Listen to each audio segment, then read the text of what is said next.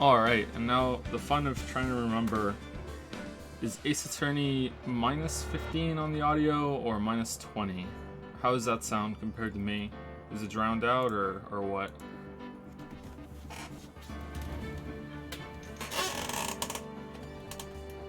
It's fine? Okay, good. Squeaky chair, squeaky way.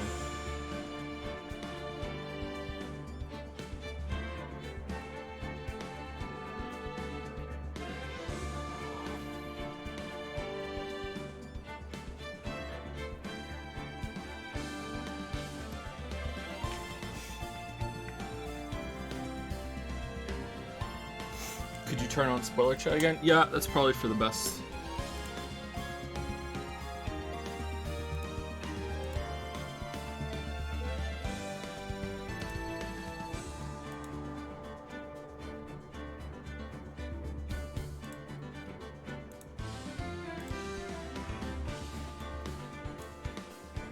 Okay, should be back now. I meant to do that earlier. Thank you for reminding me.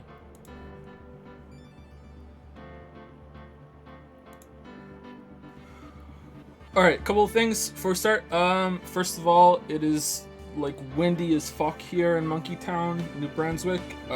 So I don't know what's gonna happen with the stream. It should be fine, but like around here there have been like multiple things going wrong with the wind just blowing shit over, so we'll see how it goes. But if it stream suddenly goes down, that's probably why. Like I don't know, I could probably like tweet about it if no, I don't have Twitter on my phone, so I can't do that. Secondly, I was sick over the weekend. I'm fine. Like I felt pretty bad for one day, and then the next day I felt like 80%, and then the next day I felt like really close to 100%. I still feel fine, but this game has a lot of reading, and I remember being tired playing these games before, so it might be something I have to cut short. I don't know. We'll see, but. Yeah, I had a mild fever. It wasn't COVID. It was so mild they don't even want me to get tested. So we're fine. But just wanted to be upfront about that. I'm no longer going to be showing fan art on the stream. So if you want to go see all the wonderful fan art that we have, you can go on Discord and see it. I haven't looked at all of it myself. There were some last minute entries, but I'm no longer doing that. And I will be saying thank you to bits and subs, but I will not be reading any of the messages that come with them. There was one more thing too, and I've forgotten about it. Oh, thank you to Merrick for the new emote. Oh no. You have your yeah. Anyway, let's get into the game.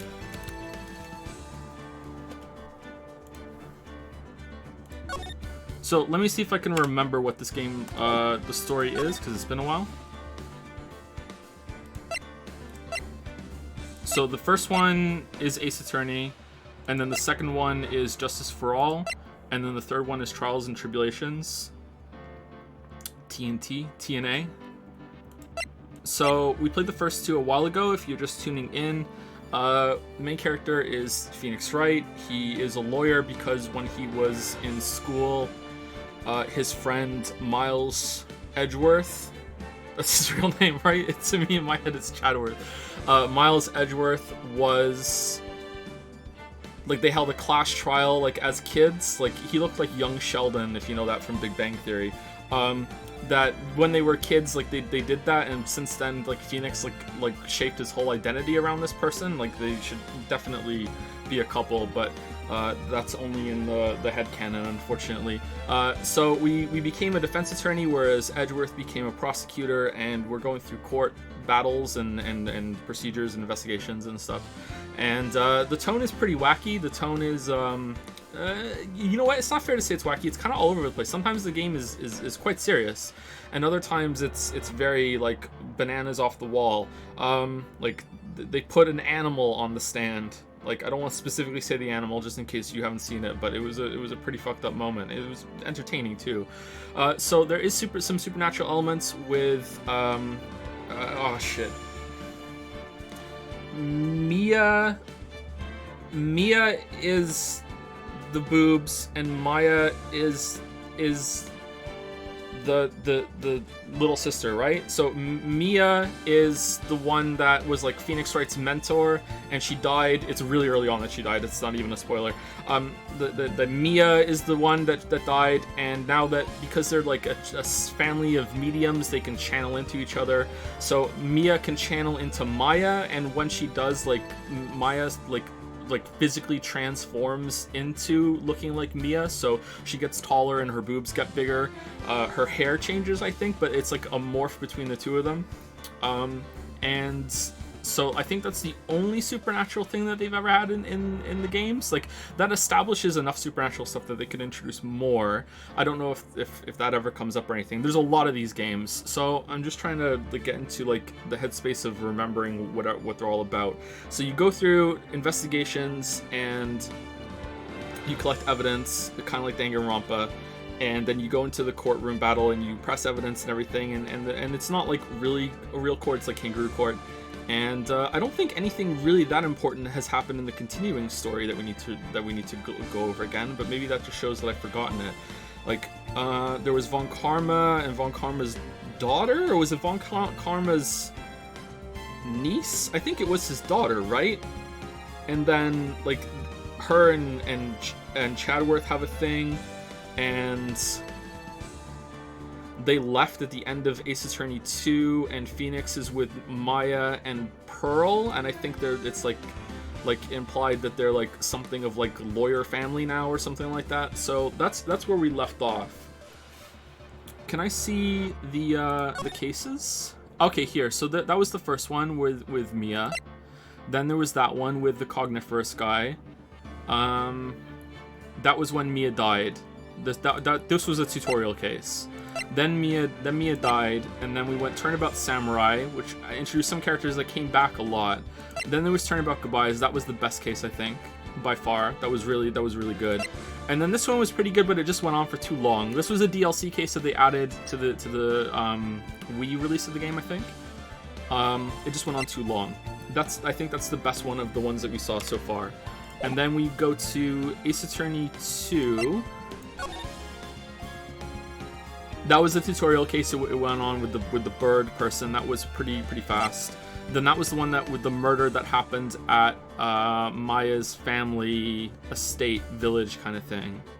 Then that's Von Karma, Turnabout Big Top. This was not as bad as people said. It wasn't great, but it wasn't as bad as people said. I thought, like it was pretty entertaining. It was batshit, but you know, it was entertaining. I want the series to be batshit, actually. Like, I prefer when it just goes full batshit. Like, the tone that they established in the first game is what I want. If it changes, then okay, but that's what I want. And then Farewell, My Turnabout was the one in the hotel. I barely remember this one, even though it's the one that we did last. This one was okay, right? That was the one with the the walkie-talkie. Oh yeah, I remember it. It's coming back now. Yeah, that was actually pretty good. This one was actually pretty good. With Undercourt and shit. Yeah, that one was actually pretty good. Could have been better, but it was actually pretty good. All right, so at the end of this, I'm pretty sure that Chadworth and Von Karma, these two, fucked off, and they went off into the sunset. Like, literally flew off into the sunset, and Phoenix and Pearl and Maya in the background there are kind of like, they go off and eat hamburgers or something. And then that's it. All right. So, before we start,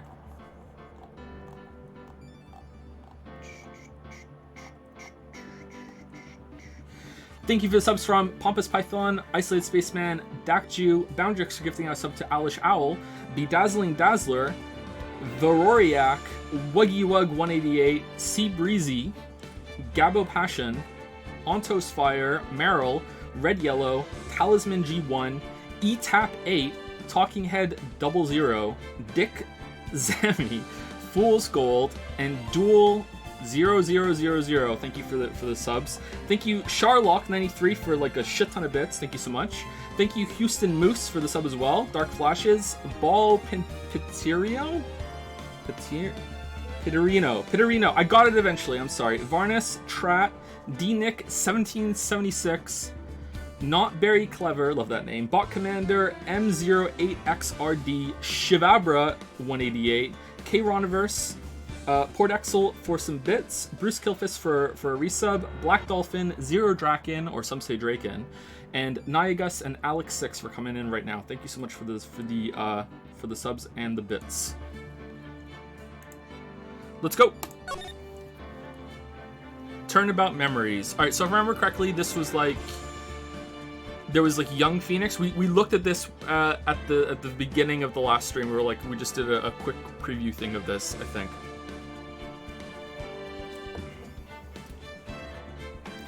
Mia looks a little bit more reasonable here to me. I don't know why. Like, not, you know, courtroom decent, but, you know, the proportions look a bit more reasonable. I don't know why. Maybe that says something about me. Okay, here we go.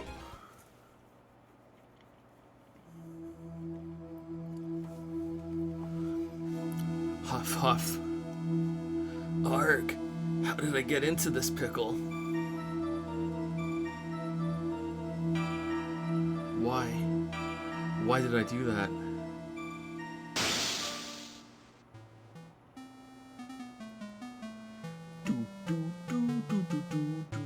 That girl, you shouldn't see her anymore. Hey, it's none of your business. I'm telling you for your sake, if you continue to see her, it's going to be bad news.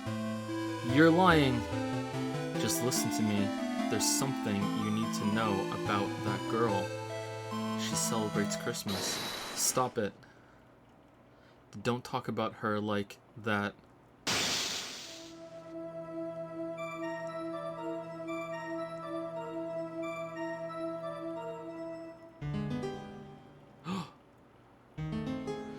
It wasn't me.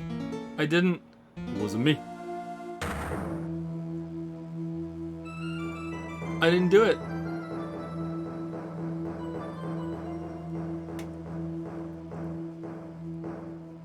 "5 years earlier, Mia Fey, second trial."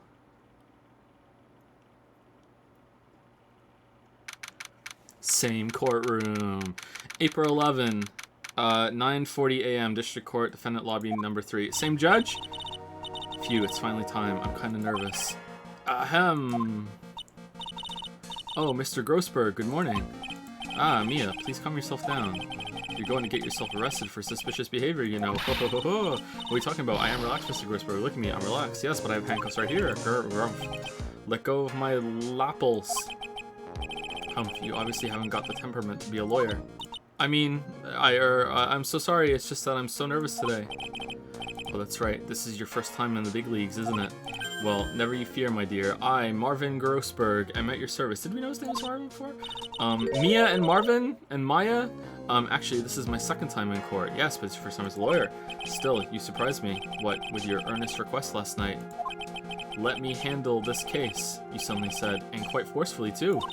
I just found out yesterday about the case, I mean. What, and you've already learned all the relevant facts? Well, about that. You see, I mean, of course I have, I think. Oh dear. In any case, don't let our clients see you're so nervous. Can we look? Oh shit. You see the poor young man in the pink sweater over there? That's our client. Oh man, this is relevant. Cough, sniffle, good morning there, everybody. Okay, but it said... When it said 5 years earlier, did it mean 5 years earlier from what we just saw that was going on with Phoenix, or did it mean 5 years earlier from the main timeline of the games that we've been following so far? I guess we'll find out. Good morning. Try to keep smiling, Mia. I just want to say I'll give it all I've got. Yep, it'll be fine. No prob. Whoa, the animations. Oh, what's wrong? Do you have a cold or something, Mr. Rye? Actually, it's right. Like the Flying Brothers. People screw it up all the time. And yes, I have a cold. That's what this mask is for. My doc says this way I won't give it to anyone else. Be kind to others, he says. Right, Mr. Wright, you have nothing to fear in court today. And you didn't tell your doctor that it goes against your freedom as a citizen of the world? Like, wow. Sheep. If you are truly innocent, I promise I will save you. But please, let go of my shirt. Cough. That's right, he's the one on trial, not you. He's the one who should be nervous. You need to stay strong for your client, Mia. My name is Mia Fey. I'm still pretty new at this lawyer thing. The first time I appeared in court was a year ago. Same judge, but that trial... If the judge has hair, I'll be so happy. But that trial traumatized me so badly, I thought I'd never set foot in another courtroom. Please, hear you, Judge. It's been 1 year since then, and well, here I am again. But this time I'm going to win. For my client, and for myself, for all of our sakes. April 11, 10 a.m., District Court, courtroom number 2. Aww. Court is now in session for the trial of Phoenix Wright. The defense is ready, Your Honor. Whoa! Is that a new sprite kind of thing going on? Oh man, cool. Cool. I really was reacting to how different she looked. I wasn't reacting to these. Like, I really was reacting to how different her face looks. Alright. Still, I'm not, you know, whatever. Like, you know what? They put a fucking thing on the stand. It's fine. The prosecution is ready, Your Honor. Oh, you have hair, though! Oh, man! The defense today is, Miss Mia Fey, was it? Yes, Your Honor. Is there a problem? I was under the impression that Marvin Grossberg was to be leading the defense. Yes, well, you see, Mr. Grossberg had a bit of an emergency. Emergency? But isn't that him standing there? Yes, well, he can no longer talk. It's true, Your Honor, I can. Okay. You're just a rookie. Are you sure you can really handle this? Don't let him scare you, Mia. Give him your toughest look. Oh, terrifying. Of course, Your Honor. I think... Oh, she does the same hand slam that Phoenix does. That's where he learned it from. It's a tough look. Well, Mr. Payne, your opening statement, please. Well. I can't believe a veteran like me has to spend his time babysitting a new defense lawyer. Don't worry, little girl. It will all be over soon. What was that all about? Was he trying to trash talk me? Now then, I'd like to proceed with a summary of events on the day in question. The incident occurred on the campus of Ivy University. The murder victim was a student named Doug Swallow.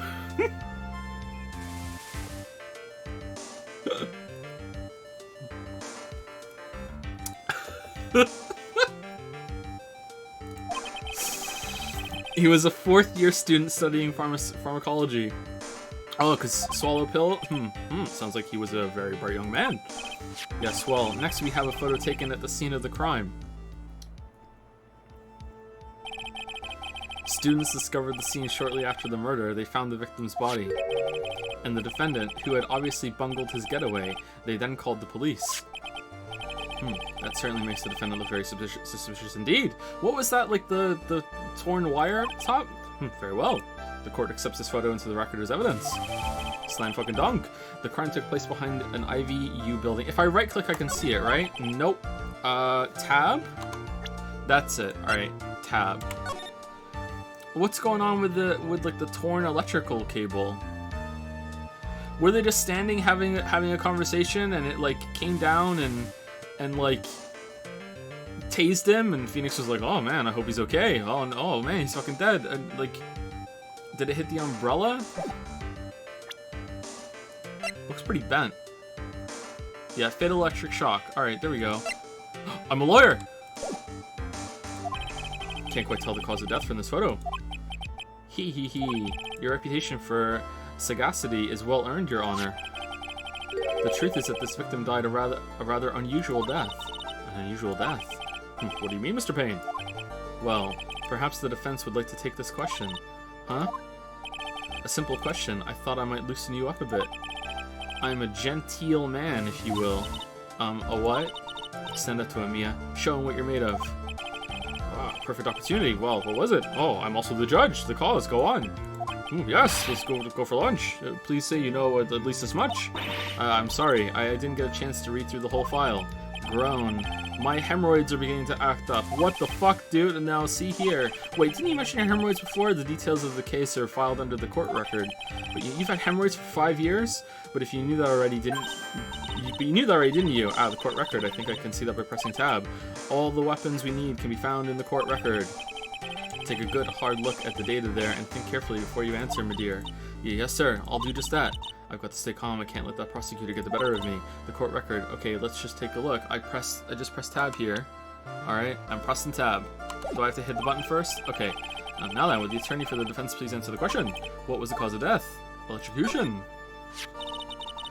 points to the court record. It was a fatal electric shock. In other words, electrocution. Electrocution? Oh, but how could such a thing happen? We don't fucking know, but did the murderer use some type of new, super powerful stun gun, perhaps? The answer to that will become crystal clear as this trial proceeds, Your Honor.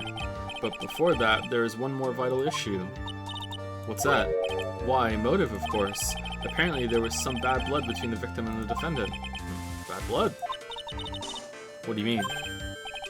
Oopsie, I'm terribly sorry. Oopsie, whoopsie. You're the defense attorney, so you must know all about it. I shouldn't be stealing your spotlight like this. I really don't like this guy's smug attitude. That's Winston Payne for you. He's one smooth operator, if you catch my drift. I don't. They don't call him the rookie killer for nothing, you know. Now then, let's hear from the defense. What was the source of the bad blood between the victim and the defendant? And this time, I would like to see some supporting evidence. Evidence? No need to get all worked up over this. As I said, all our weapons can be found in the court record. Find the evidence you need and then shove it into old Greybeard's face. Aw, man! Yes, sir, into old Greybeard's face. Mr. Grossberg. Try to set a better example for the young lady. Only you can call me that. Yeah, evidence isn't the only thing in the court record. People's profiles are as well. You can toggle between profiles and evidence with tabs, so be sure to go over it all. Now then, let's see what you've got. Show me what you got. What was the cause of the bad blood between Phoenix Wright and the victim? Alright, so we go to profiles. And probably the girl. Dahlia Hawthorne, age 20. Phoenix Wright's girlfriend dated the victim Doug Swallow up until 8 months ago. The victim, he was a 4th year. Okay, so he kind of looks like Ungard. Alright, I'm guessing it's just this. The reason for the bad blood between the two of them was this woman here. Dahlia Hawthorne, is it? Very good, Miss Faye. You seem to have picked up on at least this much. This woman is the girlfriend of the defendant Phoenix Wright. Girlfriend, though? Like, Phoenix? But up until about 8 months ago, she was with the victim, Mr. Swallow. Damn, Phoenix confirmed to be canonically bi. Respect. Clearly she has some part to play in the story. He's done it again. Before the cross-examination starts, he's already got the judge thinking like he wants. Very well, Mr. Payne. Please call your first witness. If it pleases the court, the prosecution would like to call Mr. Phoenix Wright. What? The defendant himself? Well, Miss Faye. It's fine. After all, Mr. Wright is innocent, right? What are you smelling your finger for? The defense has no objection. Who was it that smelled their finger all the time? Suishi, right? Was it Suishi? Or was it, fucking hell. Who was the protagonist of Danganronpa 2? Shit. Very well. The court calls Mr. Phoenix Wright to the witness stand.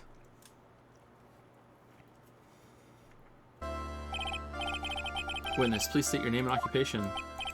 Oh, yes, my name is Phoenix Wright. My job is, well, right now I guess I'm a suspect.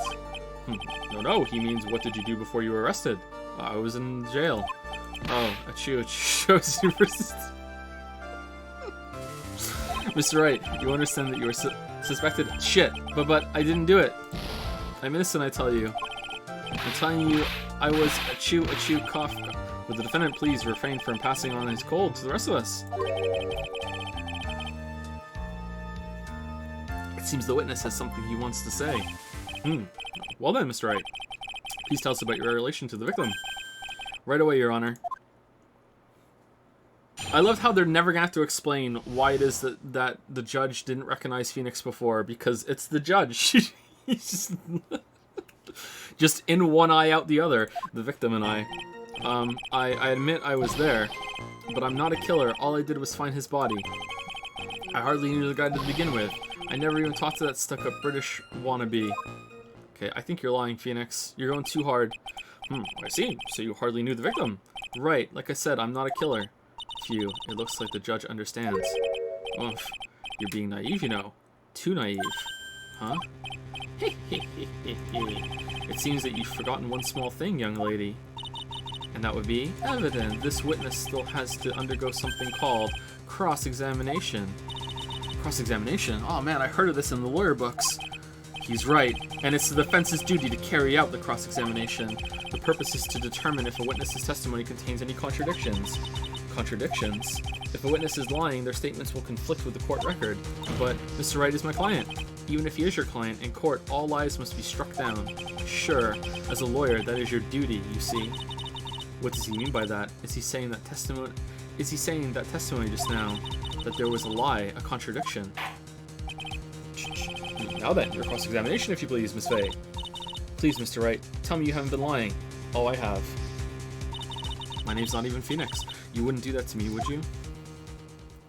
Is this the P stand for Phoenix? Like, is he just like, where's his own name? Hold on. It was Dahlia Hawthorne, wasn't it? It's not even for his girlfriend? God damn it. I admit, I was there. All right, we have to press everything. When you say there, you mean the place where the victim was murdered?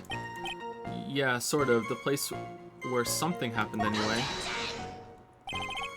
Something. Objection! You can't hide what happened. We have photographic evidence. Achoo! Achoo! Achoo! Achoo! Oh man, he's allergic to the truth. Anyway, Mr. Wright, what were you doing at the scene of the crime? I thought you said you didn't know the victim, Mr. Swallow. It was just a coincidence. We bumped into each other by accident. A coincidence, huh? But I'm not a killer. All I did was find his body. You say you found the body, so who called the police? Huh? Achoo, cough, achoo, cough, achoo, cough. Unfortunately, it was some other students that notified the police. Other students? That's correct. They were witnesses. Witnesses who saw the defendant standing there next to the body in shock. Also, the victim was shocked. What? Is this true, Mr. Wright? Achoo, achoo, achoo, achoo. Did you stop sneezing every time you were in a bind? Yeah, what the hell, Phoenix? Well, it's true that I was pretty shocked when I found the body. But I hardly knew the guy to begin with. So, you didn't know his face or even his name, right? Right, well, no. That is, I mean... So, which is it? Did you know him or not? Achoo, achoo. Now see here, you can't avoid answering the question by sneezing all day. Well, actually... well, I guess I did know his name. News to me, why didn't he tell me that before? I heard he used to date Dolly. Who is this Dolly person? Ah, yes, that would be the defendant's lover, Miss Dahlia Hawthorne. Lover? Oh, I see. Young love. So bittersweet. But that's all I knew about him. Damn, Phoenix has more game than Kiru. I never even talked to that stuck-up British wannabe. Mr. Wright, you stated the following in your testimony. I hardly knew the guy to begin with. That's right. I mean, why would I even... But that doesn't sound right. If you hardly knew him, then why would you... Oh, the point! Why would you say the victim was a stuck-up British wannabe? Oh man, quite the hand on you too. Good job. Shit. Shit. Achoo. Well, Mr. Wright? Ah, no, it wasn't me. I'm not a killer, I swear. Mr. Wright, I will give you an opportunity to revise your testimony. How is it that you knew the victim was, as you put it, a British wannabe? What is a British wannabe? Yes, well... He was always walking around with a huge Union Jack on the back of his shirt.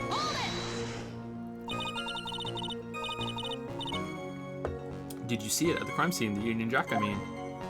Yes, that's right. I saw it at the crime scene. That's why I figured he must love British stuff, see? It's true, cross my heart. He eats Jaffa cakes all the time, I swear I didn't do it. He's acting fishier than the salmon I ate last night. Wow, what a line. May I ask you something, Miss Faye? Yes, Your Honor? What is it now? How good was the salmon? Who is this person anyway? This Union Jack fellow? The Union Jack is the name of the United Kingdom's flag. Oh, I see. So you mean like the stars and stripes, right? As usual, Your Honor, your insight astounds me. Hey, something just occurred to me. Isn't there something strange about this bit just now? Mia, there is a contradiction here. Mr. Grossberg, quickly now, show the boy that you mean business. With evidence, I mean. Okay, Mia, check the court record carefully. Well, Midir, do you think you can manage your own from this point? Okay, I'm already stuck because, like, does it just want me to point out that there's no Union Jack in this picture? Alright, I'm guessing that's it, but if it's not, we're already stuck. Alright, I can handle it myself. 1 year ago, I was in a courtroom just like this. I can do it. I can handle this myself. You mustn't try to bite off more than you can chew, Mia. I'll be fine. I know what I have to do. Remember, you can always press him to get more information. Oh, and one more thing. When you're going to state a contradiction, make sure you present some definitive proof. Okay, Mia, one more time. From the very beginning of his testimony. I admit I was there, but I'm not a killer. All I did was find his body. I hardly knew the guy to begin with. I never even talked to that stuck-up British wannabe. He was always walking around with a huge Union Jack on the back of his shirt. Okay, I'm guessing it has to be that. Alright, so we're going to present the crime scene photo that he doesn't have it, unless we go to the profiles first. Wait, what am I doing? I'm a lawyer! Does this evidence establish that the defendant is lying? Don't ask me, you're the one who's supposed to know. Oops, sorry, this is all still kind of new to me. Well, I've got something new for you too, a new penalty. Objection. This isn't going as soon as... He was always wearing a Union Jack on the back of his shirt. Okay, it has to be that. Are you certain you saw the Union Jack? Yeah, I'm sure. It was right there on his back. Miss Faye, is there some point to this line of questioning? Your Honor, please take another look at the crime scene photo. Your Honor.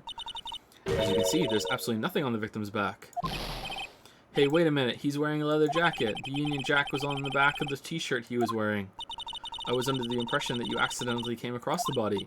But if that was really the case, then you wouldn't know that, would you? You'd have no idea at all what he was wearing underneath that jacket. What is this music? That's right. You've been lying to me. Shit. Please forgive me. Wow. This is our hero, everybody. Mia, you've made our client cry. Let him. That P on his chest doesn't stand for Phoenix anyway. I can't believe I trusted him. Mr. Wright was all wrong. Hee. That was an impressive bit of cross-examination. Thank you for uncovering the defendant's lies for me. It's quite clear that this man did not simply stumble upon the scene of the crime. Uh-oh, did I go too far? By the way, Mr. Wright, you seem to have a rather bad cold. Have you taken any medicine for it? Yeah, I took some, but was the medicine that you took an over-the-counter brand called Cold Killer X? Yeah, that's right. It kills colds good. Hey, wait a second. How did you know I'm a big fan of Cold Killer X? He. Would you happen to have that medicine with you right now? What? Well, actually, I seem to have lost it somewhere. He lost it? Does this even have anything to do with the case? Did you lift fingerprints from it or something? Like, where's this going? Mr. Wright, shall I tell you where your cold medicine is right now? It's in my ass. Huh? Your Honor, I'd like you to take a look at another photo from the crime scene. Oh my god! Well, what's this? In the victim's hand, it's Cold Killer X. The victim had a cold too and had his own bottle of Cold Killer. Okay, where are you going with this, Mr. Payne? Yes, but even I've got a bottle of Cold Killer X in my apartment. I'm sorry, but I'm afraid that argument won't work. There's no doubt as to who this bottle of Cold Killer X belongs to, because Phoenix wrote his name on it. Especially since Mr. Wright's fingerprints are all over it. What? Sensing his murderous intent, Mr. Swallow must have picked up the bottle of medicine dropped by Mr. Wright and hid it in his hand. His purpose in doing so can only have been to identify his killer as Phoenix Wright.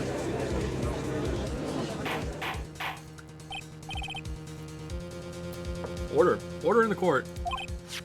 Your Honor, I'd like to present this photo and bottle as evidence. Very well. The court will accept them into the record. Crime photo 2 added to the court record. Cold Killer X added to the court record. Also, the victim's wristwatch was broken. Broken? Yes, it ceased functioning when a large wave of electricity passed through it. Well, Mr. Wright, do you have some kind of explanation for all of this? Ugh. I'm secretly a robot. This is really bad. Oh, my buttocks. My poor hemorrhoids. Hemorrhoids is a weird word. What really happened? The truth is, I went because he called me. He was in the pharmacology department. Is that what the P stands for? So we agreed to meet at 2:45 behind that building. We talked for a bit, and then at around 3, we split up. Then later, when I went back, I found him lying there. I've been taking Cold Killer X for the last 2 or 3 days, but I lost my bottle of it around lunchtime on the day of the accident. Mr. Wright, that's completely different from the testimony you gave previously, and luckily for you, that's just fine in this court. Achoo, achoo, achoo. I'm sorry, Your Honor. I was afraid you wouldn't believe the truth. You'll forgive me if I say I hardly find your current testimony any more credible. Miss Faye, please begin your cross-examination. Oh, please, Mr. Wright, don't tell any more lies. What really happened? The truth is, I went because he called me. How did he call you? Had you ever met the victim before then? No, never. But that day, he called me up and told me he wanted to talk about Dolly. And this Dolly person is my, it's kind of embarrassing. She's my, sweetheart. That's not Chadwick. What was that for, Mia? Oh, I'm sorry, I just felt like slapping something all of a sudden. What? Dahlia Hawthorne was also the lover of the murder victim, Doug Swallow, before she met Mr. Wright, that is. So it was one of those nasty love triangles. I see. Maybe that was the murder weapon. He was in the pharmacology department, so he agreed to meet at 2:45 behind that building. Was it Mr. Swallow who indicated you should meet at 2:45? Yeah, and we were both there right on time. You said the victim was in the pharmacology department, correct? Yeah, he was studying how to manufacture and improve pharmaceuticals. That's why he took the Cold Killer X. Everyone called him the Alchemist of IVU. Alchemist! I see. Fucking Full Metal. I gotta admit, I was a little suspicious, a little sus. He had a whole laboratory and everything. It was filled with chemicals and strange machines that run on high voltage electricity. Oh, how fascinating. He sounds like he was quite an ambitious young man. What do I do? Maybe I should ask him for some more details. About the timing of the meeting. So you're absolutely certain that you met at 2:45? Yeah, pretty sure. That's the time class ends. But they're always doing experiments, so it doesn't matter much. Experiments? Yeah, those pharmacology guys are always in the lab whipping up something. Well, it looks like he's right about the time anyway. Witness, let's go on with your testimony. What about the watch? When did the watch stop? We talked for a bit, and then at around 3 we split up. 15 minutes just standing around? Holy shit, man. Fit it right in Moncton. So what was it you were talking about? The new stadium. You know, achoo, cough, that maybe we should hang out again sometime. Hang out again sometime? I wish that were true. Then later, when I went back, I found him lying there. Hey, meet me so we can talk about how we should hang out. So you say you went back. Yeah, that's when I found the body. Yes, but why did you go back in the first place? Weren't you angry with him? Well, that's right, I was. Then why, Mr. Wright? Why did you go back? I thought maybe we could make up. The fuck, Phoenix?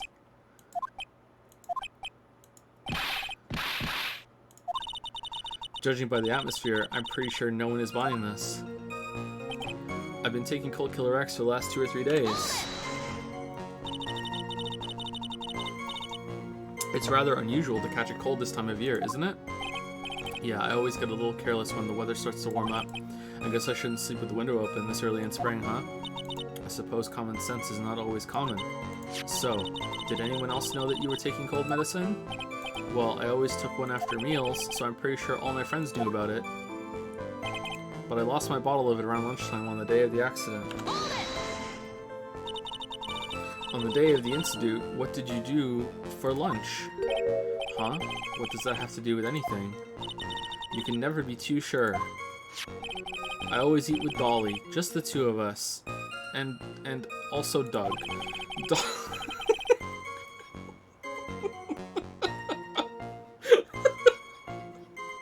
Dolly's homemade lunches are just the greatest.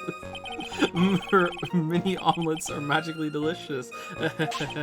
Youch! Why did you punch me in the jaw? What is going on with this? Why does Mia not? Are Mia and Phoenix like are they like got a side hustle going on, or? Oh, I'm sorry. I just felt like hurting someone all of a sudden. Well, Mia, I don't know. I can't seem to find any contradictions. The boy isn't exactly what I'd call a natural-born liar, you know? But still, we can't have him continue to spout nonsense. I know, but what can I do? Well, I'm certain he must still be hiding something. Information. Right now, it's information we need more than anything else. Okay, so can I press for more information? It was with this one, wasn't it?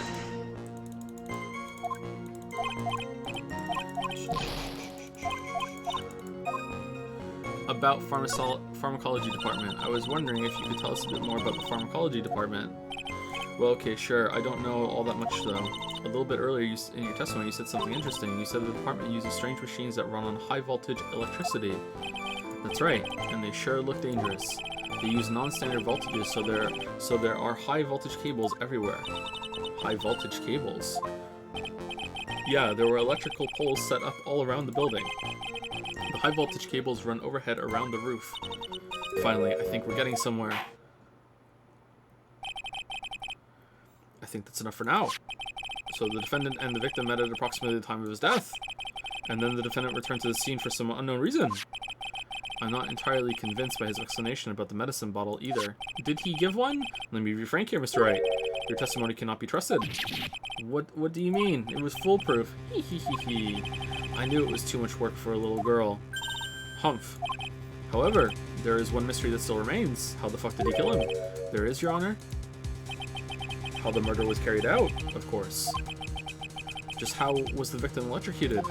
I don't believe the murder weapon has been produced yet, correct? Well, that is, you are correct, Your Honor.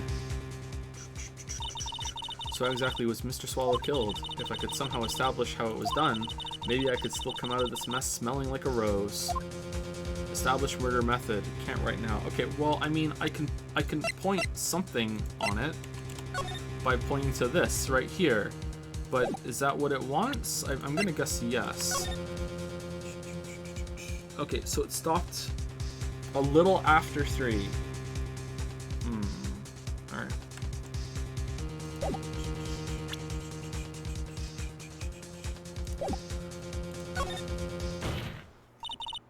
Your Honor. Yes, Miss Faye. I believe that if we were to piece together everything we've heard up until now, we should be able to solve the mystery of how Mr. Swallow died. That would be most impressive. Hee. Quite the brash statement coming from a rookie, but even a beginner like you must understand the basic rules of the court, yes? An attorney must be able to substantiate their arguments with evidence. Humph, of course I know that. Actually, I had totally forgotten about that. Wow, Mia. Now then, Miss Faye, let me see what you've got. Show me how you believe the victim was electrocuted. Alright, so that was the right photo, right? As for the cause of death, I'd say this picture captures it quite well.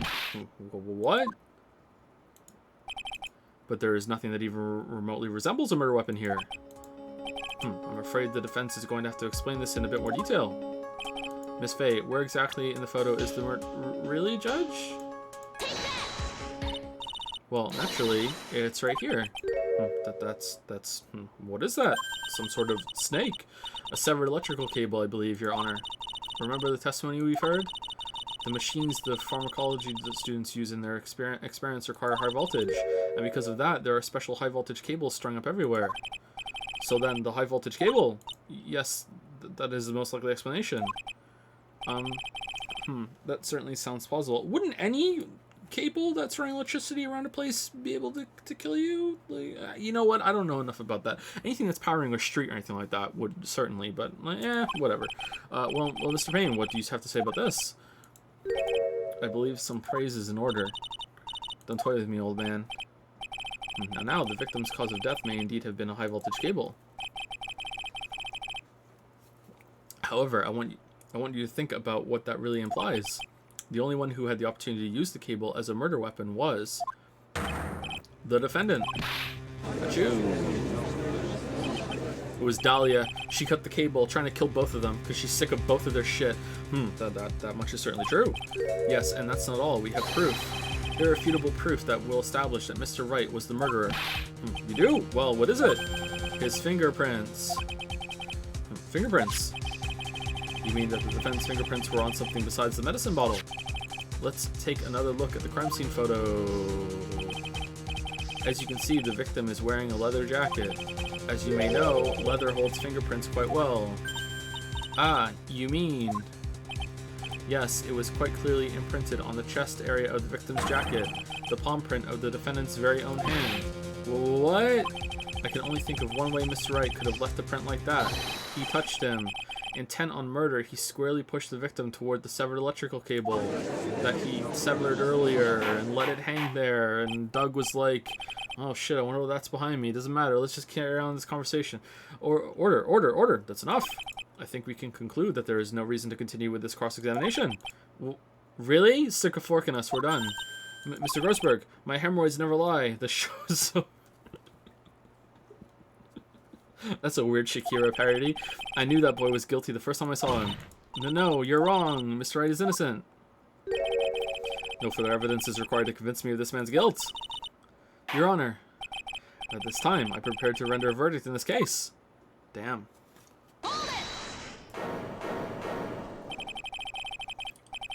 Do you have something further to add, Miss Faye? Is this what you want, Mr. Wright? You still haven't told us the truth, the whole truth, and nothing but. If you don't say something now, the judge is going to hand down his verdict. But I can't. I just can't say it. If I told you what really happened, then I'd be... It's okay, Mr. Wright. I'm your attorney. You can trust me. But Miss Faye, I don't have a cold. No matter what it is you have to say. I believe in you, and I'll represent you to the very end. Wow. We've already established the defendant's guilt. There's no further need for him to say anything. Cough, cough. Wait a minute, Mr. Wright. I'll tell you what really happened. But I've already told you, Mr. Wright, there's no need for further cough. Alright. Brace for bullshit. I did it. I admit it. I pushed him. It's my fault. Shit.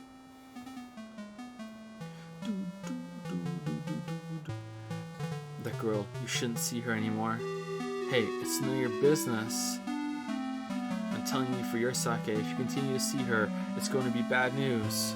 You're lying. Just listen to me. There's something you need to know about that girl.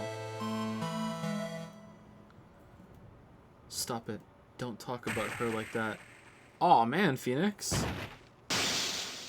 And then he was hurt, so I gave him some of my cold killer X to perk him up.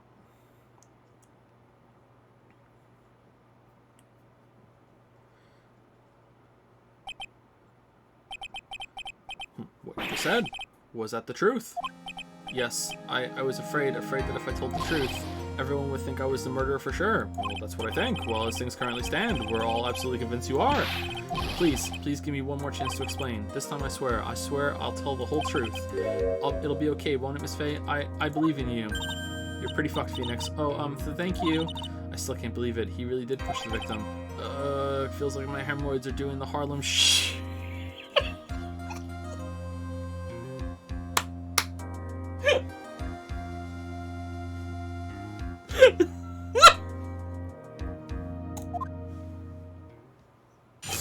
When I pushed the victim. That guy, he was talking bad about Dolly. I lost my temper and gave him a shove. At that moment, I heard some kind of loud noise. A little while after I left, I started to get worried. So I went back, but he was just lying there, dead. Dead? Well, the explanation is really quite simple. When you pushed him, Mr. Swallow flew back and touched the electrical cable. He died from the shock, and that, as they say, is that. A simple explanation, indeed. At the time of the incident, a light rain had been falling. Wet from the rain, the victim was more easily electrocuted. But when I pushed him, there weren't any electrical cables nearby. If there had been something like that, even I would have noticed it. That's true. Even a doofus like him couldn't miss that. Miss Faye, let me warn you right now that if your cross-examination doesn't yield any new facts, I intend to deliver my verdict without further delay. Are we clear on that? Yes, Your Honor. Don't give up, Mia. If he is innocent, there must be some kind of evidence somewhere that will prove it. When I pushed the victim... Okay, so something about the time, he left by 3, but the watch went off at, like, 3:05. That guy, he was talking bad about Dolly. So what kinds of things did Mr. Swallow say to you? He said all sorts of terrible things about Dolly. He said that she was a bad girl. Oh, man. Is that all? Yep. Well, Miss Faye, you heard him yourself. Damn, no wonder he wanted her back. Oh boy, you're not doing yourself any favors here, Mr. Wright. Please don't make this harder for me than it already is. Anyway, after he said that, I lost my temper and gave him a shove. Can you tell me about what happened in a little more detail? It was with my right hand. Well, that guy, he just said what he wanted to say to me. And then he put on the jacket he was holding and started to leave. That's when I lost my temper and flew into a furious frenzy. Damn, doesn't give a fuck. Look at this. I just gave him a light, gentle shove to the chest. And when you did that, there was no severed cable anywhere to be seen? Right, there was nothing like that at all. But is it possible that you merely overlooked it? Well, I guess it's possible. What are you doing? Don't let that guy steamroll over you like cheap asphalt. I believe what's important here is the moment the push occurred. Let's continue on with the testimony witness. Thank you for the clue, Judge. At that moment, I heard some kind of loud noise. A loud noise? And what would you say that loud noise was, Mr. Wright? It was this bird carrying a fucking chainsaw going toward the cables up above our head, but I was like, oh, I don't know what that's all about, and I just walked away. I'm not sure, but it was really loud. It was like, snap, you know, come to think of it, I wonder what that was. Clearly, Your Honor, it was the sound of the victim being electrocuted. You're not qualified to decide that. What should I do? I'm treading on some dangerous ground here. Ask for more details. Yeah, ask for more details. Always ask. Mr. Wright, that loud noise you heard may be extremely important, so try to remember what it was. How do I put it? It was like a sharp crack. Aha! Could it have been? Yes, could it have been? Hurry up and tell us. Dolly! When I pushed him, he dropped the umbrella he was holding.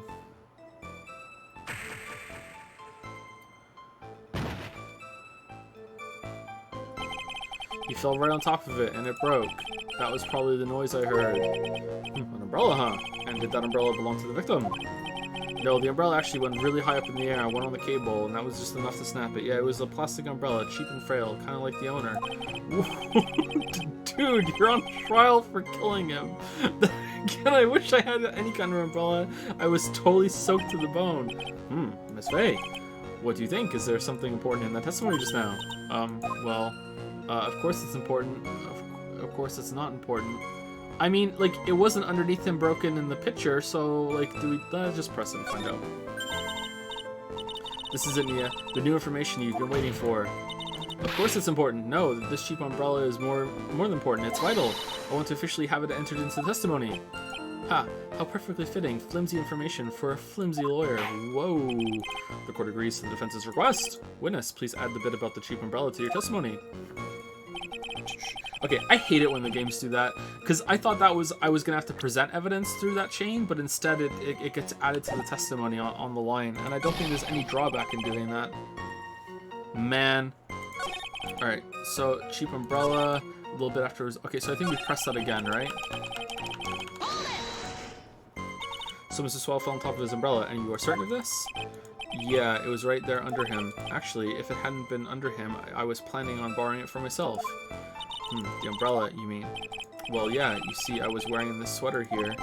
Dolly okay, so in the picture, the umbrella isn't under him, so is that how we prove it? Dolly stayed up late for nights at a time knitting it for me. I didn't want the rain to dampen the handmade symbol of her love. Oof, my stomach is not to be used as your personal soccer ball, Mia. Ah, I'm so sorry. Continue on your testimony, witness. What is going on? A little while after I left, I started to get worried. After you showed the victim, did you leave the scene right away? Yes, I did. I admit it. I was furious. You left without even checking Mr. Swallow's condition? Well, yeah, but like I said, I got worried about him later. So I went back, but he was just lying there. Dead, Scoop! At that time, did you see anyone else at the scene of the crime? Cough, cough. Cough, cough, cough. Nope, nobody. Jeez, could that stupid cough possibly sound any phonier? In that case, it's very hard to believe someone else could have been the murderer. Unless we can find something that shows his innocence from that testimony, my dear.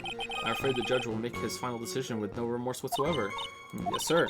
Right now I need more info. Info that will help me turn up some contradictions. Okay, so I think it's in the picture. The umbrella's here. So how was he under it? He must have gotten back up again after that, right? Also, he's on his stomach, whereas Phoenix said he knocked him on his back, but maybe that's not really important. Objection! Why didn't you testify about the umbrella from the very beginning? Come on, if I had mentioned that, I would have been able to counter the prosecution's arguments earlier. What do you mean by that? Take another look at the crime scene photo. According to Mr. Wright, the victim fell on top of his umbrella. However, if you look closely, the umbrella is nowhere near the victim. Actually, it's by the electrical pole. You're absolutely right. The conclusion here is obvious. After the defendant left, the victim moved from where he fell. In other words, after he was pushed by the defendant, Mr. Swallow was still alive. No! Order! Order! Order! The victim! He moved! Mr. Payne, the umbrella in this photo. Where is it now? Well, it was collected by the police at the crime scene. Oh, do we get to see young Gumshoe? I want to present it as evidence immediately. Umbrella added to the court record. Owned by the victim, found broken near an electrical pole at the crime scene. But the umbrella could have simply been blown there by the wind. According to the testimony, the victim fell on top of the umbrella. There's simply no way it could have been blown there by the wind. What is this Final Fantasy music? I know this is a matter.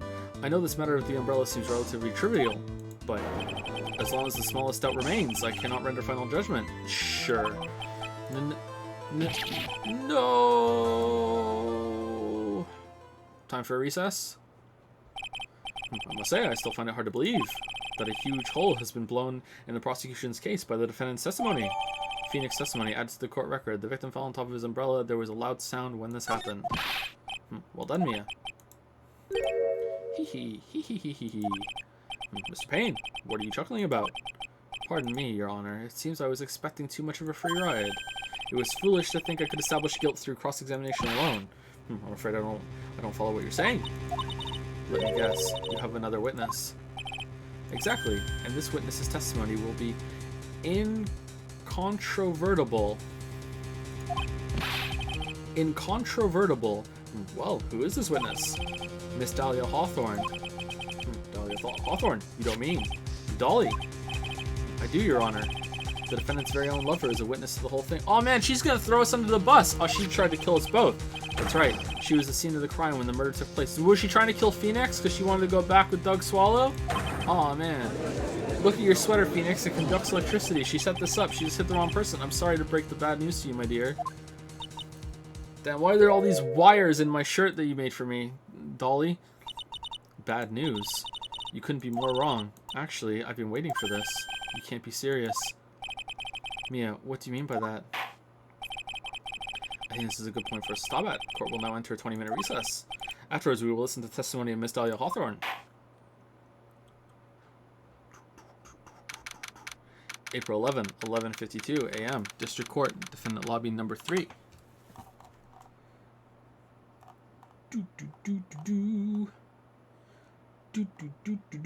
I think the last person to say thank you to is Nigus, so thank you to for the resubs from Alice6, a new sub from Cherny Volk FGC, a resub from Sir Dunk the Lunk, Young Riles, Sutsun, George Fried Rich Handel. Oh god, I just completely butchered that. I'm sorry. Username Limbo, Zorgrots for some bits, Crazy Fist for a resub, Hiotimio,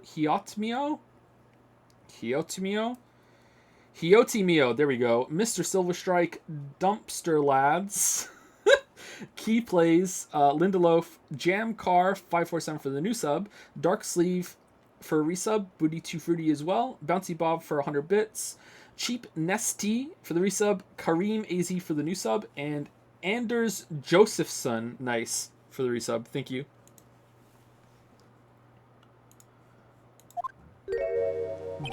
Miss Faye, I'm sorry about what happened back there.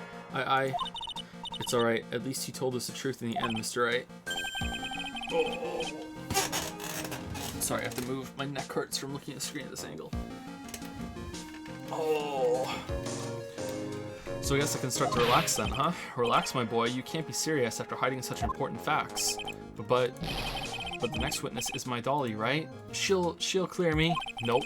She'll save me. I just know she will. Why do you think that? Huh? What do you mean? She's the love of my life. That's why. The love of your life.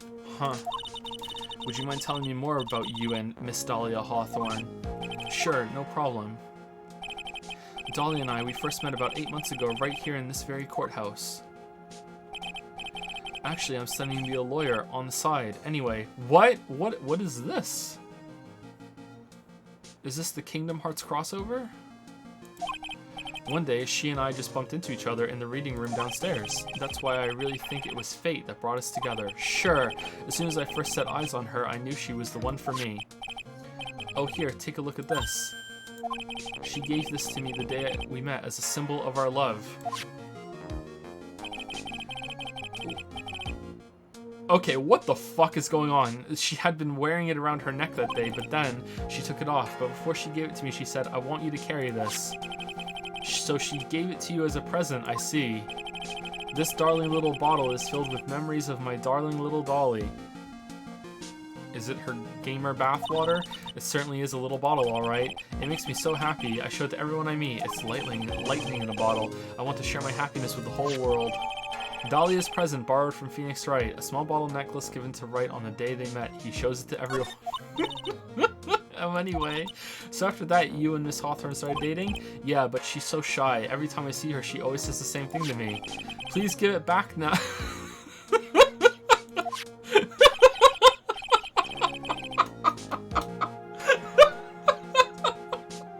Oh, fucking help me. What a strange girl asking for a present back like that. By the way, Mr. Wright, the day you first met Dahlia Hawthorne 8 months ago, it wouldn't happen to have been on August 27th, would it? Huh? Yeah, it was. How did you... This happened on August 27th, right here in this courthouse. What's this? A newspaper clipping? Let's see. Murder in the courthouse. Murder? What are you reading there? Let me see that. Oh, I see. Mia, I think I understand what you're trying to say. And I think I understand why you suddenly took a keen interest in this case. Dahlia was murdered in the courthouse and now she's a ghost. You believe... That's her phylactery, Phoenix. She gave you her phylactery. She's a fucking lich. You believe there is some connection between these two cases, am I correct? Newspaper clipping added to the court record. An article from 8/28, almost 8 months ago. Hope you don't mind, Miss Grossberg. Mr. Grossberg, I need to finish this myself. Yes, but I'm afraid what you have will not be enough, my dear. Can I read this? Murder in the courthouse. Very little information is being disclosed at this time since the victim of yesterday's incident in the district courthouse cafeteria is said to have been a lawyer. However, police are questioning the 19-year-old female college student who was sitting with the victim. Was he also electrocuted? I'll go and have a look in the downstairs reading room and see what else I can find. Thank you. I want to do whatever I can to be of help to you, Mia. Well, it looks like recess is about over. We'd better all get moving. I guess so. That recess sure seemed longer than 20 minutes, though. To be continued.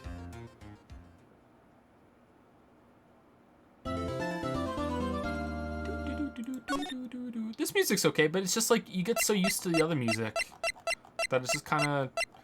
It's the same, but also different just a little bit, and it's kind of like... April 11. 12:13 p.m. District Court, courtroom number 2.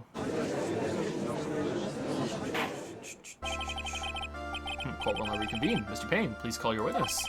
This next person is someone who witnessed the crime as it happened. The prosecution calls Miss Dahlia Hawthorne to the stand.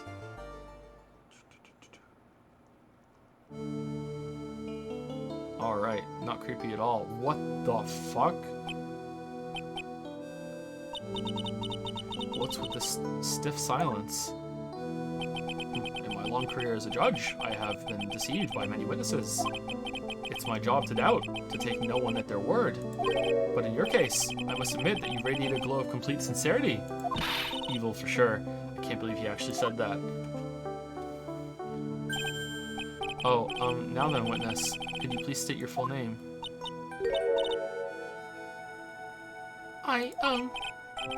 Don't worry, sweetie. There's no need to be nervous. If anyone says anything rude, you can be sure I'll cut them right down to size. And I will bash them with my gavel. I love how they look straight at me when they say that. Oh, thank you for calming my nerves. You are all so nice. I almost feel right at home. Not at all. It was nothing. If we may move on now, what is your full name and occupation? My name is Dahlia Hawthorne. I'm a junior in literature at Ivy University. I just want to say it's an honor for me to be here in your noble presence. Aw, she's so nice. The honor is all mine. No, the honor is all mine. Well, we know whose milkshake brings all the boys to the yard. Aw, man, nice. Sir? Is there something I can help you with? You just go on and say whatever's on your mind. I'm sure there must be some kind of mistake. Feeny wouldn't kill anyone. I just know it. Yes, I can see why you'd say that.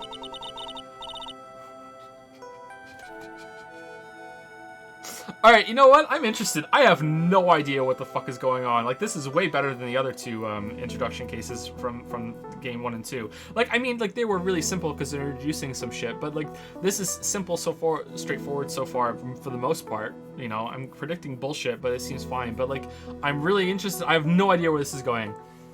Like, what the fuck? She's going to be a tough witness, alright. It only took her 12 seconds to wrap them all around her little finger.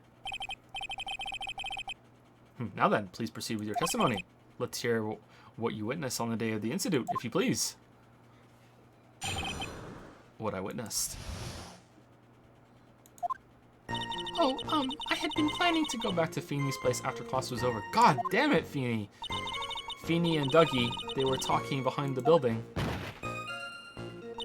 Then, suddenly, Dougie got all wobbly and just collapsed. Did he even have an umbrella? Was it your umbrella? Do you always carry an umbrella? That's when Feeny noticed that I was there. I went to go and find some other students, and they called the authorities. I don't know what to say. According to you, Miss Hawthorne, the defendant didn't do anything wrong. Mary Poppins, bitch! Young lady, as old as I am, even I recall how hot and the flames of young passion can burn. Nevertheless, it is my job to discover the truth. Please, tell us the truth. But I would never... That's more than enough, witness. I won't allow this to continue. What do you mean by that? Please, just let me proceed with my cross-examination, Your Honor. I, for one, don't plan to win my case on a bunch of paper-thin lies. Aw, man. Tee-hee, you haven't changed a bit, Mia Fey. Wait. Okay. What's this? So, you two are acquainted? Yes, we've met before, once. In any case, Miss Fey, the floor is all yours. It's good to see you again, Madam Fey. Oh man, I like where this has got. Madam, no, I'm no one's grandma yet, girly. What I witnessed. I've been planning to go back to Feeny's place after class was over. Now, unless I'm mistaken, Feeny, I mean Mr. Wright, is in the art department. And if that's the case, then what were you doing by the pharmacology building?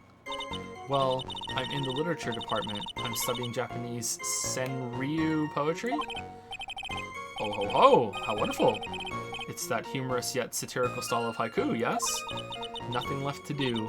When a man reaches this age, sleep is his best friend. The last thing you will ever say in this trial is a haiku. I'm calling it now. That's supposed to be poetry? Sounds more like a midlife crisis. It's true, yeah, poetry sucks. For me to get to the art department, I have to walk through that back area. Yes, I see. That makes sense. When I went to enter the courthouse, I always walked through the front doors. How else would you enter? Teleportation?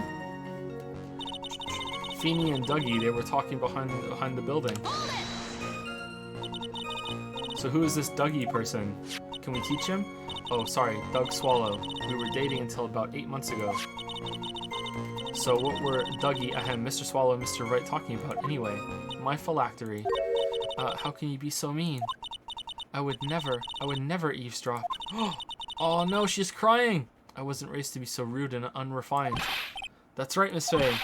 Don't drag the witness down to your level. Damn, you fucking compromised as fuck. Why am I being demonized here? Please go on. What did you see next? Then suddenly, Dougie got all wobbly and just collapsed. Are you saying that the victim just collapsed on his own? Yes. In other words, the defendant never touched the victim, is that right? I was watching the whole time. Feeney never did a thing to Dougie. If I press her for no good reason, I just know the judge will get angry with me. So what should I do about her testimony just now? Show contradiction. Because wait, hold on. Do we have something that we can present for that? The push? Shit.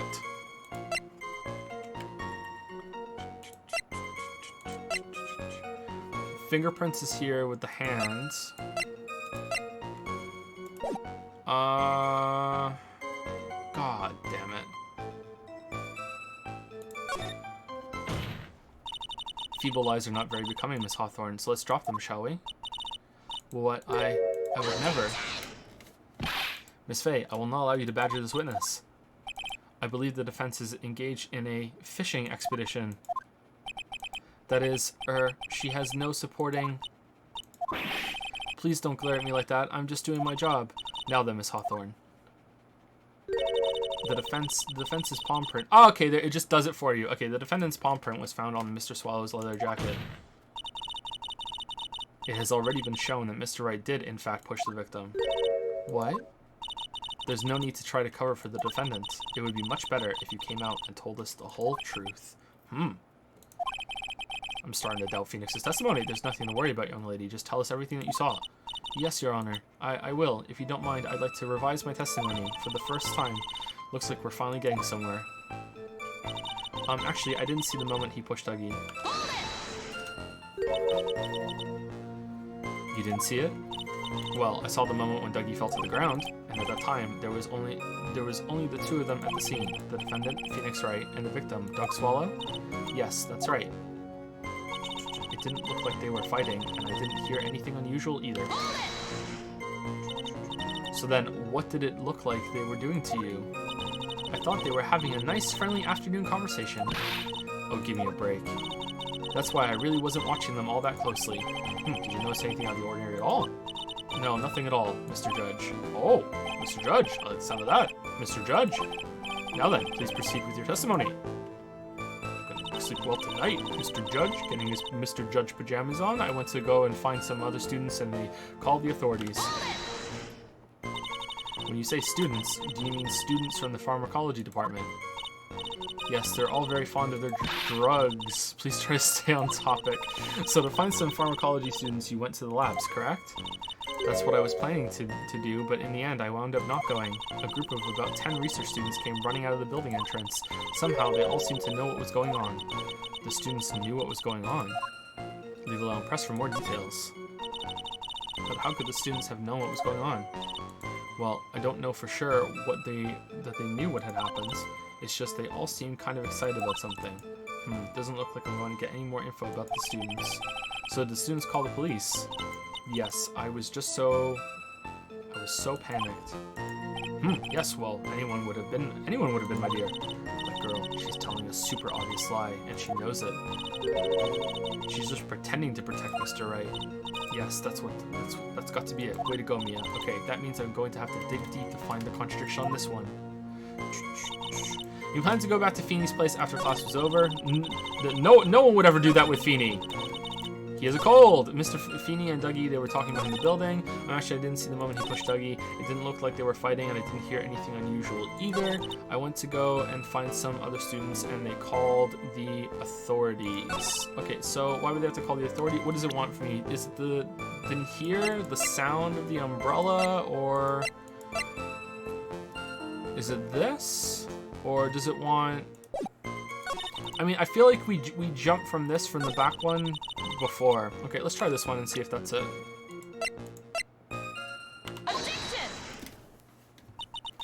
You say you didn't hear anything unusual, is that correct? Yes, that's why I was very relaxed looking at the scenery around me. That's nice, but I find that just a little odd. I have here the testimony of your boyfriend, Mr. Phoenix Wright, and he clearly testified to the effect that when he pushed the victim, he heard a sharp, loud noise. He said that? If you were really that close to the two of them, why didn't you hear this noise as well? That's kind of weak. We don't know what the noise even was. Well, maybe the noise wasn't all that memorable. But according to Mr. Wright's testimony, it was a sharp noise like a snap. There's no way a noise like that could fail to make an impression. Maybe the noise was coming from really far away, and that was just as, you couldn't hear it if you were any further away. May I have a moment's answer? But by all means, I know the reason why I didn't hear the noise. You see, the truth is, I had my headphones on, and I was listening to music at the time. Headphones? You mean that both of your ears were covered? The rain was just beginning to let up.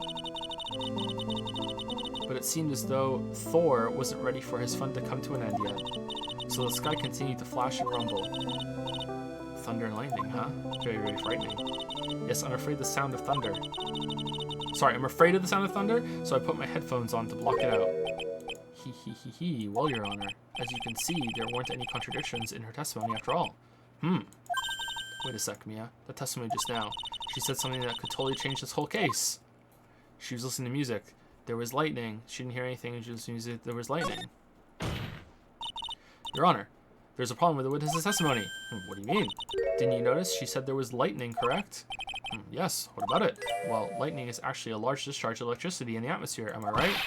Now's not the time for a science lesson, Miss Faye. Yes, Your Honor. Anyway, since the cause of death was electrocution, isn't it possible that the victim died from being hit by a bolt of lightning?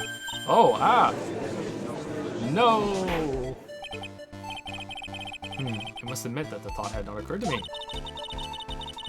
Just what kind of thoughts do occur to this guy anyway? This entire case is built on the premise that Mr. Doug Swallow was murdered, but that very premise itself was mistaken. But we already know is the cable. The defense believes that Mr. Swallow was in fact the victim of a stray bullet. It hit the cable. It appears the defense may be onto something. Could it be that the death was actually accidental? All right, you did it, Mia. I'll be taking that not guilty verdict now, I think. I'm hurt that you have such a low opinion of me, Miss Faye. Huh? I checked the records. There were no lightning bolts recorded in that whole day. I'm not a fool, you know. The prosecution has done its research, Your Honor. We found that there were no lightning strikes on the day that...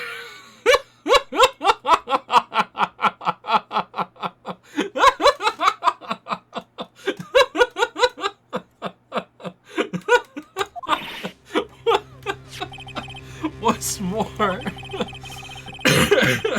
we have evidence that the electrical cable is definitely linked to this case. Evidence, Mr. Bain. Well, what is this evidence? This affidavit. Who is this affidavit from? The pharmacology students who were conducting experiments in their labs that day. Allow me to read out the court testimony of the pharmacology students.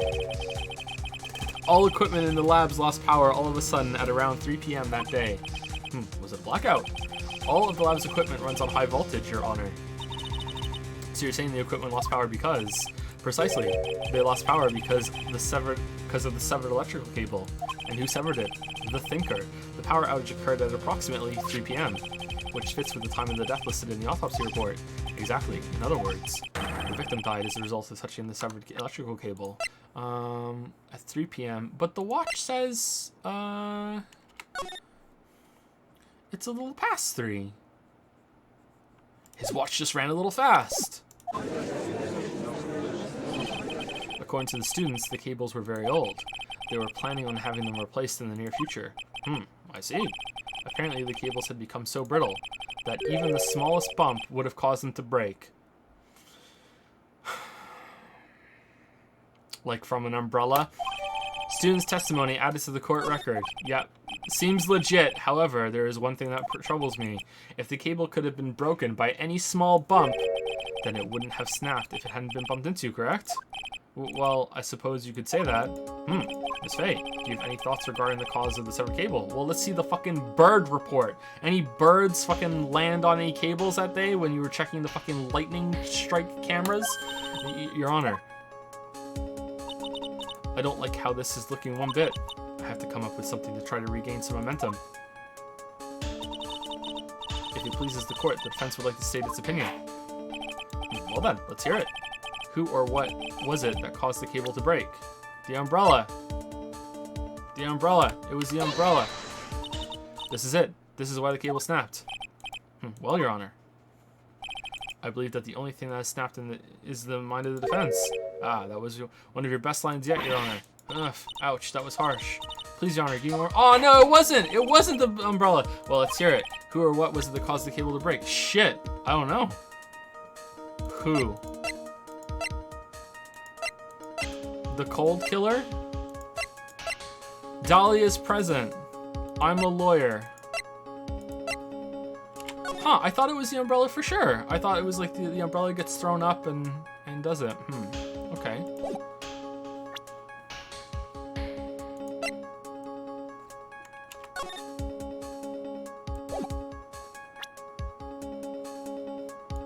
The bottle of cold killer got thrown up? Just the slightest bump? Is it a who instead?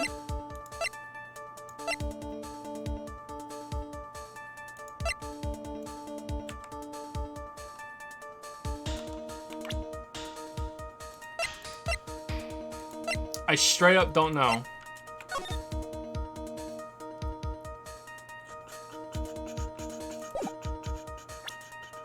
Okay, so if it's a what, then it has to either be in the photos. Fuck it, let's try the bottle. It was the bottle. This is it. This is why the cable snapped. Well, Your Honor. Yeah. That's dumb. That's dumb. What was the skip button again? Shit. Was it right click?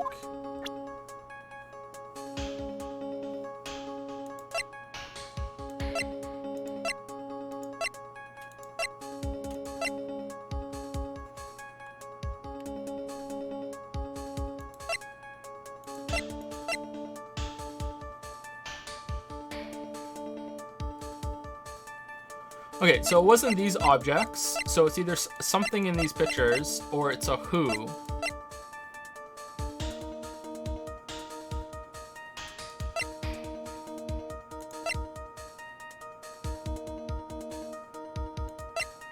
Can't be these.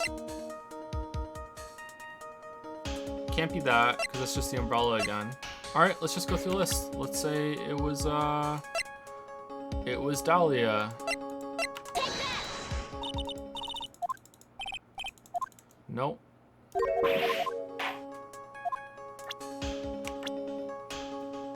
It was Doug Swallow.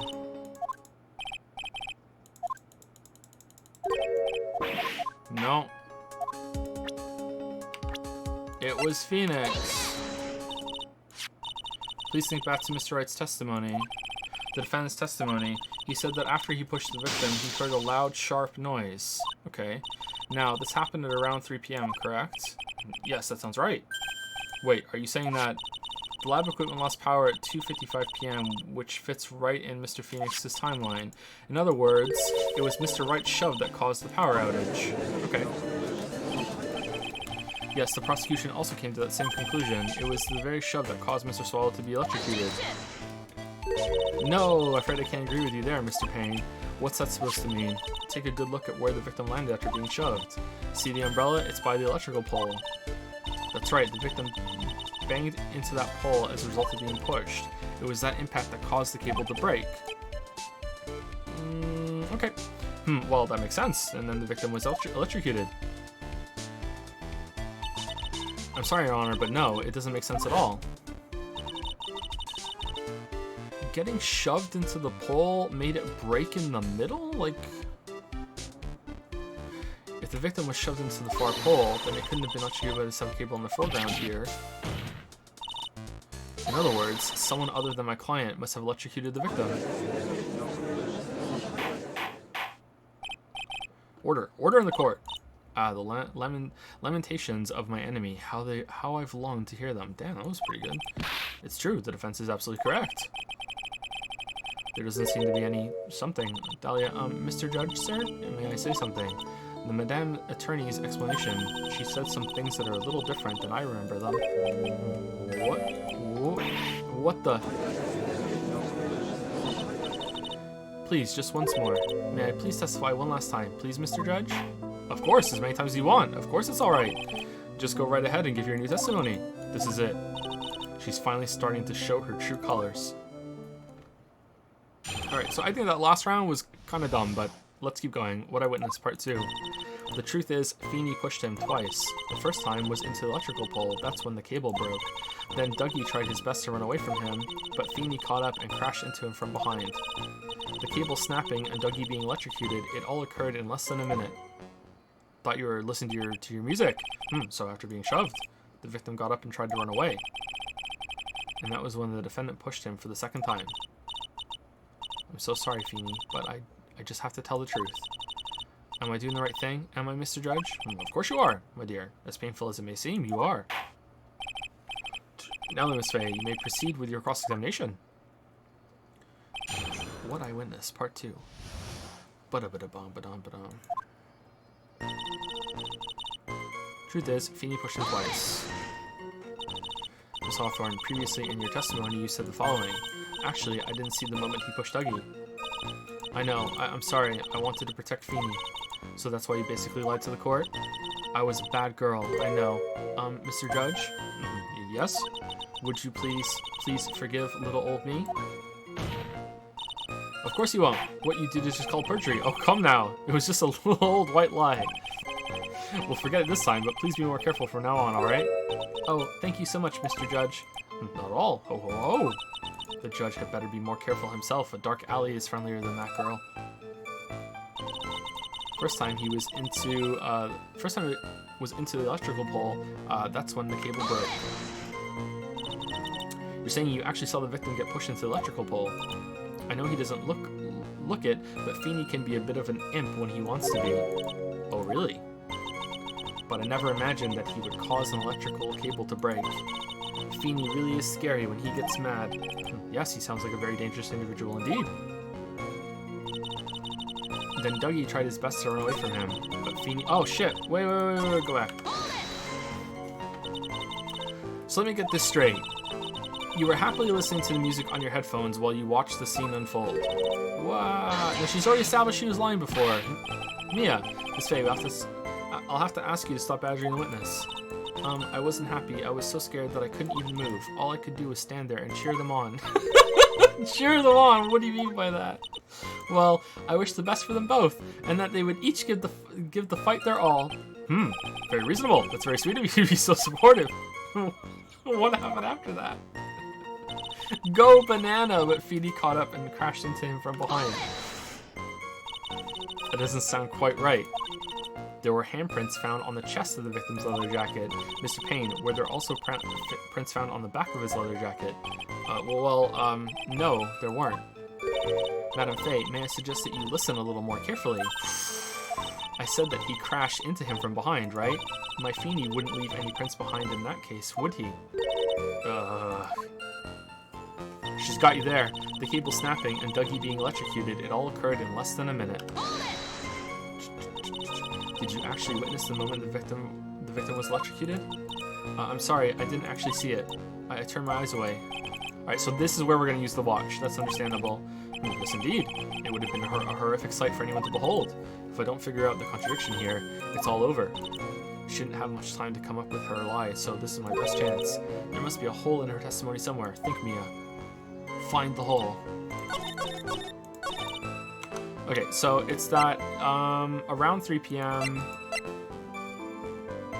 Oh, okay, so 2:55 p.m. is when the power went out, when the cable snapped, and then he was killed at 3. So does it want that? Does it want this? Or does it want the watch? Shit. Well, I mean, I think all 3 of these should work, but I'm gonna go with this one. Your Honor, That statement contradicts this evidence. In what way? I'm not sure I understand. Actually, I don't quite get it either. Fuck! Alright, well, I'm sure. Alright. Let's try this one. There we go. That's enough witness. I'm afraid I don't understand. You will in a minute. Could you please take a look at this picture? Oh, that medicine. That's the one Feeney likes to take for his cold. It's not the medicine I want you to look at. It's the wristwatch. Okay, so the watch would have worked, and the other one, and the one I picked would have worked, but the time of death doesn't? It stopped at the precise time the victim was electrocuted. In other words, 3:05 p.m. Yes, and your point is, Miss Faye. My point is this. What time was it when the lab suffered that power outage due to the cable snapping?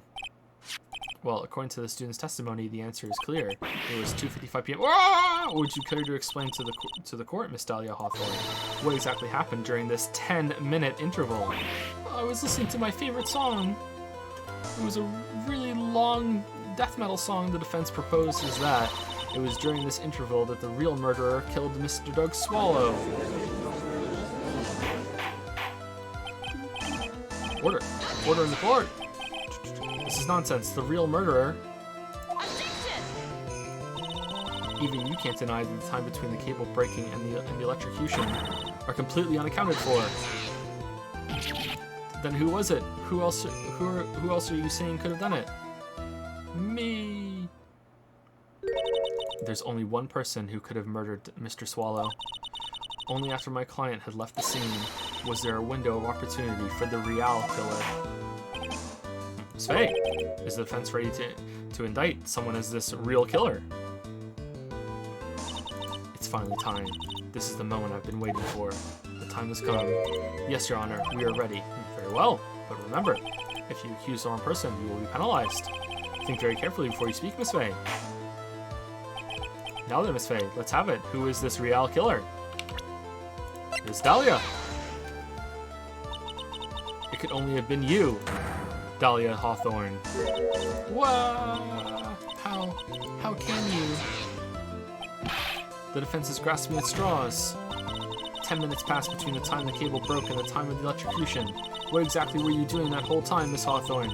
Were you really listening to some music while cheering them both on as they fought? I thought it was a minute, but you know, the fight went on for a lot longer. It just felt like a minute, because it was such a cool battle. But hard to believe that you didn't lift a finger to stop the men dearest to you. Order, Miss Faye. What? I mean, why, Miss Hawthorne? I believe you did witness the two men fighting on that day. However, after Mr. Wright pushed the victim and subsequently left the scene, it was you who pushed Mr. Swallow to his death by your very own hands.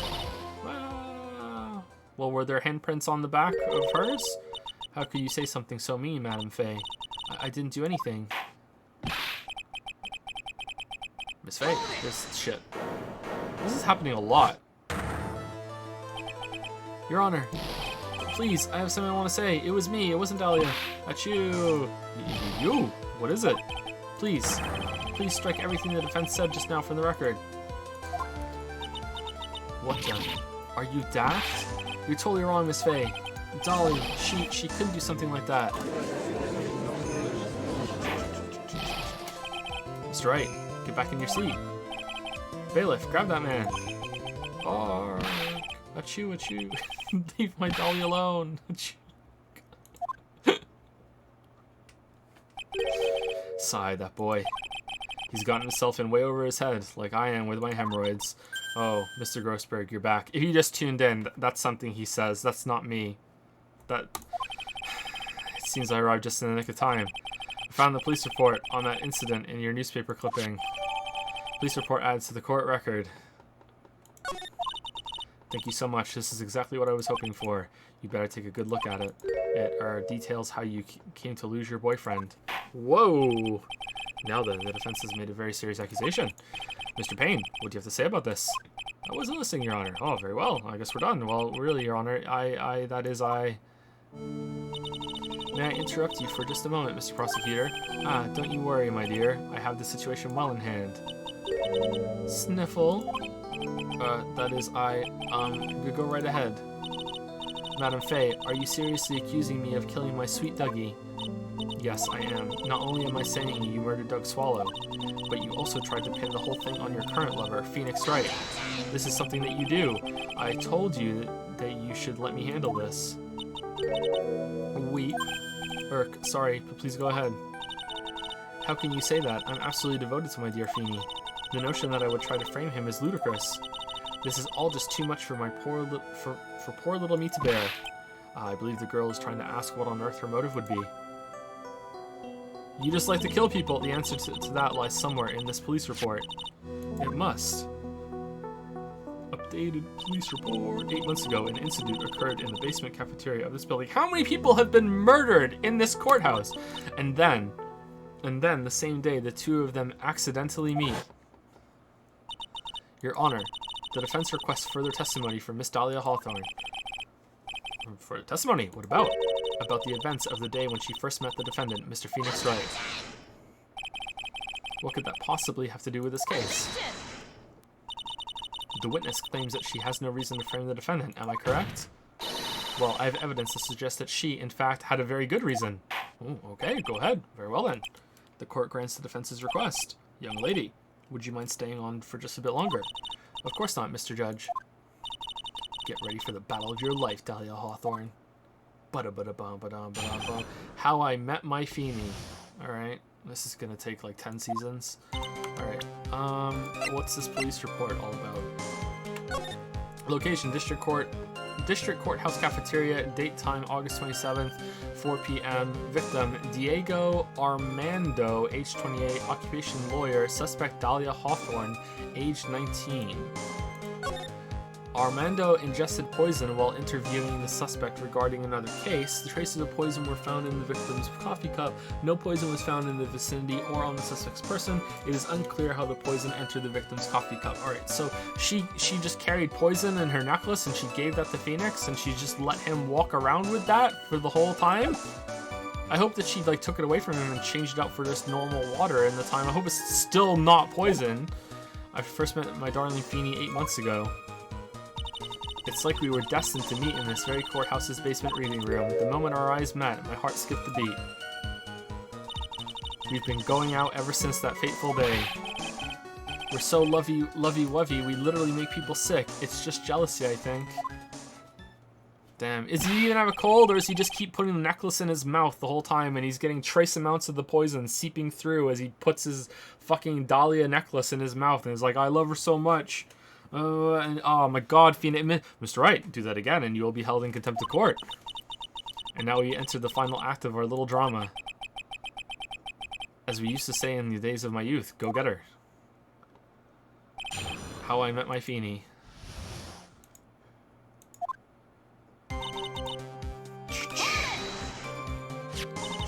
So until that time, you had been dating Doug Swallow. Did he swallow some poison? Yeah, I'm a real fool, I know. Letting my emotions change so quickly, I'm ashamed of myself. No, not at all. Look at me. I'm infamous for changing my mind.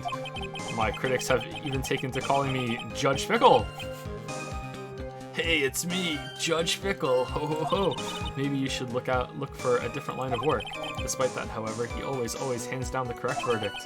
That's why some people also call him the Great Judgini. It's like we were destined to meet in this very courthouse's basement reading room. Courthouse reading room? That's a strange place to meet the love of your life. That's not true, Madame Faye. After all, Feeny was not only an art student, but he was also planning on becoming a lawyer. I'm not talking about him. I'm talking about you, Miss Hawthorne. What was a literature student like you doing in a courthouse reading room? This line of questioning is a waste of time and has nothing to do with our murder case. Miss Faye, I'm warning you. This has nothing to do with Mr. Swallow's case. I have to remember the judge is on Dahlia's side. I better tread carefully. Wait and see. Keep pressing. Always press. Always press. You always press. Your Honor, if you'll allow me some latitude, I think I can establish relevance. Please ask her to continue on with her testimony. Very well. Young lady, I've got a simple question for you. What were you doing downstairs in the courthouse reading room? If it pleases Your Honor, the answer is simply this. I was reading. I had come to this courthouse to do some research for a paper I was writing. What's it on? Courthouses. You were writing a paper on what? On the relationship between modern Senryu poetry and the criminal underworld. Ho ho ho, that sounds like a fascinating research idea. Am I getting old? Now I've even forgotten what I've forgotten. Again with the midlife crisis stuff. Mia, why did that girl really come to this courthouse? Isn't that what you wanted to know? And speaking of forgetting things, you haven't forgotten the police report, have you? I went through a lot of trouble to get it, my dear, so be sure to read it carefully. The moment our eyes met, my heart skipped a beat. Alright, so that was a clue. So what was it about Mr. Wright that made your heart malfunction like that? In my personal opinion, he just looks like a typical snotty-nosed college brat. Whoa, Mia, that's your future boyfriend, perhaps to a woman your age. To me, Feeny is handsome. Perhaps to you, Miss Hawthorne, but to the rest of the planet, he's a dime a dozen. Love is a mysterious thing, and I object to this line of questioning. If you were to look at my wife, for example, you might all be shocked. He's telling the truth. It was truly, truly shocking. Beautiful mushroom growing tall in the darkness. It comes from cow dung. Fucking poetry. That's the poem that best describes how I feel about my Feeny. Feeny's in the back crying of happiness. We've been going out ever since that fateful day. Were there any bad feelings between you and Mr. Swallow? No, none at all. We parted on very good terms. But that can't be. Our investigation also shows that it was a clean breakup. Huh. Are you sure? Yes, it seems that they both wanted it that way, so the victim wanted to break up with her. Press further. So you're saying that Mr. Swallow also wanted to break up with you?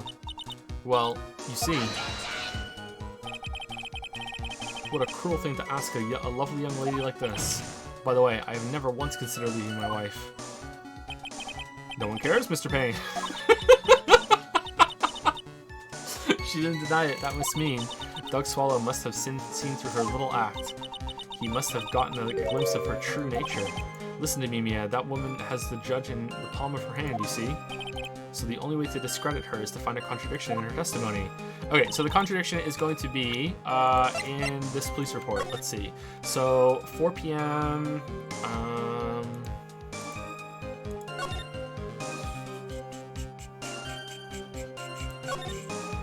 Is it that she was a suspect in this, or?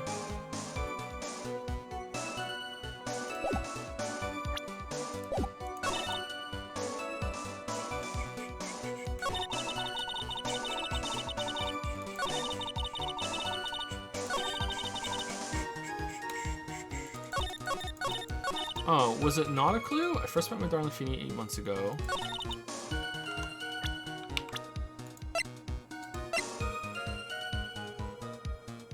Yeah, that sticks.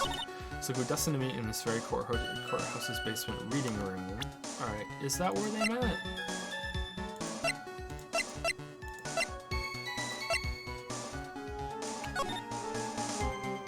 Courthouse cafeteria, occupational license.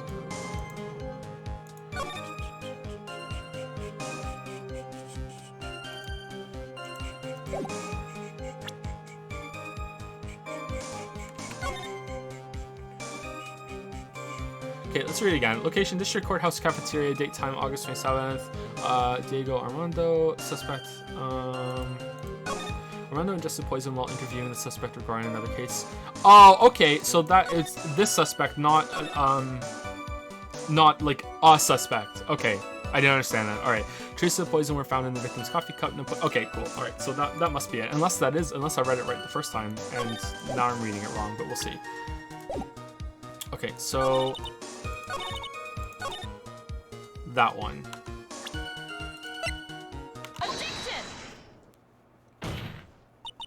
Miss Hawthorne, you weren't here because of your research paper, were you? Didn't you actually come here for a much more important reason? What is the meaning of that cocky smile on your face, Miss Fay? 8 months ago, right here in this very courthouse, there was another tragedy. Another tragedy? Do you mean the incident in which an attorney was poisoned? The name of the suspect in that incident is listed here in this report. And that name is Dahlia Hawthorne. What? Dahlia Hawthorne? Who the fuck is that? Yes, the sweetie pie of everyone's eye, Miss Dahlia Hawthorne. She was the prime suspect in a criminal case just 8 months ago. Order. This is unbelievable. It's true then. Something. Fuck. Miss Fay, that's not fair. You can't slander my witness with an unrelated case.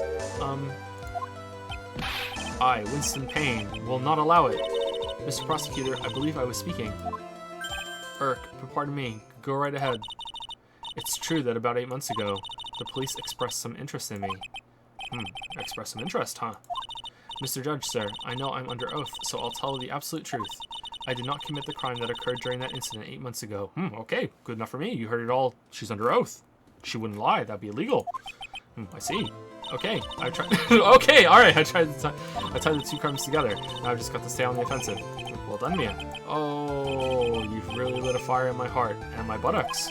I can hardly tell which is more inflamed, my spirit or my hemorrhoids. The poisoning.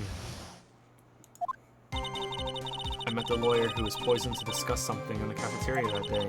I left my seat for just a moment, and that's when it happened. From what I heard, it was a liquid poison that is lethal at just 2 teaspoons. Not only that, I heard it was a very special kind of poison.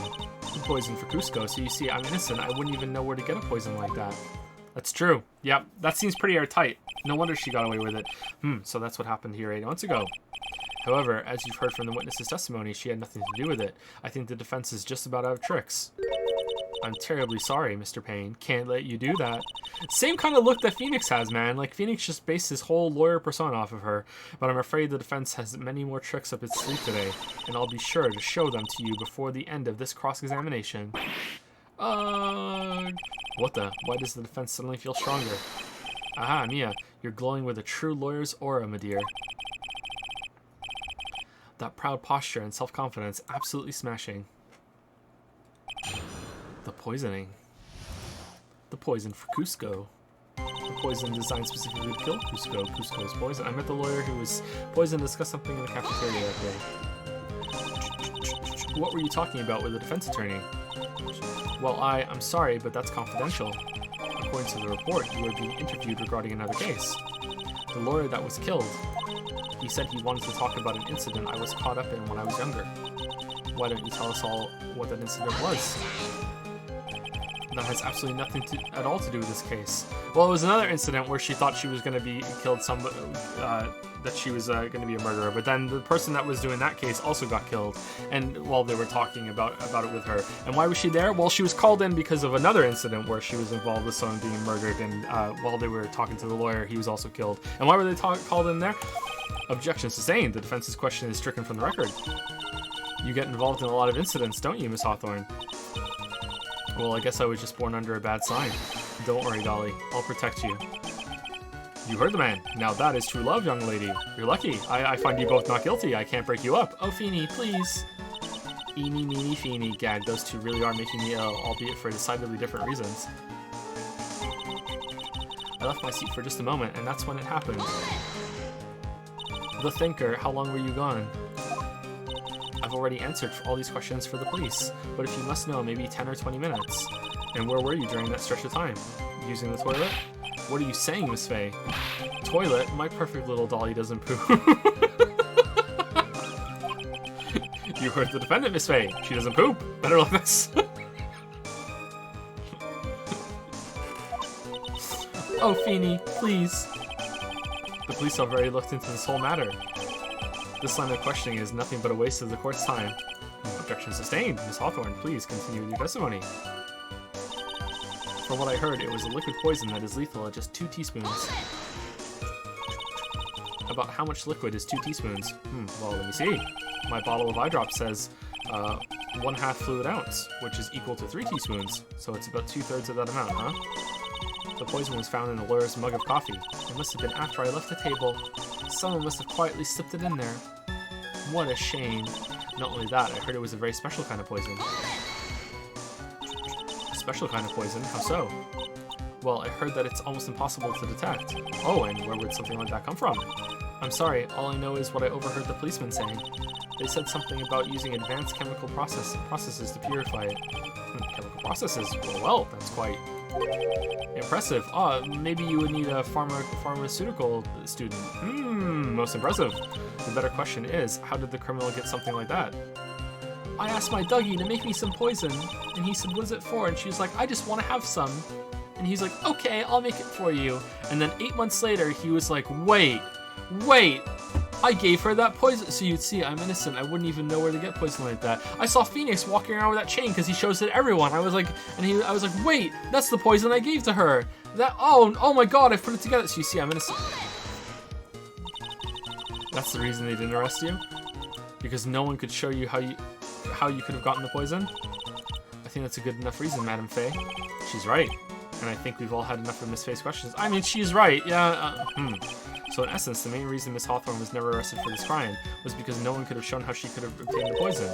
Then all we have to do is find a way to establish how she could have gotten some, right? Great. Now, just how did a lit student get a hold of poison of all things? I met the lawyer who was poisoned discuss. Oh, we're done. All right.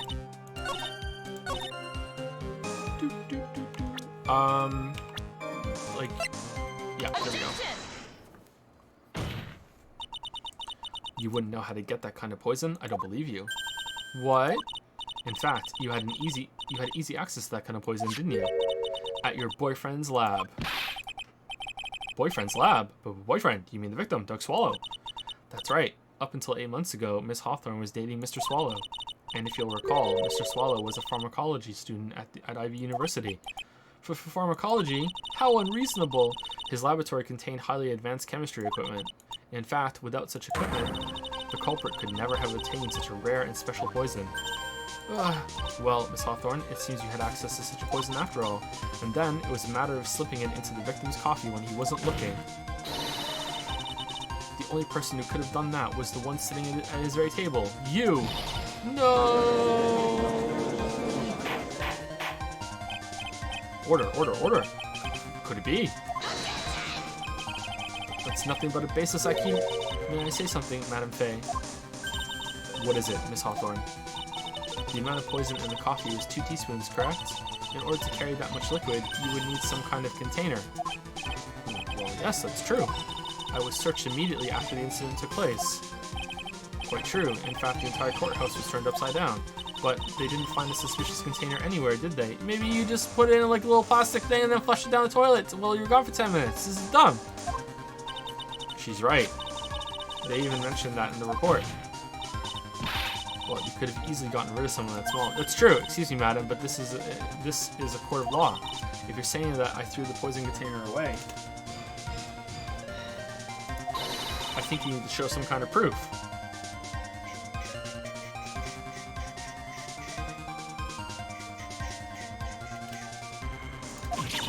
Proof? She got me good with that. Provide some evidence or I'll have to disallow this line of questioning, Miss Faye. Once we can come up with some evidence, we're going to lose this lead. Police conducted a full-body search of Dahlia and of the entire courthouse, and yet the container holding the poison disappeared right after the crime occurred. If you're going to accuse the young lady of committing the murder, then where's the container the poison was carried in? What happened to it? Alright, so this one, yeah? You were forced to get rid of the container in a hurry, weren't you? And that's why you passed it on to someone that had nothing to do with the case. Who conveniently left before they started doing the courthouse search. Someone that you knew wouldn't be searched. Who is this person? Mr. Phoenix Wright, of course. So the defendant was this witness's accomplice? Of course not. She gave the poison to him disguised as a present. What? But that's... That's a charming little necklace. Is this a little bottle? It's really quite cute. Fucking sus. Well, what about it? What does it mean, Miss Faye? The day the witness met and fell for Mr. Phoenix Wright was 8 months ago, August 27th, the very same day as the poisoning incident. Under the pretense of love, the witness gave my client a present. That music cut out suddenly, huh? Whoa, what are you doing here? All for the purpose of hiding the one piece of evidence that would give her away. What? Are you saying there's a deadly poison in here? Deadly poison? No, there's no longer any poison in that bottle. Actually, however, I'm certain if the crime lab were to analyze it, they would find a trace amount. Meanwhile, Phoenix just sucking on the necklace. No, what? Order in the court. On behalf of Dolly, I object. Mr. Wright, control yourself. I won't let you bully her like this. Mr. Wright, I thought I told you to stay in your seat. Mr. Wright, why? Why are you going through so much trouble to protect her? Why? Because I'm madly in love with her. Madly in love? I haven't heard anyone say that in a long time. Mr. Wright, have you ever thought about this? Why exactly would a woman like Dahlia Hawthorne want to date you anyway? Whoa! Well, I guess she must be madly in love with me too.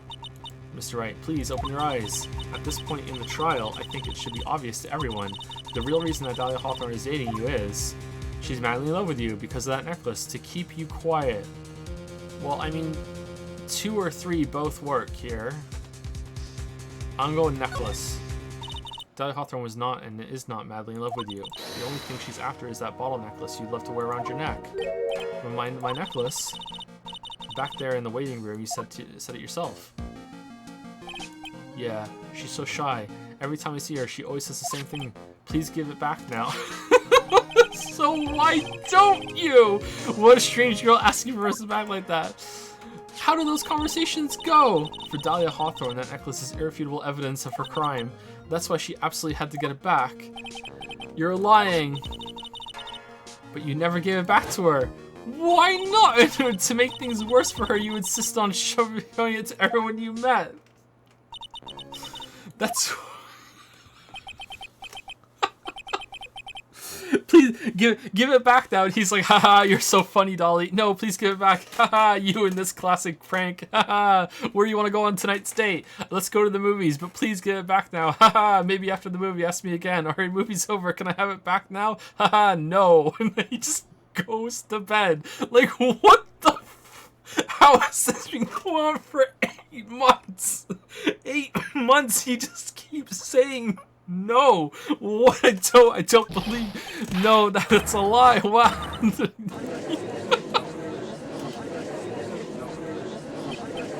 Mia, are you alright? Bailiff, hurry, after him.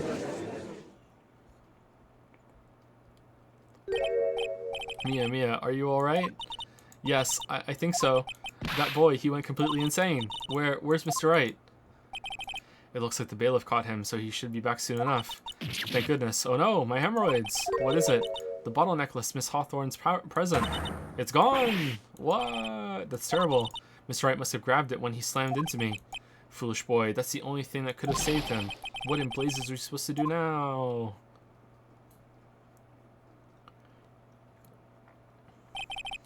Mr. Wright, this sort of behavior is unprecedented in the history of this court.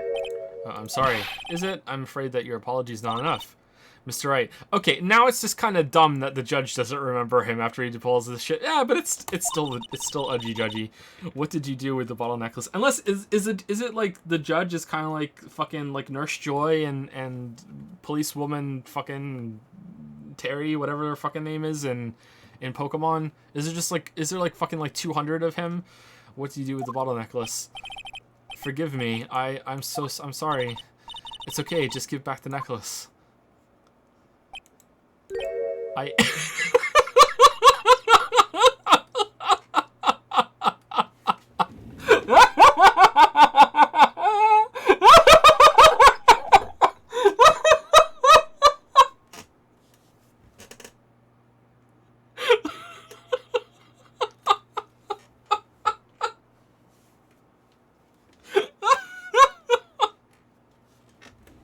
I ate it. You what? You ate it? It was too big to swallow, so I had to chew it into little bits first. Oh, he actually, like, he didn't just swallow it, he ate it. What? Wasn't there glass? But yeah. Ugh. What the? What? What is he doing now? Your Honor, you've got to stop the trial. Mr. Wright, Mr. Wright, are you feeling okay? Does your stomach hurt? That bottle you swallowed may have had some poison left in it.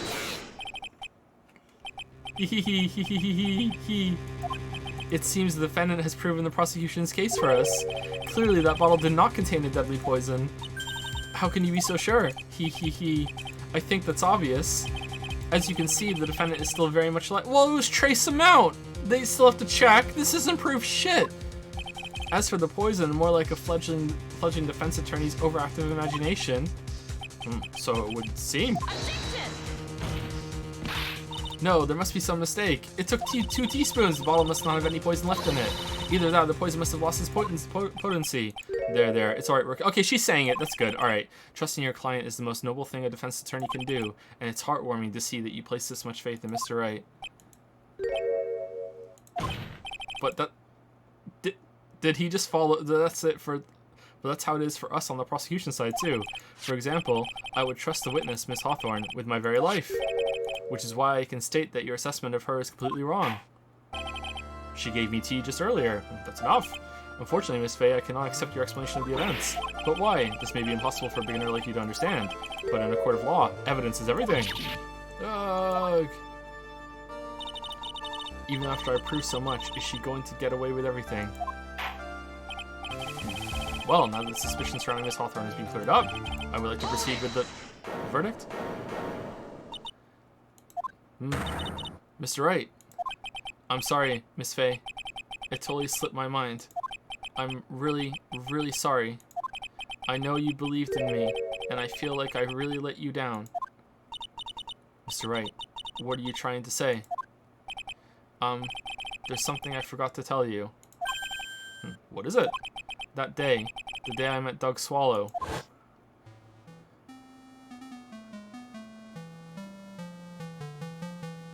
That girl, you shouldn't see her anymore. Hey, it's none of your business. What about the pills? I'm telling you for your sake, if you continue to see her, it's going to be bad news. You're lying.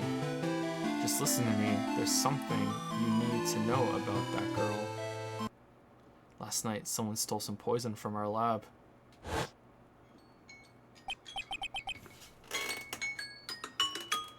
Whoop, time for break. Alright, I'll be back in 5-10 minutes. If you've been sitting the whole time, go walk around, go brush your teeth.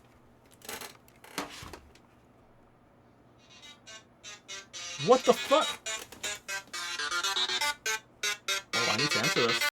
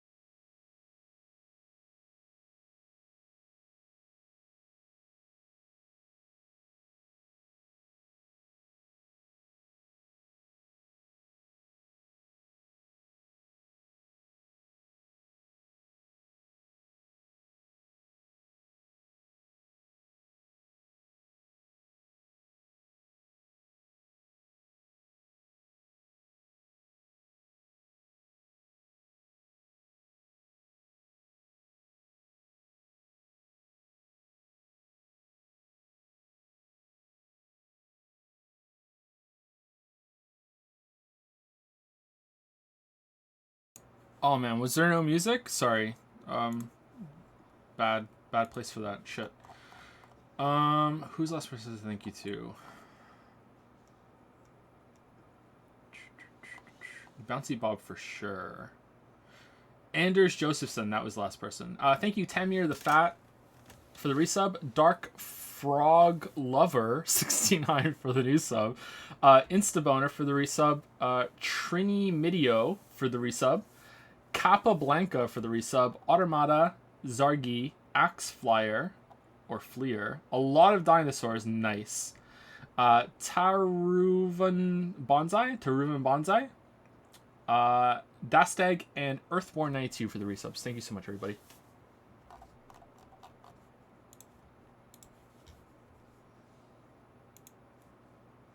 Poison. The same thing that happened 8 months ago.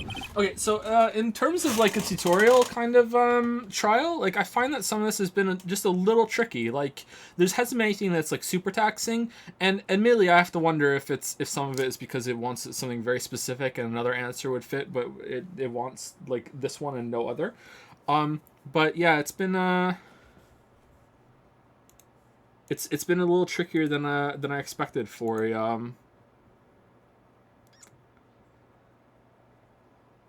the tutorial one. Something happened 8 months ago. A drug sample was stolen.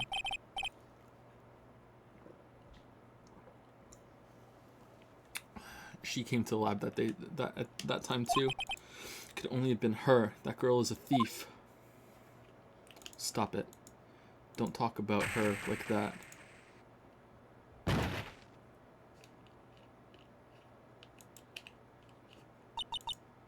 Is it true? Did he really say that? That's ridiculous. There's one more thing after I pushed him that day.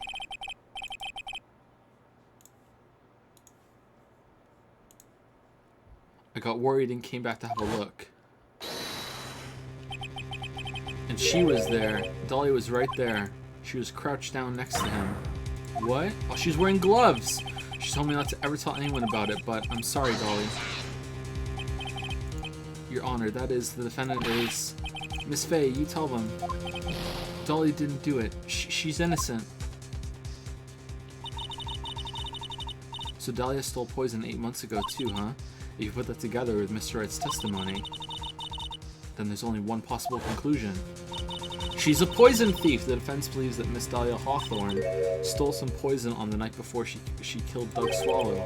The night before. And actually, her motive was for stealing it was to kill someone.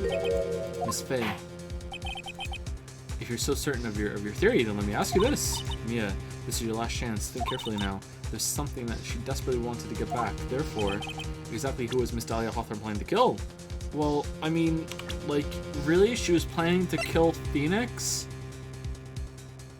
Just to get the bottle back? Like that? What?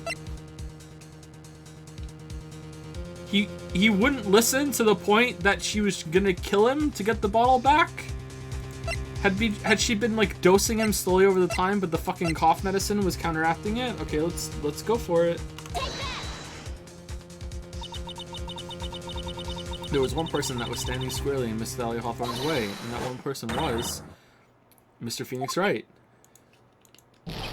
Me? That's preposterous. After all, it was Doug Swallow that was murdered. Well, it's true that that's how things worked out, but let's remember that Mr. Swallow died of electrocution, not poison. The person that Miss Hawthorne was planning to poison was, in fact, you, Phoenix Wright. There's no one else that it could be. What's with it changing between like that? I'm not sure about that. That's kind of weird. How can that be? Am I hitting the button too soon or something? Oh, I thought Mr. Wright and Miss Hawthorne were in love. Poor Mr. Wright. This must be killing him. Hang in there. I'll bring her to justice. I swear it. As I said before, the only thing Miss Hawthorne truly cared about was the one piece of evidence linking her to that incident 8 months ago. That's right.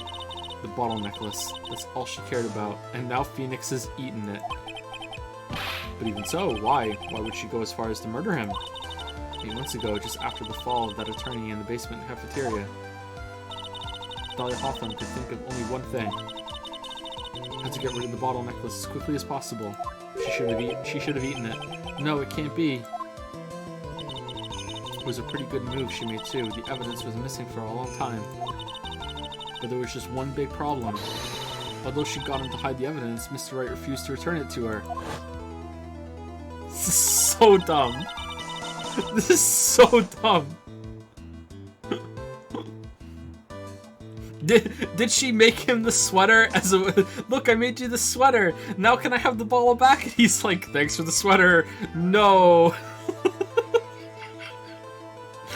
She just keeps escalating more and more gifts. Can I have the bottle back? No. To him, the tiny little bottle was a cherished treasure. He even showed it to everyone he met. You mean that's why she tried to kill Mr. Wright? Correct, Your Honor. It was to retrieve that piece of evidence. That can't be true.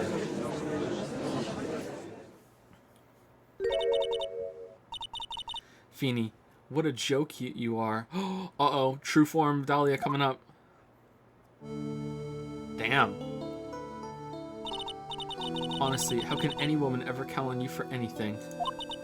I even told you time and time again to keep your trap shut about me and that necklace. You disgust me. Miss Hawthorne, it appears that we're nearing the end of this trial. Fine, I can tell you plan on making me into a criminal no matter what I say. You are a criminal, Miss Hawthorne. We'll see about that. But first, where's your evidence? It seems your sniveling little crybaby of a client has eaten the bottle as a well, hey, old man, are you senile or something? Why don't you say something instead of sitting there with that dumb look on your face? Miss Hawthorne, what happened to you? Are you really that shocked? Or do you prefer me? This way, Mr. Judge. Damn, how do you have the butterflies in on it? Ugh. With absolutely no proof, you treat a voluntary witness like she's a mass murderer. Well, I have nothing more to say. I'll be heading home now, if you don't mind. Do you have another simp over in the corner who's got, like, remote control butterflies? Bring in the butterflies. I'm in cute mode, but we're not finished. Fine. Then, uh-oh, they're going away. Then ask this nasty old hag to finish up already. I can't let her get away this time. Stop, Mia. If you keep on pushing without any evidence, you could pay the ultimate price as a lawyer. The ultimate price? You'd be forced to take off your attorney's badge forever, I'm afraid. No, I'm a lawyer. You'd better think it over carefully, Miss Fay. Or should I say, Miss Gray? I mean, got him? Like, well, Miss Fay, can you provide evidence that would establish your guilt once and for all? If I mess up here, my career as a lawyer is over. But to be honest, at this point, I don't have any evidence that's well-founded. Even so, I'd rather lose my attorney's badge than let her get away with murder. Your Honor, the defense would like to present proof. Impossible, you can't possibly. Foolish. Stupid woman. It is the opinion of the court that there has already been enough discussion. Therefore, I will allow only one piece of evidence to be presented. To just one? If you are unable to establish your guilt, then I'm afraid that a very harsh verdict will immediately be handed down on Mr. Wright. I understand, Your Honor. I can just imagine the headlines for tomorrow's paper, not from. Up-and-coming lawyer plummets to earth before she gets the chance to soar. It's gotta be the umbrella, right? She was planning to poison Mr. Wright. If that's the case, then the poison was probably in there. Well, Miss Fay, please present your evidence. Show to this court irrefutable proof that Mr. Hawthorne was planning to poison Mr. Wright. In here? Oh. Oh. Here it is, Your Honor. The evidence that will prove your guilt once and for all. Cold Killer X. Phoenix Wright's beloved cold medicine. Does our rookie defense attorney have a bit of a cold? If I did, I still wouldn't take this cold medicine. After all, it's been poisoned. Well, what? Remember what the defendant said in his testimony. But I lost my bottle of it around lunchtime on the day of the accident. I always eat with Dolly, just the two of us. She was the one who took his bottle of Cold Killer X. Then she poisoned it, knowing that Mr. Wright was going to take some. Now you're really grasping at straws.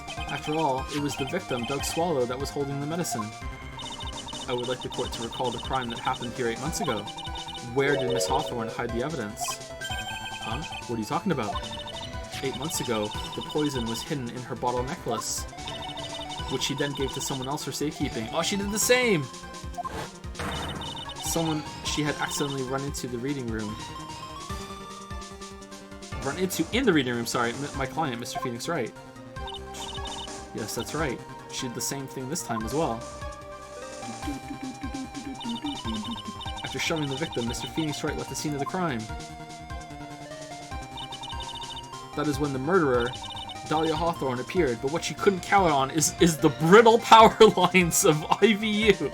And I would have gotten away with it too if it weren't for your fucking low engineering standards. Rude. With her, she was carrying the poison bottle of Cold Killer X. This, of course, was so she could carry out her plan to murder Mr. Wright. I believe she did testify that she was going to meet with the defendant. Yes, and she heard and saw everything that happened at the scene of the crime, including what the defendant and victim were arguing about, and the cut electrical cable. That's when she realized, I can't allow Doug Swallow to live. Merry Christmas. She used the severed electrical cable to silence him forever. Unfortunately for her, this is when the problem occurred. Mr. Wright, who she thought had left the scene, came back to check on the victim, and on top of that, because of the power outage, some students showed up as well. It's hardly any wonder that she was, as she put it, in a state of panic. Recall that she was carrying the bottle of poison cold medicine that, even though it's been in police custody, no one checked for poison. She must have thought, what if they searched me like they did 8 months ago? 8 months ago? Yes, she disposed of the evidence exactly the same way as she did back then. She had someone else hold it. In this case, Doug Swallow. She gave him a pill that he couldn't swallow.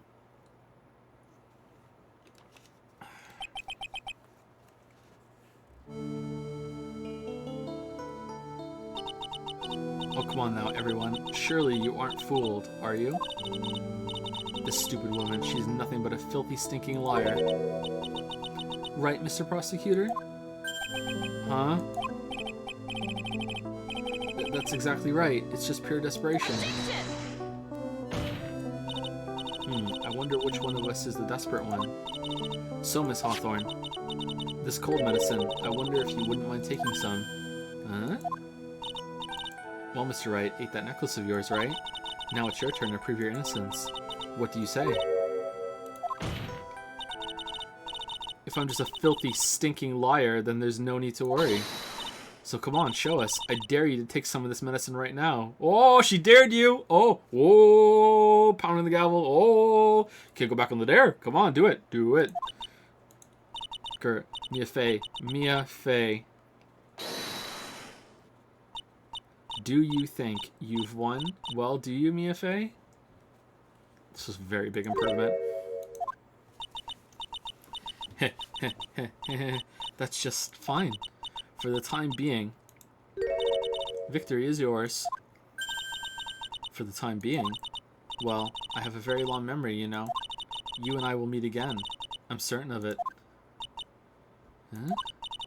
Well then, Mr. Judge. I'll see you later too, okay? Huh? Why, yes. I'm going to spend a little quality time with the men in blue now. I wish you all the best. Oh, is she gonna come for revenge against Phoenix? Because Mia's dead.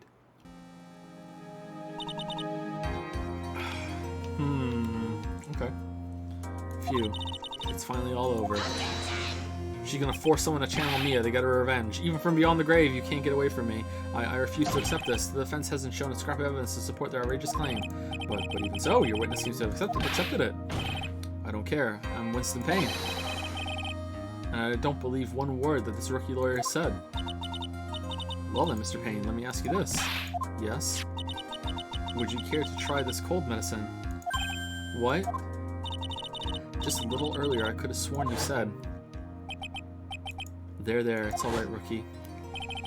For example, I would trust a witness, Miss Hawthorne, with my very life. So, if she's so trustworthy, then I'm sure there couldn't possibly be any poison in here, right? And here comes the backpedal. Come on now, rookie killer.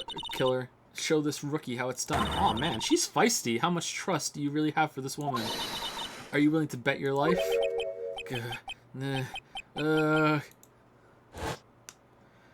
Alright, Mia, I heard you were dead, so I killed myself too. Now you channel that person, I'm gonna channel this person. Let's go!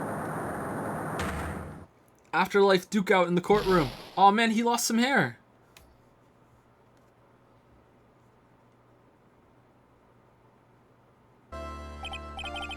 Mr. Payne, about Miss Dahlia Hawthorne. Yes, Your Honor. I'll file papers for her immediate arrest. Tragic, but not surprising. I knew there was something suspicious about her from the very beginning. Don't lie, just admit you were wrong. By the way, Miss Faye. Yes, Your Honor? Was it just me, or did you and Miss Dahlia Hawthorne seem to know each other? Your Honor, whether we did or not has no bearing on this case. Very well. Mr. Payne. This can't be happening. It's an... Oh, wait, what? I thought... Shit. Sorry, I meant to hit the court record. I thought it was, I thought Diego was her boyfriend, and that was it. It's not? They know each other from somewhere else, too? Or are they gonna explain that now? Is it anything further to say? Sorry, I just skipped over 2 lines accidentally. It can't be true. Very well, then. I believe I'm ready to pass judgment and bring this trial to an end. The court finds the defendant, Phoenix Wright, not guilty. Confetti court! Confetti court! Woo!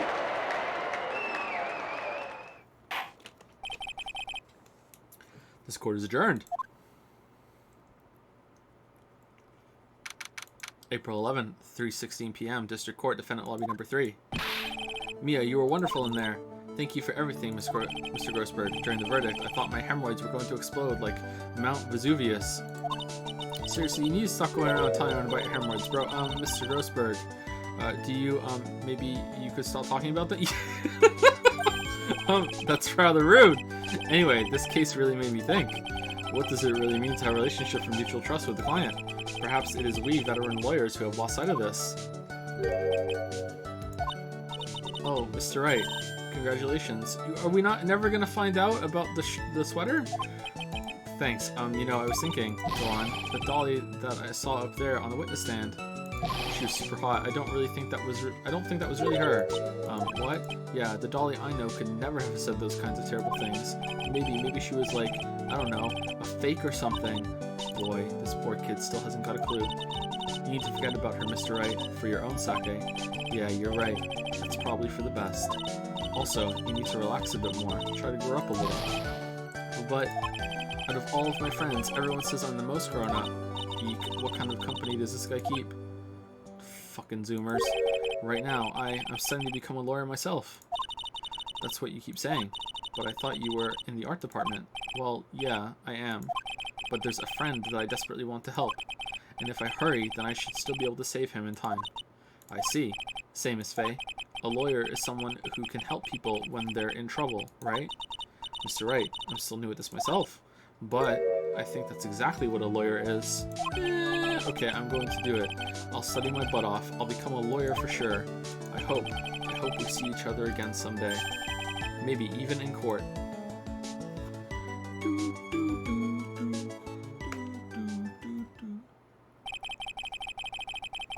It's been 5 years since I was acquitted of all charges, and I still haven't pooped out the glass. I became a lawyer like I planned, and managed to save my friend, but Mia has passed on to a better place. For me, this trial brings up a lot of painful memories, but it also brings up some very precious ones. and memories that I thought would never rise to the surface again. Mia is gone now, but even so, I can hear her in my mind. Phoenix! No matter what, always believe in your client. In a court of law, your greatest weapon is your belief. 5 long years. Something has happened that's made me think back to her words of wisdom, but that is a story for another day. I was willing to turn about memories at the end. Alright, so I think that was the best intro case. I think it was also the longest one, wasn't it? But it had some complete fucking batshit part. Who the fuck is this person? What fucking Geordie LaForge Geralt motherfucker? What?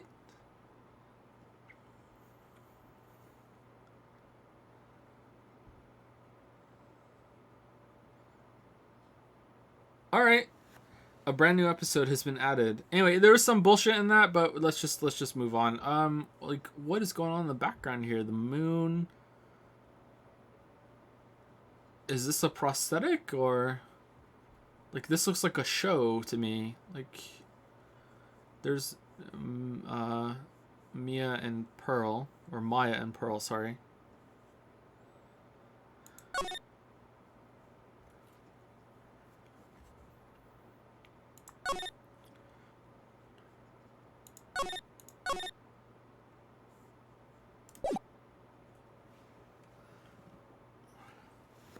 The time is now 1 a.m. Beep, beep, beep. All right.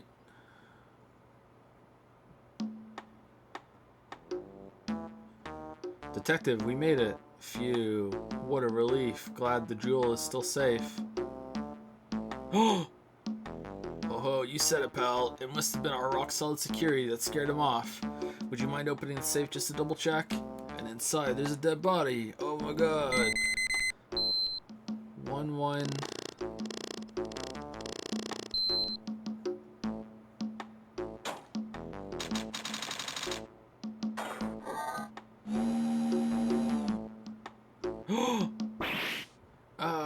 We've been had. Mask the mask. Salutations. Steal your heart. Out front, guards. Better luck next time, gentlemen. Do.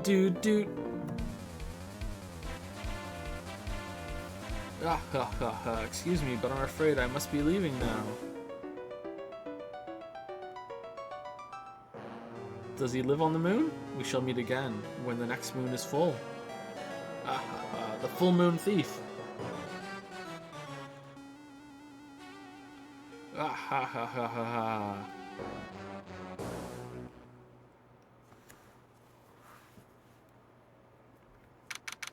October 11th, 3:24 p.m. Wright & Co. Law Offices.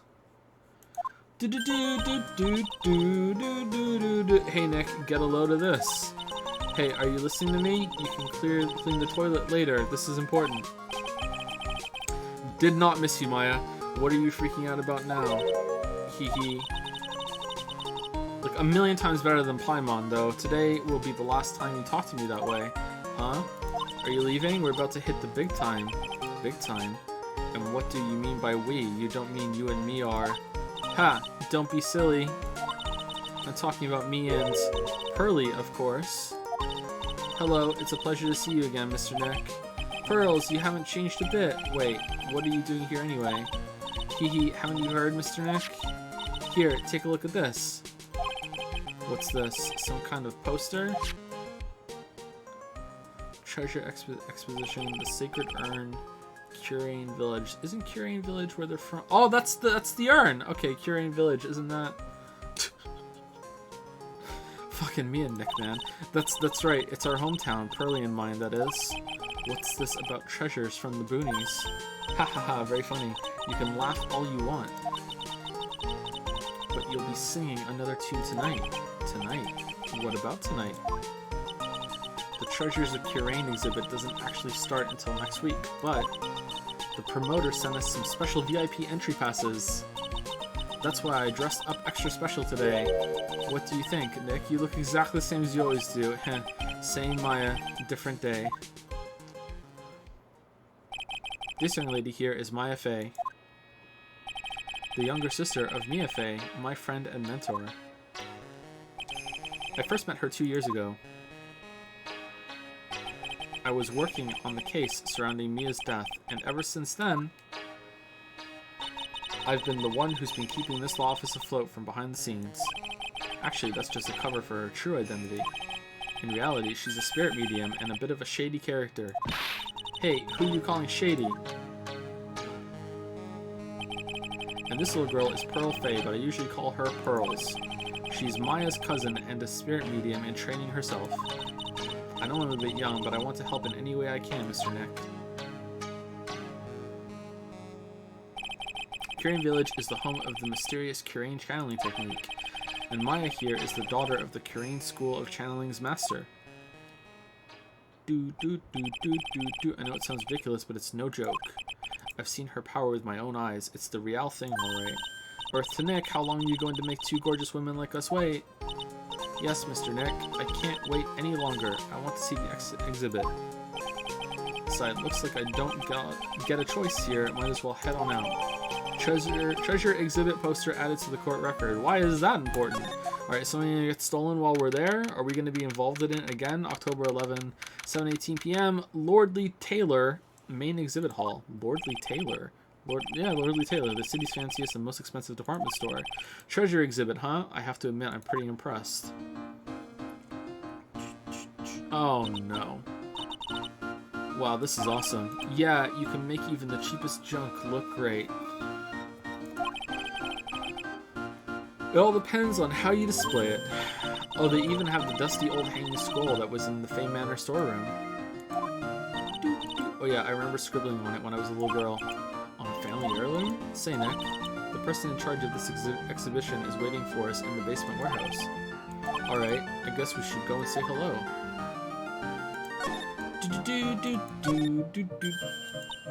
Oh, Mystic Maya, look, I can't believe it. It's so cute. It's a little diorama of Curian Village. It's pretty cool. I like dioramas. Yeah, look at that. But somehow it seems to reek of dreariness. Oh, Mystic Maya, it's your house. It even says Fey Manor on it. Yikes, you're right. I kind of want to add the famous in front of it. Heh, famous? Don't do it, Maya. They might get mad. I think I remember this old folding screen here. I'm pretty sure it was an important piece of evidence in that murder case that happened in Curian Village. This folding screen is the greatest of all the spirit channeling secrets. The 6th Leaf Curian Sacred Writings folding screen. If it's so secret, why is it the most prominent thing in the exhibit? It's only a model. What's with this big cushion? It's just lying around with nothing on it. Well, it must be for the greatest treasure of all. Greatest treasure? Is there something like that? Huh? Why, of course there is. Right, Pearly? Oh, yeah, of course. Yeah, I'll bet it would be really, it would really take your breath away. Piece of cloth with a ton of finely written characters jammed onto it. Probably esoteric knowledge only mediums would know. Let's see. Here's the title in English. 108 Ways to Save Money. I'm pretty sure the number has gone up since the last time I saw it. Well, we're always looking for new ways, you know. Being a medium sounds like a rough way of life.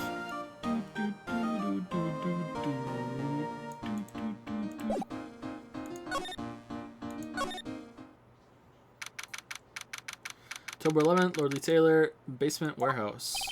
This looks like the, This looks like the parking garage from 1.5. What? God damn. Whoa. Yeah, this is a basement warehouse, alright.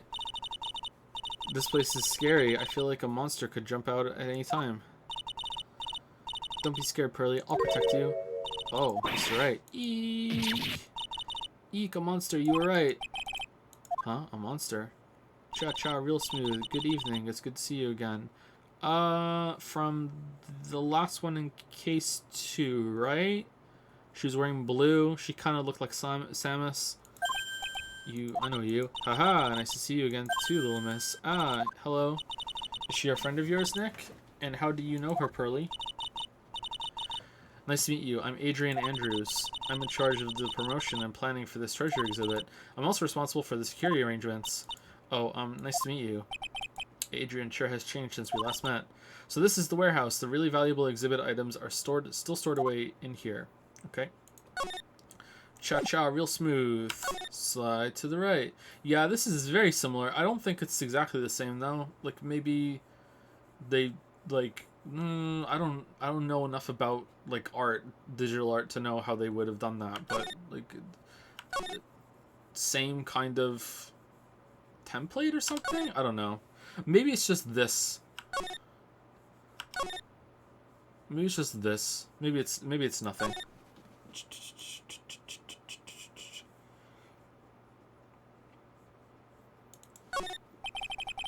Looks like a part of a big signboard. All I can read on it is the burr. Aha, I've got it. Maybe it's supposed to say hamburger. Why would anyone write hamburger that big? Because they want to advertise hamburgers. Maybe for the World Hamburger Festival or something. I kind of doubt it. I think she's right. I've got it. Maybe it said spaghetti. Why were you talking about food? Oh, wait. That's normal for you. Anyway, it says burr. There's no way it could say spaghetti. Well, maybe it was a typo. It might have said spaghetti festival. What do you think? Okay, to me, besides, spaghetti is the only thing more tangled in your reasoning. That was an exchange. This computer, it looks like it's hooked up to the security camera above. And that means what? The camera is set up to take a photo of anyone that goes in or out of the storeroom. Then the data from the camera gets uploaded to this computer here. That's what. I see. That's some pretty high-tech stuff.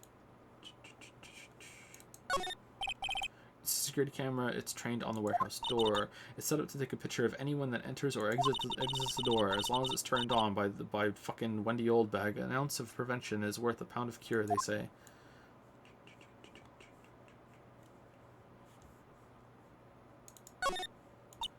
Mr. Nick, what's that big door over there? It looks like it's the door to the actual storeroom.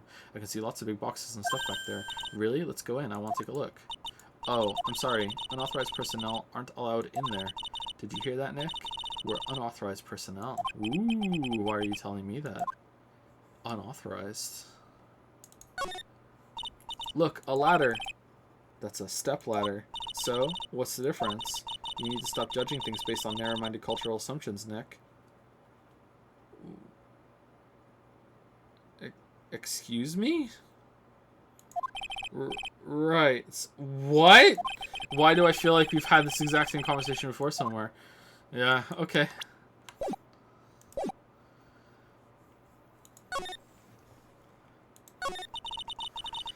It really has been a long time, hasn't it, Mr. Right?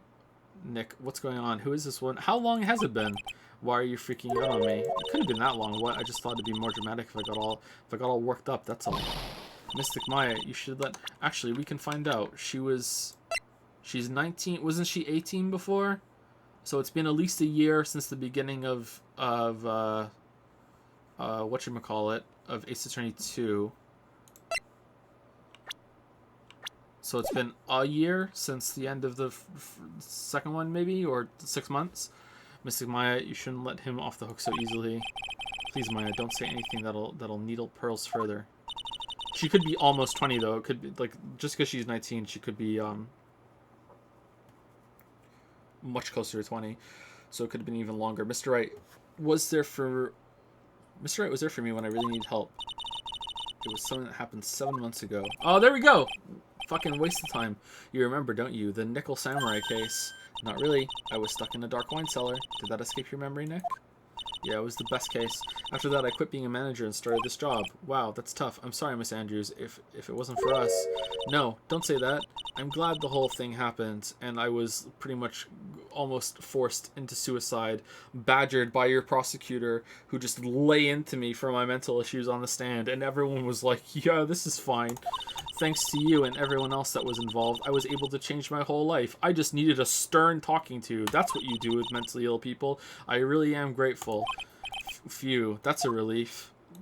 Lordly Taylor, I'm really impressed, Miss Andrews. Handling a huge expedition like this must be very tiring. Well, Lordly Taylor is celebrating their 200th anniversary this year. The works on display in the main exhibition hall are worthy of the finest museums. Woohoo, did you hear that, Pearly? The finest museums. Yes, I did. That's really wonderful.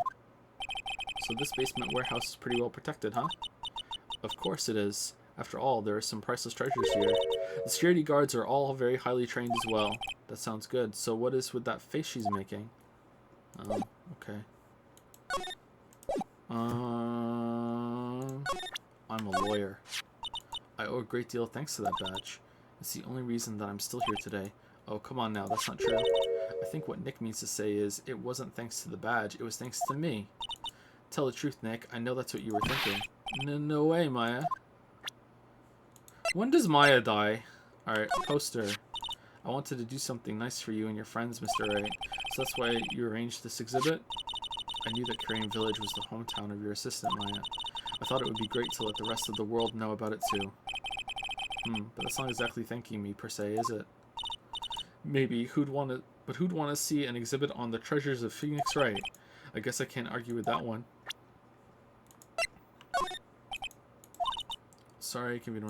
Yeah, I didn't think so. Okay, so what are we looking at now? Back. We have nothing more to talk to you about.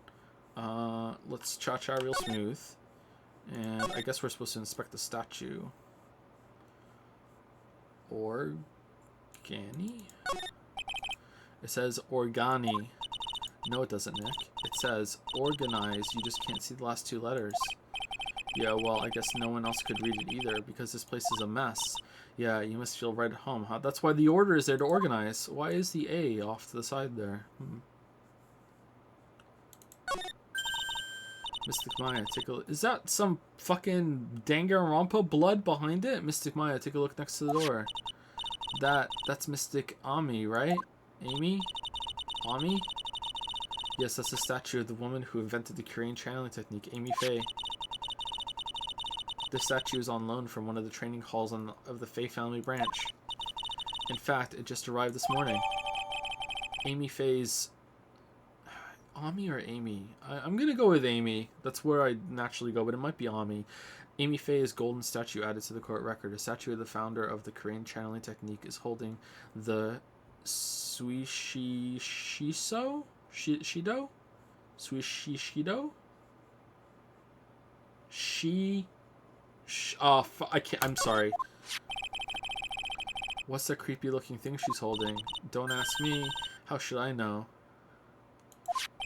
Well, you are the future master, right? Maybe so, but this is the first time I've ever seen this statue. It's a fake. That thing is the Korean sword. It's a ceremonial sword. It's not a real weapon, so the blade isn't sharp. Aw. Pooey. Fooey? Pooey? Pooey? Fooey? I wanted to cut something. What are you eyeing me for? Oh look, it's already 8. Have you all eaten yet? Well actually, I've already made a reservation at the restaurant on the 12th floor. Why don't we all dine together? Oh, I like the sound of that. Dine. It sounds so fancy. I'll have the kids' lunch. How did you know we were all going to be there? Shimano strikes again. Ha ha ha. Pearly, it's dinner, not lunch. Why don't you go for it and really eat your fill with a kid's dinner? Okay, in that case, one kid's dinner for me. Seriously, what's the purple? Haha, shall we head upstairs then? No, I want to see the purple. Okay, we can't. After that pleasant evening, all that remained was to wait for the exhibition's opening. It was wonderful seeing Miss Andrews looking so happy. None of us could have imagined that she'd soon be dead. That the very next day, something terrible would happen.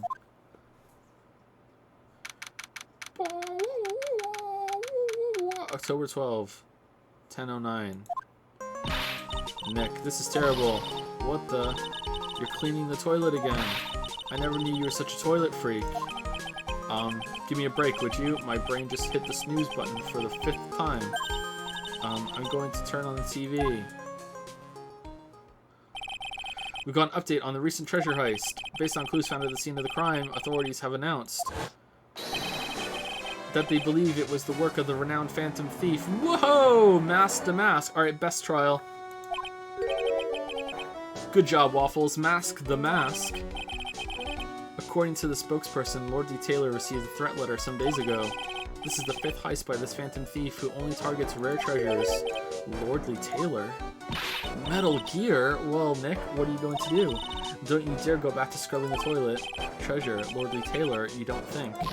Yes, now get up, Nick. It was stolen by Mask the Mask. Our most valuable treasure. The Korean sacred urn was stolen. What? Who gives a shit? Sacred urn. Refresh my memory a little. What's this sacred urn? It's only the most important treasure in Crane Village that Pearls broke and then super glued back together and no one noticed. That's all. Look, it's right there on this poster. Actually, did she break it or did someone else break it? I can't remember. Don't you remember what's inside? The urn contains a very important soul, namely the soul of Mystic Ami Faye, the founder of the Crane channeling technique. Right, Pearly? Yes, that's right. Not anymore, though. Hold up. I thought that urn had the name Amy written on it. Now it says I am. Any idea how that happened, Pearly? Huh? Well...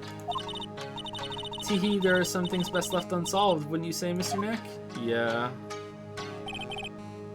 That's right. 1 year ago, there was a murder in Crane Village, Maya's hometown. The sacred urn. It turned out to be an important clue in that case. Sacred urn added to the court record. God damn it. One of the treasures of Crane Village supposedly priceless. It looks like a plain old pot. What to do? Okay, the toilet is shinier than the judge's head, so let's see what's next. Now, nothing is shinier than the judge's head.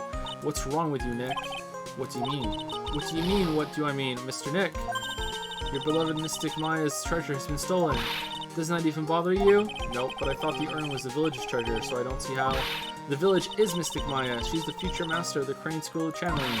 You know what I'm talking about, Mr. Nick. I won't let you say you don't.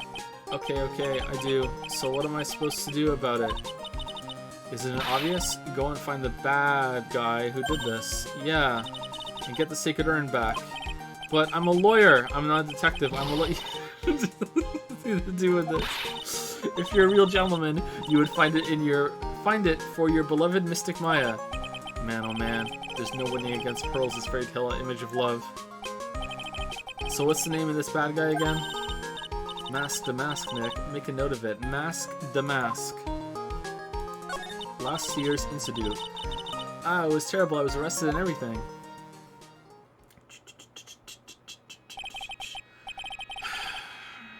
One year ago, the murder in Crane Village. We just did this. A man was killed during one of... Okay, this is fine. During one of Maya's spirit channelings. And this urn wound up being the key piece of evidence that proved her innocence. Mr. Nick? Would you mind not telling Mystic Maya about that? You promised, remember? You said you wouldn't tell anyone I broke the urn. Well, now she knows. Oh yeah, that's right. Now I remember. This urn used to say Amy on it. If you seek. Aww. Until Pearls accidentally broke it into a million pieces. She tried to secretly fix it. Let's just say it didn't work out so well. Sorry, I'm not so good at arts and crafts, spelling either. Anyway, this is how her gluing project turned It's like that I think it was a fresco, that fresco of Jesus that someone in that village fucking tried to fix. I will never not just howl laughing whenever I see that. I need to go look at that now. It's so fucking funny.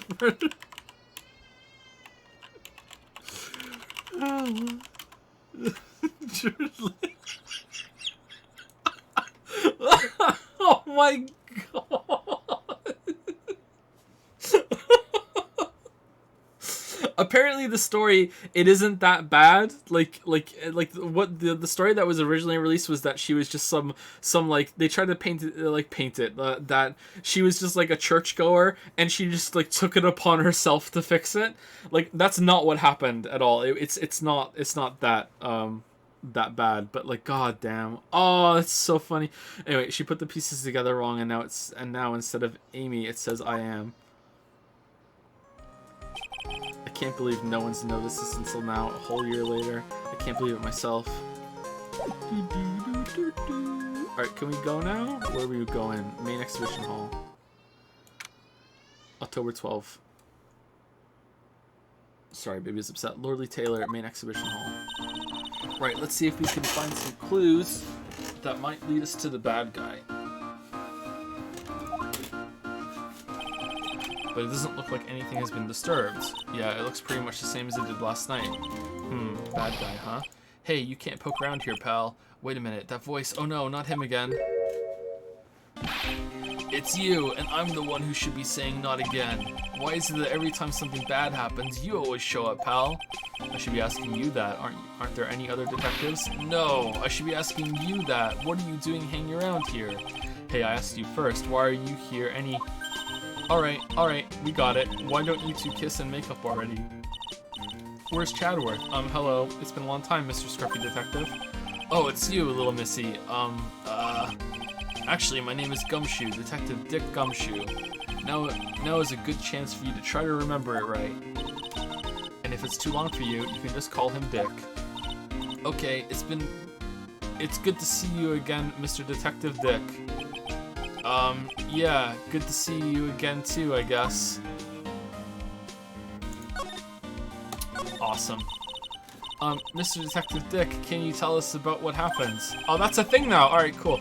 Oh, you're trying to remember my name. Atta girl. It's Gumshoe, okay? Anyway, the thief stole something called the Sacred Urn.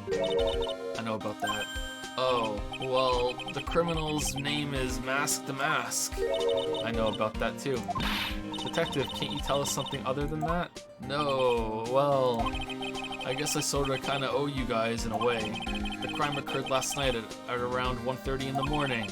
How exactly do you know that? Got an emergency phone call from a guard at the scene of the crime, pal. He said, the urn was just stolen. The scene of the crime? You mean here, right? Wrong. That urn was being kept under careful guard in the basement warehouse. Basement warehouse, huh? Metal Gear. So who was guarding the basement warehouse? That guy, it's all his fault that the thief got away, pal. He solves one case and gets a swelled head thinking that he's an ace detective. Ace detective? Ace detective? Hey, Detective Gumshoe, about this Mask the Mask. Is he famous? What? You're joking, right, Nick? Mask the Mask is the hottest thing since sliced bread. Sometimes he appears as a museum guard. Sometimes he appears as a big brown bear known to surprise unsuspecting victims. He was in the hotel last case, Nick, and we never even knew. He was there the whole time. But underneath those disguises is the true Mask the Mask. So he's some kind of master of disguise, huh? And he only goes after the finest works of art, pal. Last night was his 5th heist. If Lord Lee Taylor had only cooperated, I could have caught him this time. What? Then you knew he was planning on stealing the Sacred Urn? Of course I did. The guy always sends his calling card before he steals something.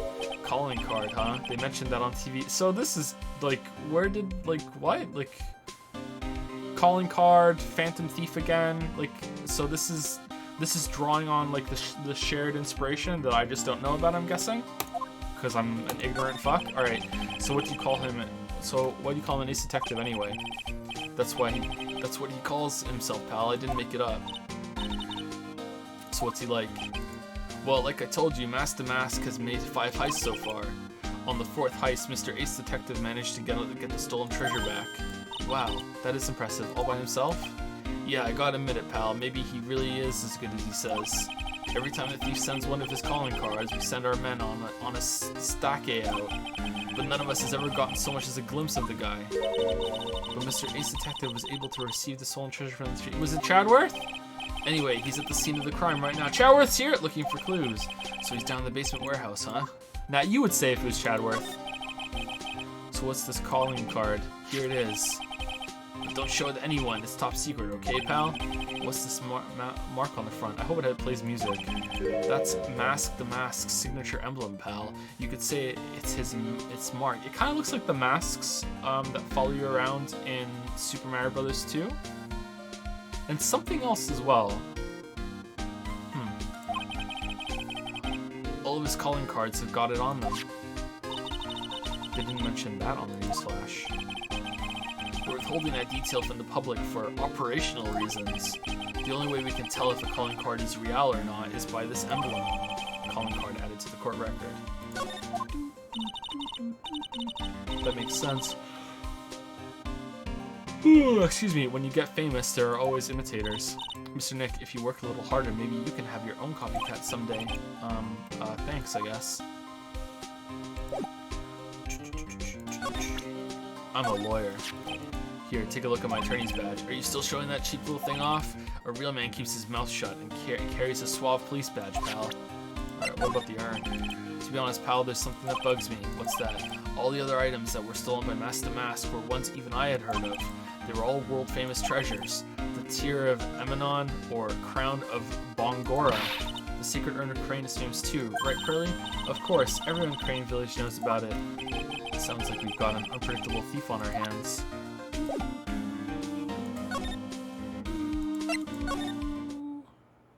Oh, the sword got bent! What was it used to open? This? Is that the purple? Lordly Taylor Basement Warehouse.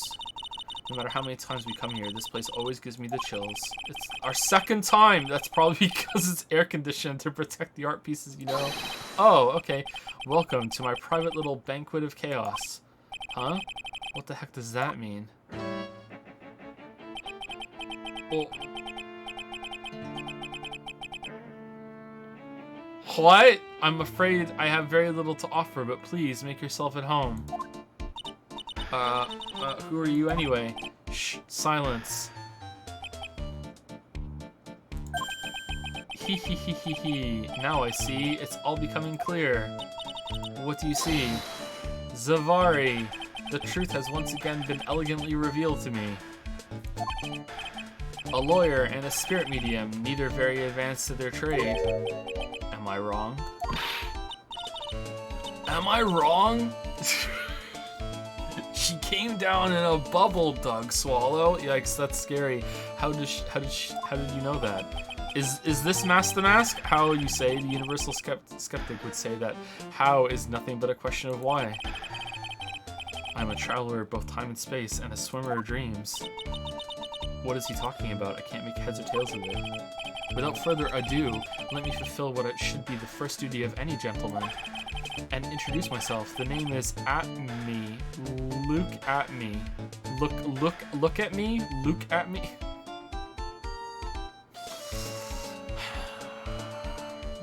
Well, wearing a mask is the opposite of look at me, right? Ace Detective. Oh, hi. Don't let him intimidate you, Nick. Stand up and show him what you're made of. I'm a lawyer, the name's right, Phoenix Wright, Ace Attorney. I'm Maya Fey, Ace Spirit Medium. And I'm, Pearl Fey. I'm Mystic Maya's cousin, and, Spirit Medium Ace Apprentice. Excellent. Well then, shall we begin our little game? Game. Why does the phrase one short of a baker's dozen come to mind with this guy? I'm a lawyer. I'm sorry I can't be more helpful, but I have no interest save that of finding evidence against my arch rival. Nah, it's okay. Nick is just a bit of a piddling evidence hog. That's his defense style. A piddling evidence hog? What, you say? In that case, I'd simply be wasting my breath. Yeah, I guess you're right. Thanks, Maya. Why couldn't you have said I was a rival and not a piddling evidence hog? Ace Detective. So, are you really as famous as you say? Of course, for a lawyer, you have a rather shocking lack of knowledge about the world. I had no idea anyone was left in this city that had not heard of me. Look at me. I am Master Mask's arch enemy, the Ace Detective. Look at me. This is feeling like the Steel Samurai TV show. At this moment, there are two mighty figures which loom large over this grand city. One embodies the nefarious forces of darkness, the other, the angelic cherubs of light. Oh, who's who? Boy, now I'm really lost. What is he saying, Nick? I've been personally on the heels of this villain since his first crime. After learning this criminal's patterns, I thwarted his very latest lonesome larceny. You fucking talk like Captain Turbot from fucking Paw Patrol. I even returned the target of his tyranny, the portrait of Megina, to the crime scene. And I did it all by myself. I took it back from mask to mask. Yeah, because you steal it and then you give it back. With my brawny mind and my brilliant muscles. Yeah, they mentioned it on the news in the Great People Around Town segment. They said that the museum gave you an incredible jewel as a reward. Well, compared to the treasure that I retrieved for them, it's not much. So in the end, the only thing that makes you great is your own self-praise. Mask to mask. Oh, tell us what you know about Mask the Mask, and keep it simple, please. Like about how I have devoted my life to thwarting his dastardly deeds. Last night, here in the bowels of the store, we were locked in a most glorious battle. I see, huh? Hang on a second. You were here last night? Here in Lordly Taylor? Naturally, wherever the mask goes, you will find at me laying his elegant traps.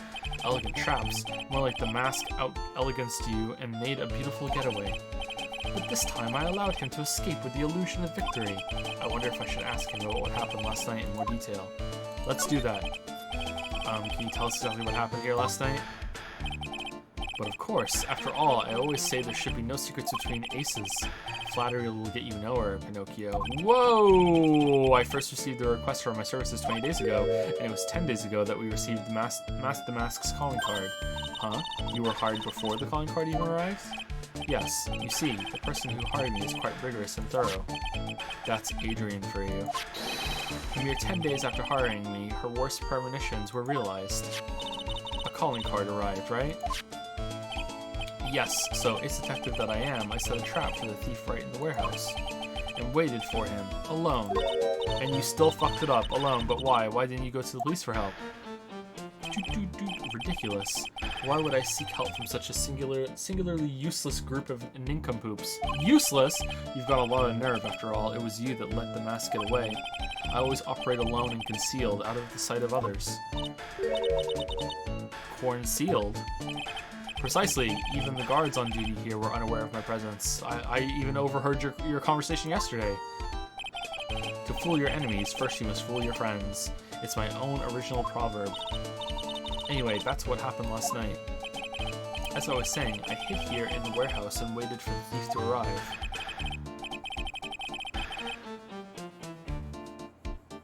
What? But I swear to you, not a solitary soul came through that entrance. Nevertheless, the sacred urn disappeared. But that's impossible. How could it just disappear? How, you ask? Don't be ridiculous, Sir Lawyer. If I knew the answer to that question, I wouldn't be here. I thought you said you gave him the illusion of victory for someone who seriously messed up his own stakeout. Yeah, he's rather full of himself. Was it ever in there to begin with? So you're saying that even though on...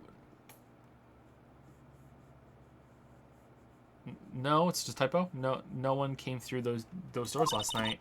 Our precious urn still somehow vanished from under your nose. That's just not possible.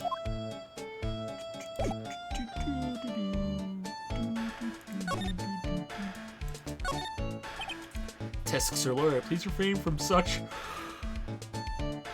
excuse me, crude behavior, huh? What do you mean? This criminal is an artist. The crime scene is the canvas upon which he paints.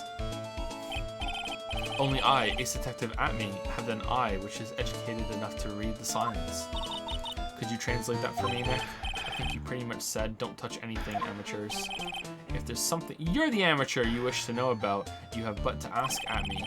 I know everything there is to know about my rival, Mask the Mask. What do I do now? Does he have any top-secret information, stuff that only a real crime buff would know? I'll think about what to ask while I listen to what Mr. Ace Detective has to say. We can't look at anything, really? Even this? Okay, this is kind of bullshit. Hi. No, we can't... Huh?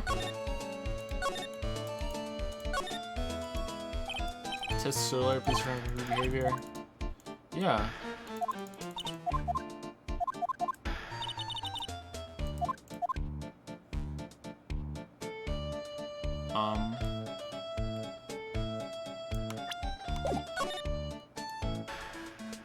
Okay, it looks like there's nothing else to look at. Alright, there's nothing else for him to say. So let's just present everything to him and see what happens. I'm a lawyer. I'm sorry I can't be more helpful. Yeah, we already did this.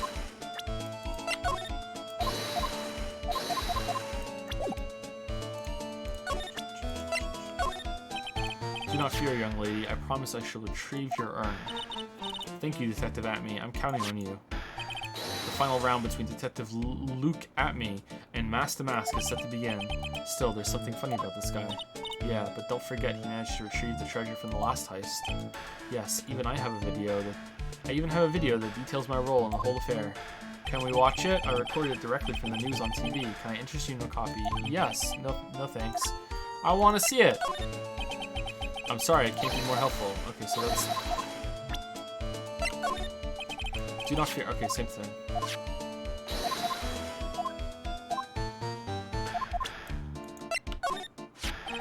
Master Mask calling card. It's got his emblem printed on it, right? Quite impressive, but I would expect nothing less from my arch rival. I'm surprised to see you in possession of such a top secret piece of information. Well, we've got an ace lawyer, an ace spirit medium, and an ace cousin apprentice here. Yes, indeed. I think I could learn to like you, my fellow ace professionals. I don't know if I really want this guy to like us, ever. Well, Sir Lawyer. I've been told that you two are pursuing the mysterious thief. Well, I'm not sure I would... Whatever, that's right. We're going to find the sacred urn no matter what we have to do. Okay, so is there no murder this one? Like, is there going to be like a thief on trial? Like, what's going on? Is someone going to die right before the courtroom thing? Excellent. I will trust you. I permit you to take a look around while I investigate elsewhere. Like, we have to have someone to defend, right? Or are they breaking convention for this one? If perchance you should discover something of value, return then to my office. My Office of Earthly Delights, the At-Me Detective Agency. Office of Earthly Delights. Well then, Sir Lawyer, if you'll excuse me, I have much to do. My curfew approaches. Alright, now can I look at everything? Wait a minute. He's gone. I don't like the idea of doing this guy's work for him. Come on, Nick. Don't worry about it. It's no big deal. Let's hurry up and investigate before he changes his mind. I want to go to his office too. Take me with you, okay? Security camera is trained on the big door in the storeroom instead of take a photo of anyone that goes in or out. A security camera? Yeah, go stand in front of the door and it'll snap your photo too, Pearly. Mystic Maya, do you think I should smile? Nah, it's for criminals, so I think you should make a really scary face. Like this. Hey Pearly, do you know what this is? It's a computer. A computer? Oh, I've heard of those. It has such a cute name. It looks like this computer is for storing the data from the security camera. When someone comes in or out of the warehouse, the camera takes a photo of them. It's probably the trap that the detective set up. Let's see if we can find last night's data on this thing. We might even find a photo of the mask. Let's see here. Man, I really stink at working these things. What's wrong, Mr. Nick? You're sweating an awful lot. I don't know how to pull up the photos. I had no idea you were so pathetic with high-tech stuff, Nick. Yeah, well, I managed to print out the camera data anyway. I guess you have to learn to crawl before you can walk, right, Nick? Yeah, sure. Anyway, it looks like the camera only went off once last night. Camera data added to the court record. 1 a.m.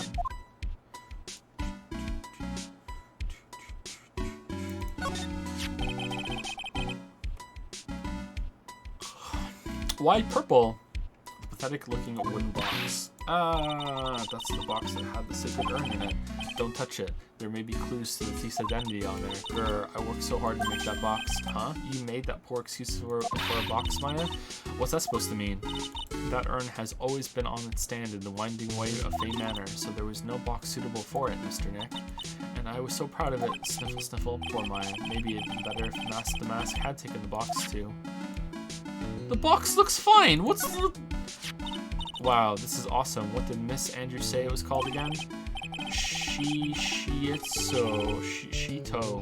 It's literally 7-branch sword in Japanese, or so says Miss Andrews. 1, 2, 3, 4, 5, 6, 7. Well, it's pretty heavy. One hit 7 times the fun. Pretty catchy, huh? I bet it's solid hotcakes. Something about it that bothers me. Wow, you're really firing on all cylinders today, Pearly. The sword. Wasn't Mystic Amy holding it last night? Ah. And another thing, the sword wasn't bent last night, like it is now. You're right. Awesome, Pearly. I wouldn't expect any less from my little ace apprentice. The sword is bent, so that must mean last night someone used it somehow. Aha, I just thought of something. Maybe Detective At-Me smashed Master Mask with it. Like this. Youch. What the fuck? What do you think, Pearly? I think it's even more bent than it was before. Oh man, my head, my hair. Sword added to the court record.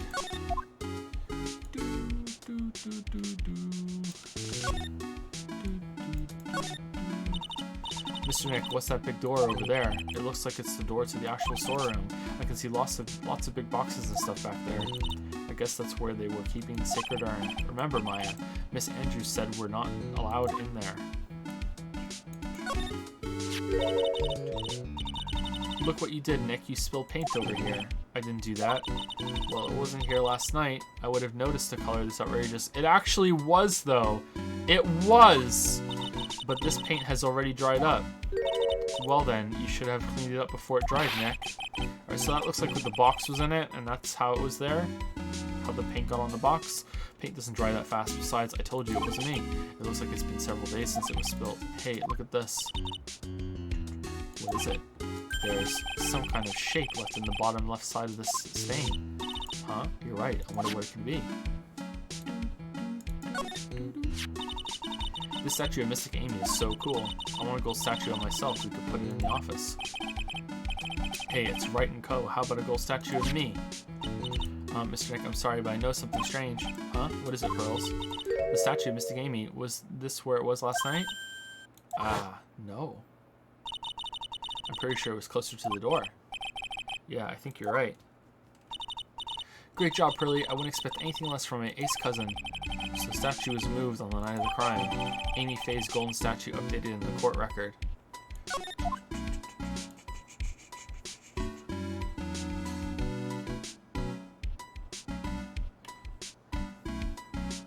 Okay, is that it? Is that everything?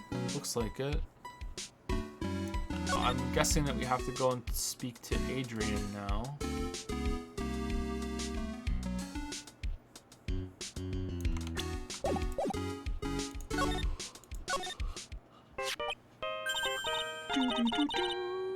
It's me, D-Killer. Hey Nick, your cell phone's ringing. Beep. Hello, Phoenix right here.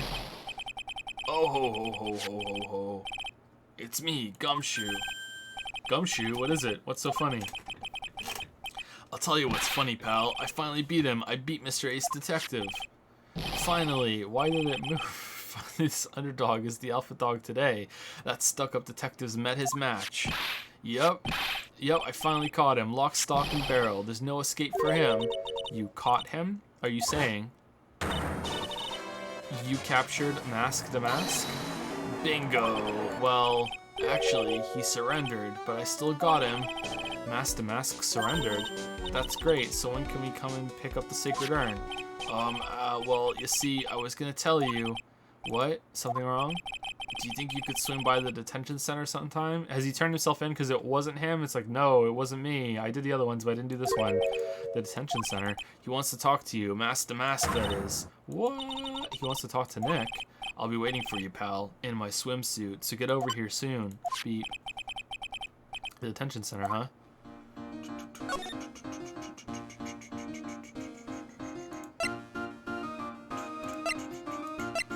Do we have to go to the law office first?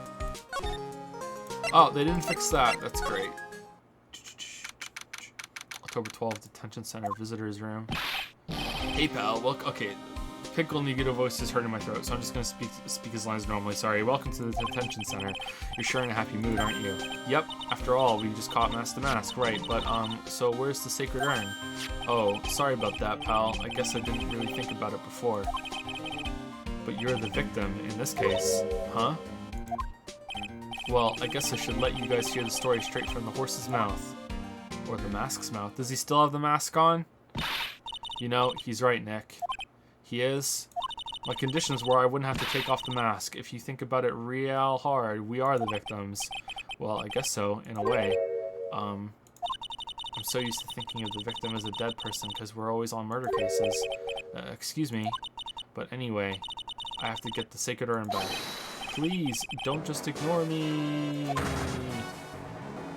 Oh, okay. What? Who are you? I'm Mask the Mask? Okay. Hey Nick, doesn't he look kind of, well, gangly? I'm Ron Delight. Ron Delight? Ron Delight? I feel like there's a pun there that I'm not getting. The famous Mask the Mask. I don't think this guy could punch his way out of a wet paper bag.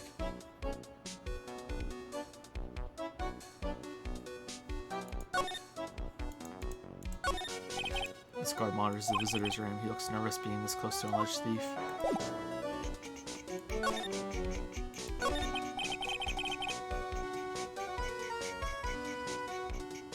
So you're the Mask guy? Yes, you bet. No, that's wrong. No, that's wrong. You see, it's complicated. Sort of yes and sort of no. If you know what I... What? Why did it go gray? If you know what I mean. What's wrong? Well, when I say wrong, what I really need to say is that it's not right, per se. You see, it's not spelled Mask the Mask. It's actually... What? Mask the Mask. Correcchio! And not show you my seesaw trick? What's this with this guy? Well, he's a timid little weakling, we know that much. Don't do that. Don't look at me like that. I don't need your pity. Dark Soul Light. And a major crybaby, too. So, why did you give yourself up? Well, you see, it's because, well... I know why. It's because you stole such a priceless treasure. And now you're overwhelmed with guilt. Am I right? Priceless treasure. That broken old urn? I have a little favor to ask. Yes, what is it? Could you go and talk to Desi? Desi?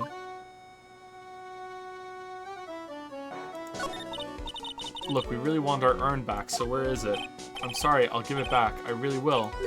Or, well, maybe not. No, I can't. I can't make promises I can't keep. I'll just end up hurting people. Mr. Nick? I couldn't hear what you just said, especially that last part. Okay, so the gray is him whispering? Mr. Damask, do you think you could speak up a little? Yes, sir, I will. I promise. Or maybe not. This guy's weird. You see, I'm already speaking in my normal voice, so I really can't do anything. Mr. Damask, about the urn. Oh, yes, the urn. Right away. Or, actually, no. I wouldn't mind telling you, but actually, I'm afraid you wouldn't believe me anyway. Enough already. Just tell us to us straight. Please don't yell at me. Alright, this is not what I expected at all. Cool. Huff, huff, huff. I'm sorry. That urn, I lost it. What? Lost it? What did you just say? Did you say you lost it? Yes. No. Maybe so. I mean, yes, I lost it. I just lost. What do you mean? Well, you know, I lost it. Like I said, these things just happen. You're on the train, and you get distracted, and you forget your bag, you know? And then you just lose the sacred urn. What? You forgot our sacred urn on a train? Wait a minute. You weren't on the train dressed like that. No, I was just speaking hypothetically, that's all. Anyway. I'm sorry. I just lost it somewhere. What's the hair? I don't know where. This guy's story is more surreal than a Dali painting. Nah, are you really sure that this creep is Mask the Mask? Maya, don't call him a creep. Although I do have to admit, I understand your doubts about this guy. So who is this Desi person? Please don't talk about my wife like that. I guess she must be his wife. Huff, huff, huff. I'm sorry, the truth is, it was my wife that told me to have you all come here. Do you think you could go and visit her at my hideout? Hideout? Mr. Nick, what does he mean by hideout? Oh, sorry, naturally, I meant to say my secret base. Secret base? Well, my apartment actually, Palazzo Palpepi, 3rd floor. Let's go have a look, Nick, to Mask the Mask's hideout. Something tells me she just likes the sound of the word hideout. I do too. Hideout's a good word. All right. I'm a lawyer. What do you think about this? I don't really think I can help you with that. Or no, that's not it. Well, the thing is, I don't really know if I can say one way or the other. I didn't really catch that. Don't worry, you didn't miss anything. Alright, let's go. He's pretty hot, not gonna lie. Alright, let's go to the Mask's hideout. October 12th, Mask the Mask's hideout. Wow, check this place out. No doubt about it. This Mask the Mask's hideout, alright. Who is it? Is that you, Ronnie?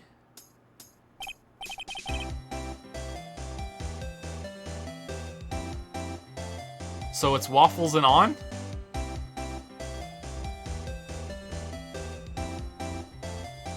Okay. Huh, who are you people? Are you Desi Delight? That's right, I'm Desiree. Ah. Oh, you must be... What are these earrings? You must be the lawyer and the victim. Yeah, that's us. Your husband told us to stop by and speak with you. I'm Maya Fey, and this is Phoenix Wright, attorney at law. Nicky Boy and Maya, huh? I can't tell you how grateful I am that you decided to help my Ronnie. Well, you're welcome. Did she really call me Nicky Boy? It's Pleasant Girl. It's Mask the Mask. There's a tape recorder hanging from his neck. Let me see that. Click. Ah, I'll be taking something. Ah, I don't get it. What's this supposed to be, Nick? Can we do it again? It's Mask the Mask. This tape recorder. Let me see that. Click. Ah, I'll be taking this crown now. Better luck next time, gentlemen. Alright, there we go. We did it. Oh, that's so cute. It's called a hot air balloon, you know? Wow, there's no fooling you. I want to take my own balloon now. I'll even let you ride in it, Nick. That ammo on the balloon is supposed to be top secret. That's proof enough that Ron Delight really is Mask the Mask. Is it? I better not tell Maya. She gets kind of scary when it comes to celebrities. It's a bunch of cheap costume pieces arranged inside a nice frame. Look, Nick. It's a fake beard. Oh, do you think the judge uses it? It's also a mask made out of cardboard. Here, Nick. Try on this fake beard. Come on, try it on. Hey, cut it out. Now put on the mask. Wow, I really care about you all of a sudden. It's Phoenix the Mask. Yeah! Let's borrow it for a while.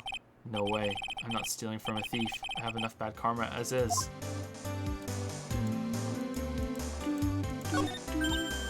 Nick, it's a torpedo! It's hard to believe, but it sure looks real. Where could he have picked up something like this? Please don't say that torpedoes are things people just leave lying around.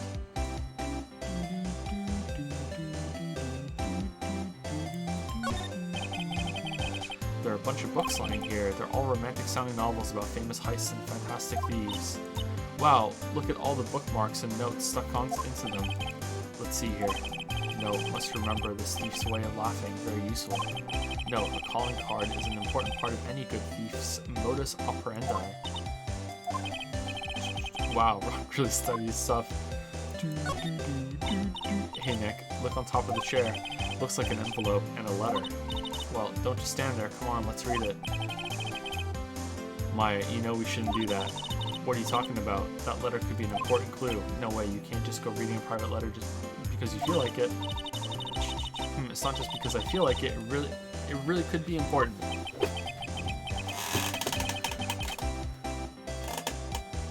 If I was sure it was a clue, I guess I wouldn't mind.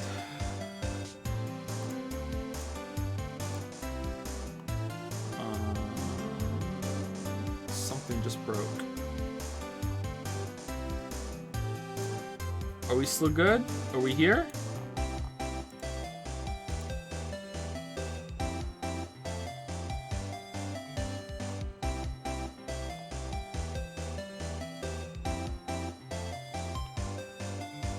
Okay, just some of the notifications are broken then. Okay, we're good. All right. If I was sure it was a clue, I guess I wouldn't mind. There's a whole bunch of stuff piled up over here. Duck and cover. It's a missile.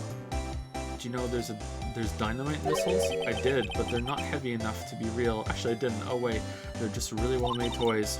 What are these rolls of paper stuck in the trash can?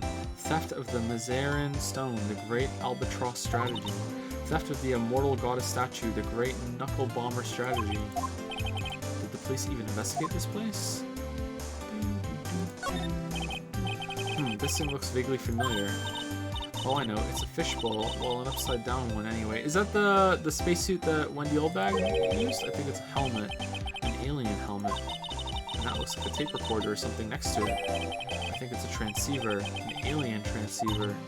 Nick, do you think maybe you could act like a grown-up for a little bit? Getting lectured by Maya to be more of an adult. That's a new low.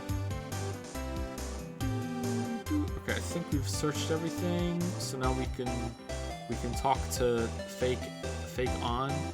Is that an anvil? I like anvils. Oh no, they're hot. Ron Delight.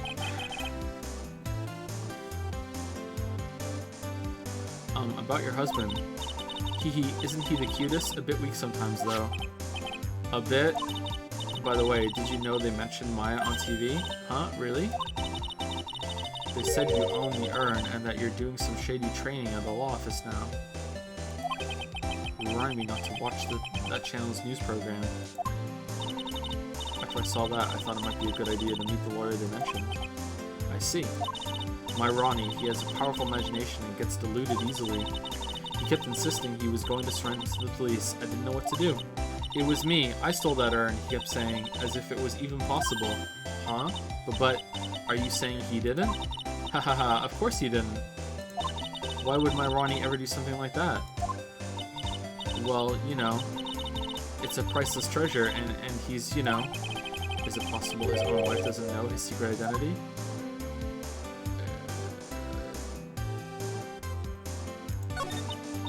Me? I'm the kind of woman that needs excitement in her life.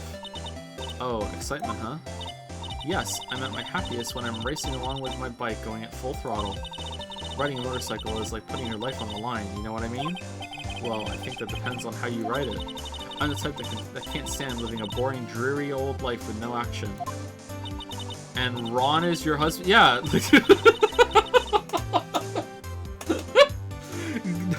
No offense, but your husband Ron doesn't exactly look like the risk-taking type himself. You're right about that. He's definitely not one for thrills and danger. But I do have to say that he makes up for it in other ways. Other ways? Yes. Money. Ronnie's incredibly rich and super generous. And he has a really huge set of shoulders. He bought me a bike that's so fast it would make your head spin. And shopping? I like to shop so much it makes Ron's head spin. The other day, it actually happened. His head actually started to spin. Man, talk about a high-maintenance wife. So where does Mr. Delight get all his money from? Ronnie's a security guard. They put their lives on the line, right? So they get paid tons of money in return. Tons of it. He's a security guard? I think it's my turn for my head to spin. Oh, so you really don't know. Oh. And you live in... Oh, okay. No? Can you tell us about what happened last night? What time did that incident take place again? What time was it again, Maya? Well, according to Detective Gumshoe, it was around 1:30 in the morning. Last night was horrible. I got pulled over. Pulled over? Yes, I always do my best flying at night. Flying? You're talking about your motorcycle, right? Yes, anyway, last night I got pulled over by a policeman. I can't believe he caught up to me. It was a great chase, let me tell you. When he finally caught me, the poor man was as white as a sheet. It was about 3 in the morning when I finally got home. Sounds like she's got an airtight alibi. Well, what about Mr. Delight? I don't really know. We weren't together at that time of the night. But when I got home, he was already fast asleep. So basically, he's got no alibi. Huh. Alright. Why did you send me to talk to her? Dude, hey, do you know anything about this? So what do you know about this? No, you can't show her that, Nick. That emblem is top secret. Don't you remember? Oops, sorry about that. But the way she just said top secret was a worse giveaway than what I did. Wait, so like fucking like Gumshoe gave us the card? Or is it a picture of it? Oh, who knows. Oh, when I hear the word top secret, it just piques my interest like nothing else.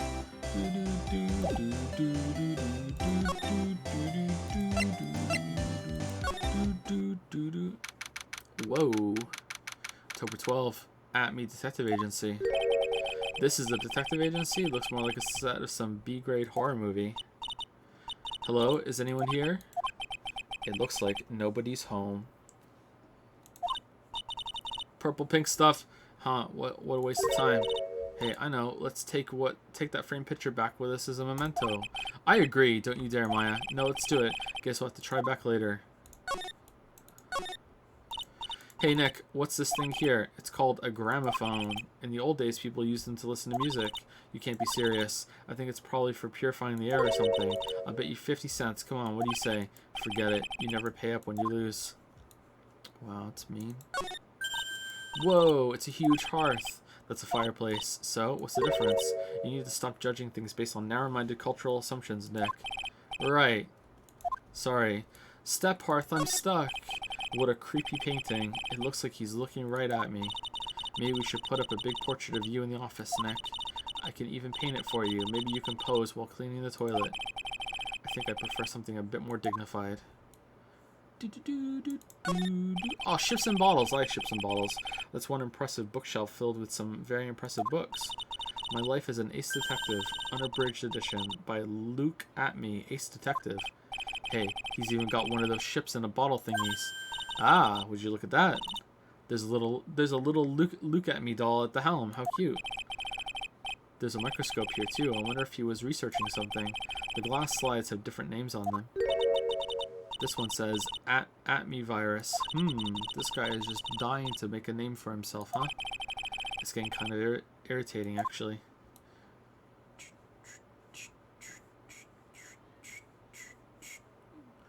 Huh. A little bit of a Sherlock Holmes vibe, just a little bit, with the stuff like sword impaled. Yeah. This desk is literally covered with all sorts of chemistry equipment.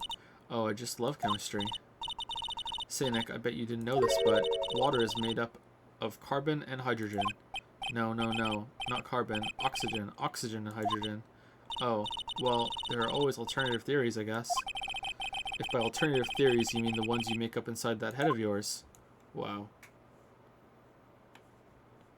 I know who Maya would have voted for. Alright, are we done?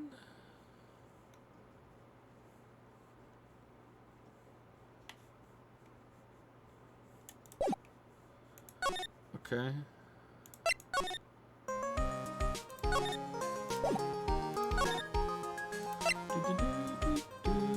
Alright, I went and spoke to your wife and she doesn't know that you are... Okay, can I present you with, like, her profile? That's my little wife. Isn't she beautiful? Yeah, she sure is. Blair. Oh boy, the one topic I didn't want to get into in front of Pearls. But... What? But Desi doesn't approve of my interests. So I'm afraid she doesn't like me anymore. What should I do? If I want to win her back, I'm really going to have to be super honest. Oh boy, he's gone back into his own little world again.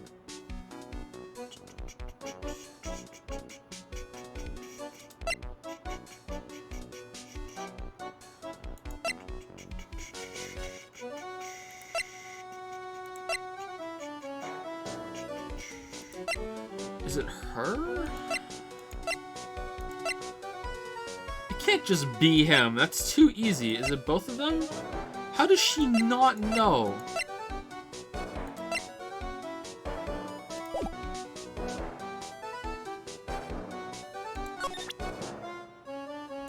Okay, you know anything about the sword? What do you think about this? Okay, nothing.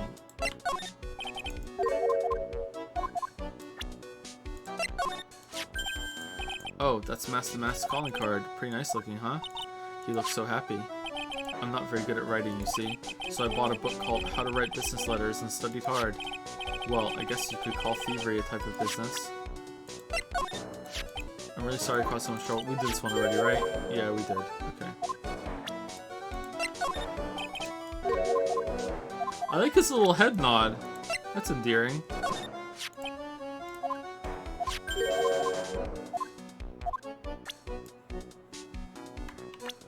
Okay, what do you think about this guy? Him. Do you know him? He claims to be your arch enemy or rival. That person, he's not my arch enemy or my rival. Well, actually, no. Now that I think about it, the terms arch enemy and rival are the same thing.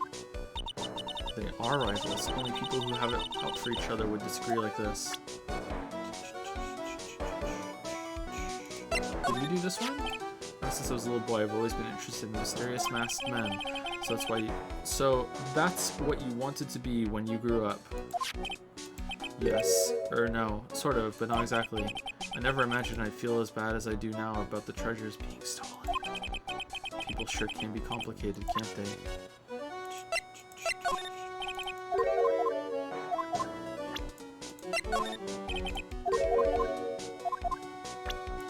Okay, I think that's it done, right? Do we have anything else? No, we have nothing else. Okay, so can we just present a bunch of shit to you? Like, hey, do you know about this? Miss Delight, you must know, right, about your husband and Mask the Mask? Mask the Mask, of course, I know all about it. My husband is his biggest fan. Yep, what? Huh? Biggest fan? Yes, and Ronnie can be pretty delusional sometimes. That's how this whole misunderstanding happened. Wait a minute, did you say delusional? Yes, that's right. I just don't know what I'm going to do with him. You see, Ronnie actually believes that he is Mask the Mask. Ah! The waifu thickens. Alright, what? What are you talking about? Alright, now can we talk about it? Alright. So, when did Ron first become Mask the Mask? What are you talking about? He's not Mask the Mask? Huh? But, wait a second. Look around at this room. This place is obviously Mask the Mask hideout. That's a good point. And this thing's up here. It matches the thing. No, you're totally wrong. A real thief's hideout wouldn't look like this. It's because Ronnie is so timid himself that he looks up to heroic figures. Heroic figures, but Mask the Mask is a bad guy. So he's deluded, huh? Could that really be true? Anyway, if he really had stolen the urn, wouldn't he still have it? Well, I suppose so. Then why don't you ask him if he has the urn or not? She has a point. Mr. Delight isn't exactly the criminal type. But something about Ron's behavior bothers me. Maybe it's true. Maybe Mr. Delight isn't Mask the Mask after all. Say, can I ask you something, Nicky boy? What is it? I know it may seem like I may seem like a bad girl on the outside. This is the most sarcastic I'm thinking about something pose. It's really good. But the one thing I won't stand for is illegal activity. I had the feeling you wouldn't. You're tough, but I could tell you've got a good heart, except for speeding. Speeding is okay, because that doesn't put anyone in harm's way. Somebody framed my poor Ronnie, I just know it. Could you give this to Ronnie for me? A letter? Yes, for Ronnie. I want him to fight back. Miss Delight. Okay, you've got it.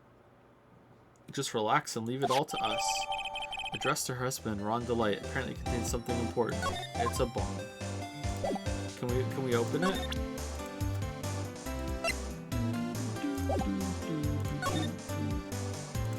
Divorce papers.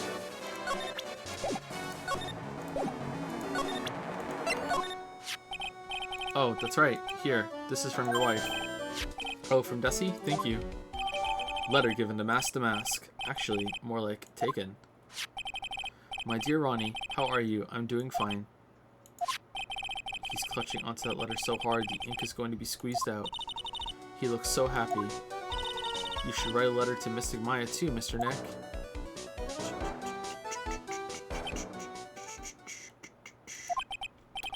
Mr. Lawyer. Yes. In the letter that Desi wrote, she said, ask this guy to be your lawyer. Huh? I know this would be asking a lot, but could you please take my case? My trial starts tomorrow. Hey, hang on a second. He can't be your lawyer. Why not? What do you mean, why not? We're the victims in this case, right? Victims of the mask guy. Well, yeah, but according to Desiree, he didn't do it. She said, poor man, he's deluded himself into thinking he did it, right, Mr. Nick? Come on, she could be lying to protect her husband. Well, that's true. No, actually not. Actually, it's hard to say. Oh no, it's spreading. Oh please, I'll give you the treasure of your choice in return. What should I do? Nah, I'm good. Don't do it, Nick. He's a thief. Mr. Nick, I agree with Mystic Maya. Well, I admit something about this guy stinks like last week's sushi. I guess I really should say no, but if I do that, this poor guy will have nobody on his side, and this chapter will be really short. Well, Mr. Delight, I've decided to take your case. God, I love video games. Really, you will? Mr. Nick, I was wrong about you. I shouldn't have trusted you. Pearls, I can't believe you defend this person after what he did to Mystic Maya. I'll never forgive you, ever. What? Pearly, wait. This is going to be ugly. I'll go after her.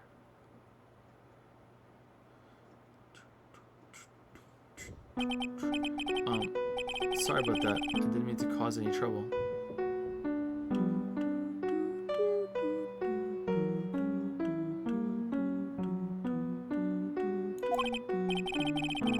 Well, you couldn't have known she'd react like that. I guess I might as well start investigating. Oh, Maya. Where's Pearls? She said she's going back to the office. Go check in on her later, would you? And what about you?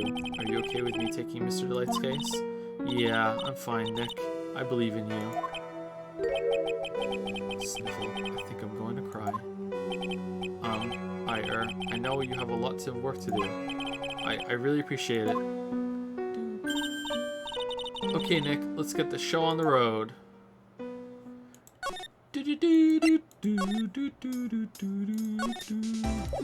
Alright, I'm a lawyer.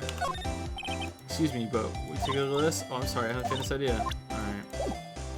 Okay, is dude here now? Really? October 12th, Lordly Taylor, Main Exhibition Hall. Maya. Oh, Miss Andrews. I'm so sorry, it's my fault. Your precious urn. Your precious urn. Please, calm down. What's wrong? Sniffle. It never ends. Everything I touch ends in failure. Maya, I'm sorry. I'll do anything to make it up to you. Hamburger. No, it's okay. I know I don't look it, but I'm good with my hands. I could make you another urn. Hold on. Just wait, okay? Breathe, calm down, and talk to us. Forgive me. Forgive me. Damn, that sucks for you. Alright, see you later.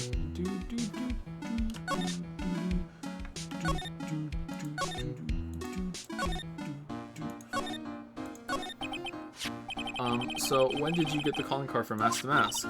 Let's see, exactly 10 days ago. I was going to show it to the police, but that detective stalked me. So you asked the detective at me to help with security. Yes, in fact, it was about 20 days ago that I hired him. He seemed to know much more about Mask to Mask than the police. So you hired him for security even before the calling card arrived. That's fucking weird. Well, yes, I had a premonition that something bad might happen. I've learned to trust my hunches. So that's why there are security cameras even in the basement warehouse. Yes, Lordly Taylor is very serious about their security measures. Fucking Ace Detective's pretty fucking sus. It was their way of saying, bring it on to any potential thieves. Well, he sure brought it last night and even left with a nice souvenir. Got him, security. Can you tell us a bit about the security for the treasure exhibit? It was all my fault. I never should have called this paltry little collection of treasure a treasure exhibit anyway. Why'd you say that? The urn was stolen is pretty important. The urn that was stolen is a pretty important object, maybe, but its actual value after appraisal was, well, practically zero. Zero? I polished it until it was just about glowing. I thought maybe I could make it look more valuable. I sure broke it and put it back together properly again, but that urn contains the soul of Mystic Amy. Not anymore, anyway. I left all the security arrangements since it took that at me.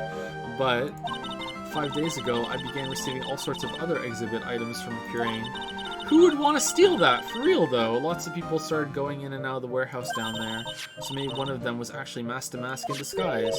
No, I personally checked out everyone that came through here, so that's not possible. Knowing Adrian, she probably even checked out what they ate for breakfast that morning.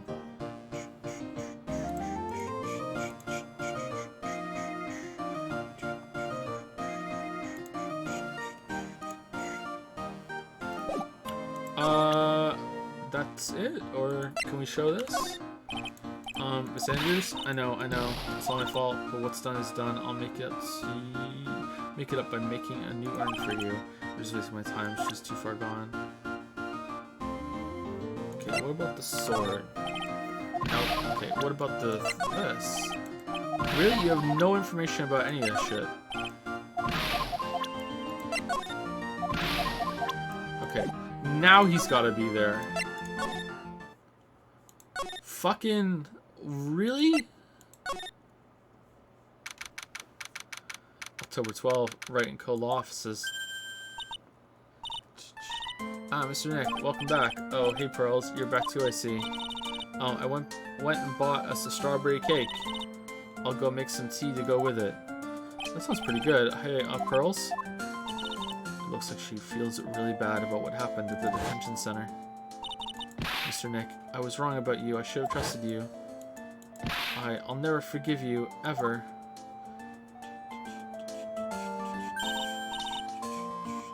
Mr. Maya, the tea is ready. Oh, thanks. Come on, Mr. Nick. Please have some of this cake. Is it poison? Yeah, thanks. Pearls? Oh, excuse me. I was in the middle of cleaning the toilet. Hey, it's okay. I just cleaned it this morning. Too late. This might be a good time for me to ask about her. I first met Pearls a year ago. It was when that murder happened at Crane Village. I still remember what she said to me when we first met. You're Mr. Nick, right? You're Mystic Maya's special someone. Hey Maya, I've always thought it was because she was young, but what? Pearls, I think she's got the wrong idea about you and me. Huh? There's something you need to understand. What? What is it? I have the wrong idea too. It's kind of like Crane Village custom, sort of. The head mystic always goes out and finds a lawyer and brings them back and marries them. Pearl seems to love you a lot. Well, it's because I'm her only cousin, and well, because of the murder case last year, Pearlie's mother is... Oh yeah. I remember now. Pearl's mother, Morgan Fay. She's serving a prison term in isolation right now. So you see, I'm the only family Pearlie has right now. But it's the same for me too. Maya. My mother's gone too. What's the custom? There are hardly any men in Crane Village. Honestly, I'm not surprised you mentioned that. They're all awful. Now that you mention it, I never actually saw any men where I visit. I'm pretty sure I told you about it a long time ago. About how spiritual powers run very strong in the Fae family. Yeah, you did. That's why you're undergoing training to be a spirit medium, right? Yeah, the thing is, only women can actually inherit the spiritual power. That's why the whole culture of Crane Village kind of revolves around its women. Well, that's understandable. Nothing wrong with that. Yeah, but because of that, there tends to be a lot of unsuccessful marriages. Oh? Well, men start to feel left out after a while, and then they just start leaving. Especially if the man has a daughter. Are you saying that Pearl's father, he's gone? He left the village when she was very young. That's pretty fucked up. Boy, that's tough. Yeah, and she grew up seeing nothing but unhappy marriages all around her. That's why she's so sensitive to things like that. Maya's mother. So your mother's still missing? Yeah, and no one has any idea where she is. She's in Undercourt. Maya's mother, Misty Fay, the current master of the crane channeling technique. She disappeared 17 years ago after getting involved in a certain police case. But you're sure she's still alive, right? Yeah, I know she is. It's sort of a spirit medium thing. And if your mother doesn't come back, then what? Then according to the laws of the village, I'll become the next master. Terrifying. Mr. Maya, the master of the crane technique. Sounds like a heavy responsibility. Yeah, but there's no one else in the blood of the Fame with the blood of the Fame main family who's a spirit medium. Shouldn't you be like training or prepping or something instead of just fucking dicking around here in the city doing lawyer assistant work? Or, well, Nick, why don't we go out and start investigating? I mean, I guess you're here because of the museum thing, but like, I get the feeling you're here all the time. We're going to learn. We're not going to learn anything just sitting around the office. Yeah, I know, but first I want to talk to Pearls. Mr. Nick? Yeah, I acted like a baby. Pearls, I doubted you, even though Mystic Maya trusted you completely. I guess I still have a lot of training to do. Mr. Nick? Yes? From the bottom of my heart, I apologize for what I said, and also for poisoning your cake. Oh, it's okay. Shit, I'm going out for a little bit. Huh? Where are you going? I may be small, but I still have a lot of spirit channeling power. So I'm going to show you I can be useful too by finding some evidence. And we're just letting this happen? We're 9. We're just letting this happen. All right, hey, wait. Actually, sure runs fast. Look, I mean, I was allowed to wander around wherever I wanted at 9, but not to go look for evidence in a case. Let's back off and give her some room, okay? Yeah.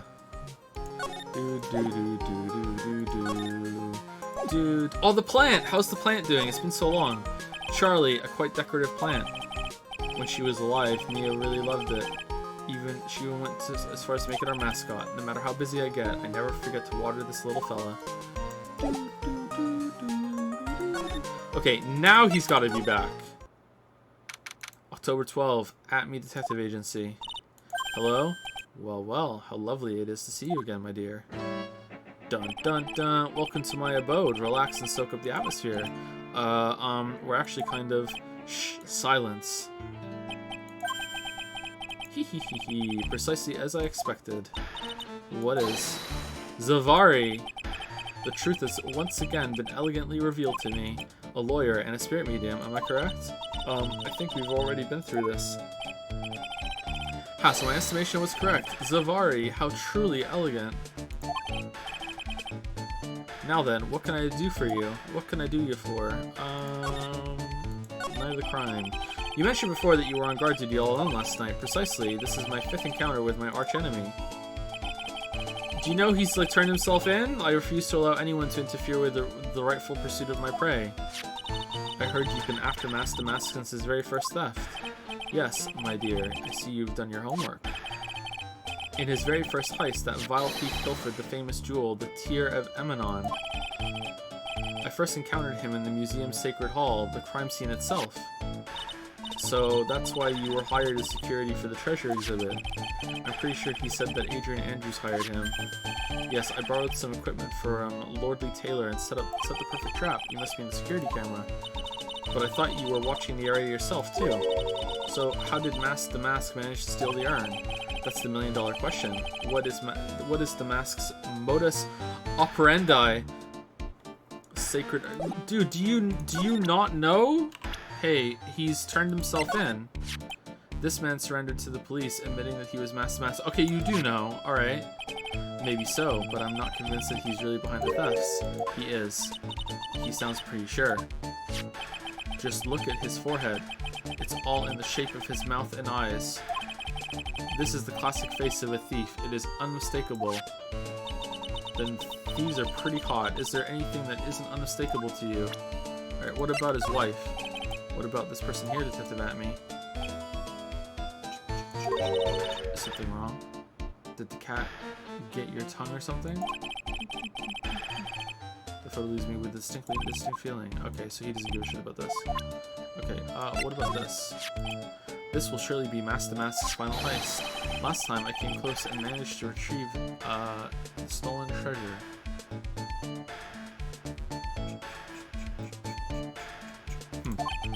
Mark my words, this criminal of humanity will be found guilty in due time. And then I, Luke At Me, Ace Detective, will dance with joy. I have no clue what you're blabbering about, but I guess I'll find out soon. Okay, let's talk. Sacred Urn. Mr. At Me, did you know about the Sacred Urn? Did you know about the Sacred Urn? Did I know what about the Sacred Urn? I'm interested in only one thing, my dear, and that is Master Mask. Sacred Urn. Pfft, that has nothing to do with this case. But wasn't that what Master Mask stole this time? I'm a hunter, sir. The urn was nothing more than a lure to catch my prey. Do you yourselves remember the shape of the individual peanuts you throw to pigeons? Alright, I don't know if I'm getting tired or some of these lines are weird, but it's like the way they like just change halfway through. It's like, wait, what? I don't think I like this guy's attitude, Nick. Well, anyway, it looks like he doesn't know about the urn. Damn, he doesn't know. There's something that's kind of bothering me. Please, my dear, ask me anything you like. After all, we are all but seekers wandering alone in the dark. Well, I was wondering how Mask the Mask managed to steal the urn. I mean, isn't it strange that you don't seem to know? Yeah, now that you mention it, it is strange. After all, you were on guard that night at the scene of the crime. Unless you were sound asleep, you should have at least seen Mask the Mask. I was asleep. Oh, for fuck's sake.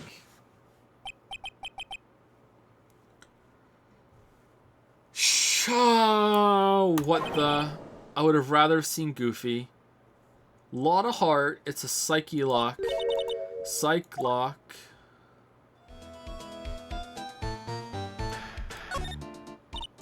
Hey Nick, what is this psych lock thing? Well, your Magatama lets me see when people are keeping secrets. By breaking their mental locks, I can find out what those secrets are. What? This Magatama has that kind of power? Well, it's really inconsistent. Sometimes it doesn't show up at all. It's just basically plot powered. Maya, you're the one who gave me this Magatama last year. Well, it's true that this Magatama is a prized Fae family heirloom, but Pearly was the one that actually imbued it with the spiritual powers, right? That's why I don't really know much about what it can do. This is the woman that's going to take over the Kyrian channeling school someday. Yeah, she should really go read a book. So how do you do it? How do you break the cyclone thing? Well, you present the Magatama to the person with the secret. Cool, I can't wait to see it in action. Come on, try it out. Oh boy, I think the future master still needs to learn how to be patient.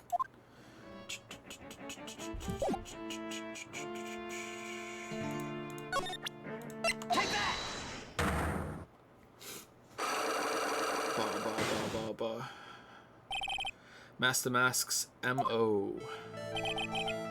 Detective Atme, you were standing guard at the scene of the crime. There's no way you didn't see Master Mask commit the crime.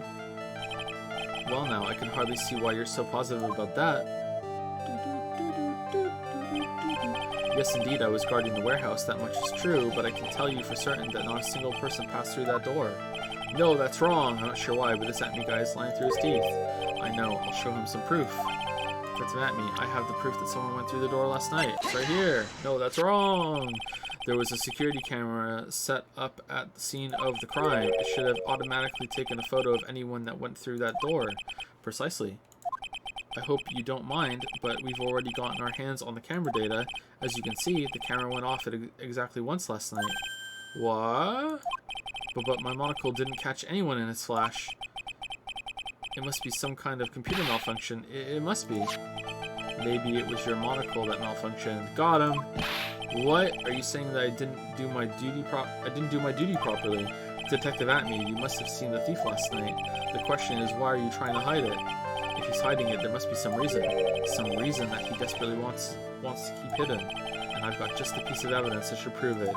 Do we? Okay, let's suppose you didn't manage to see Mask the Mask. In that case, the reason you didn't at that time was because you were fast asleep, using the bathroom, unconscious. I mean, this is just a wild fucking guess, isn't it? Like, he could have been using the bathroom, and that's embarrassing because he left his duty. He could have been asleep, also, you know, very, very, you know, embarrassing that he fell asleep on duty. And it could also be that he was knocked unconscious by whatchamacallit. Was there a hint?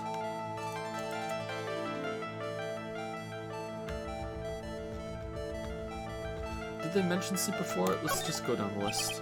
I'm afraid that making a guess is not enough. Time to put your money where your mouth is. Show me your evidence. Shit. Oh, is it he was knocked unconscious by this? Fuck, can I go back?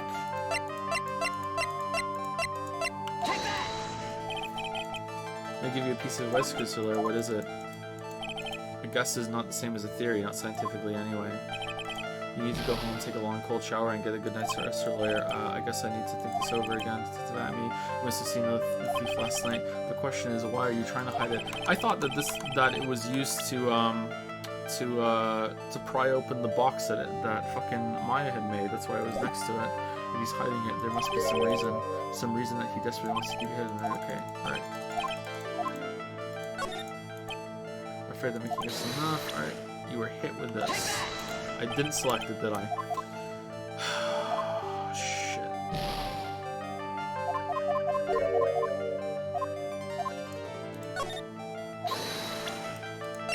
There we go. Third tries the charm. Detective at me. You were knocked unconscious by the thief, weren't you? Ha ha ha, sure you must be joking. You think that I, Luke at me, could be knocked unconscious so easily? This sword proves it. That's... Before the theft, this sword was in the hand of the statue of Amy Faye. Furthermore, at the time, it was not bent. There's only one explanation. You were struck on the head and knocked unconscious by the sword. Well, detective, how about it? I'm impressed. You truly are an ace attorney.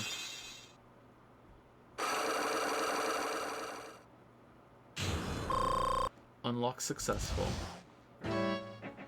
I can't deny that there may be a small hint of truth in what you say. So you were knocked out when the thief first clobbered you. Clobber. What an ugly way of saying it, but I suppose you could put it that way. The coward struck at the precise moment that I turned to look at the computer. So you never noticed that the thief had entered the warehouse? No, the coward must have wormed his way in through somewhere besides the door. Perhaps the air ducts or the sewer pipes. Then my arch nemesis struck me on the head from behind with this gruesome item here. Ouch, Mr. Atney should have his poor head examined. You could say that again. How could he have underestimated the thief that badly? Sword updated in the court record. Well, it looks like we got one thing cleared up anyway. Huh? What? That Atney is the greatest ace detective in the world. No, that he never actually saw the thief. Oh, that's right. So the thief may not even be mask to mask. Just one moment, Sir Lawyer. The thief was unquestionably mask to mask. But you never actually saw him. Perhaps so, but I installed a security camera for just such a contingency. Oh. Last night, the camera went off exactly once. Okay, so it goes off when you go in and when you go out? So how did it only go off once?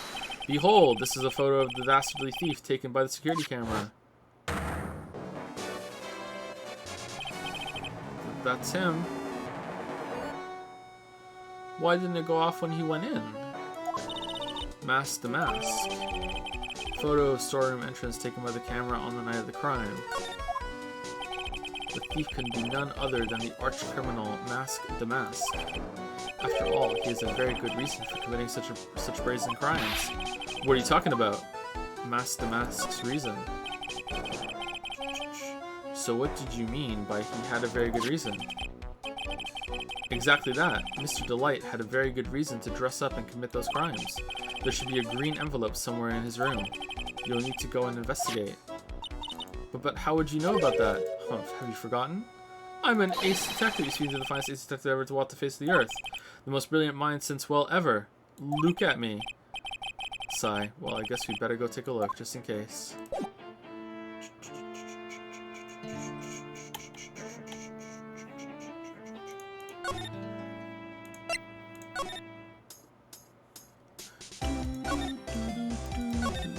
Oh, it's the thing it wouldn't let us read before. Hey, Nick, remember what Detective Atney said? Exactly that. Mr. Delight had a very good reason to dress up and commit those crimes. There should be a green envelope somewhere in his room. You'll need to go and investigate. A green envelope, huh? Looks like this is it. Okay, let's have a look. If you don't want your true identity revealed to the world, come to KB Security at 1 a.m. on October 12th and bring 50,000. 50,000? This is a blackmail letter.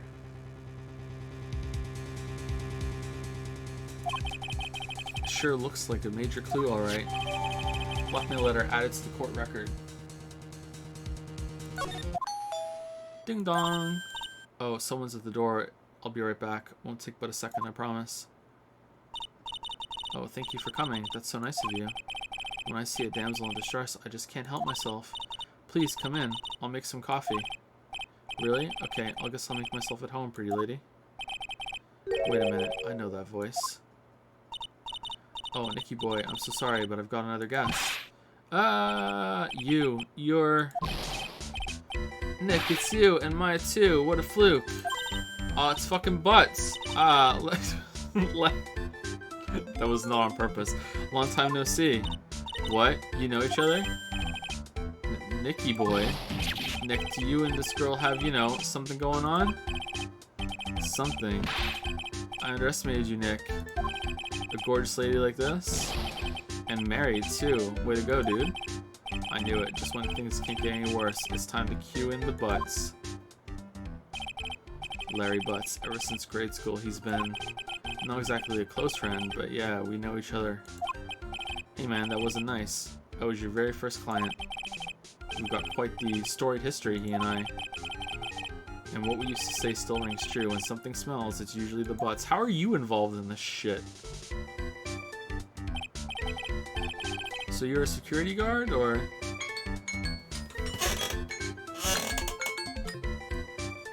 Alright, that's it.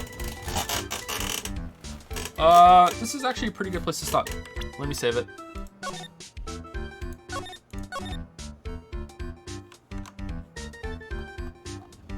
Let me say some quick thank yous, and then that's the end of the stream. I'll see you guys tomorrow, and we'll probably do the court thing tomorrow. I wanted to go a little longer for this, but I'm really tired. All the reading really gets to me. Hopefully tomorrow will be a bit better. Who's the last person I said thank you to?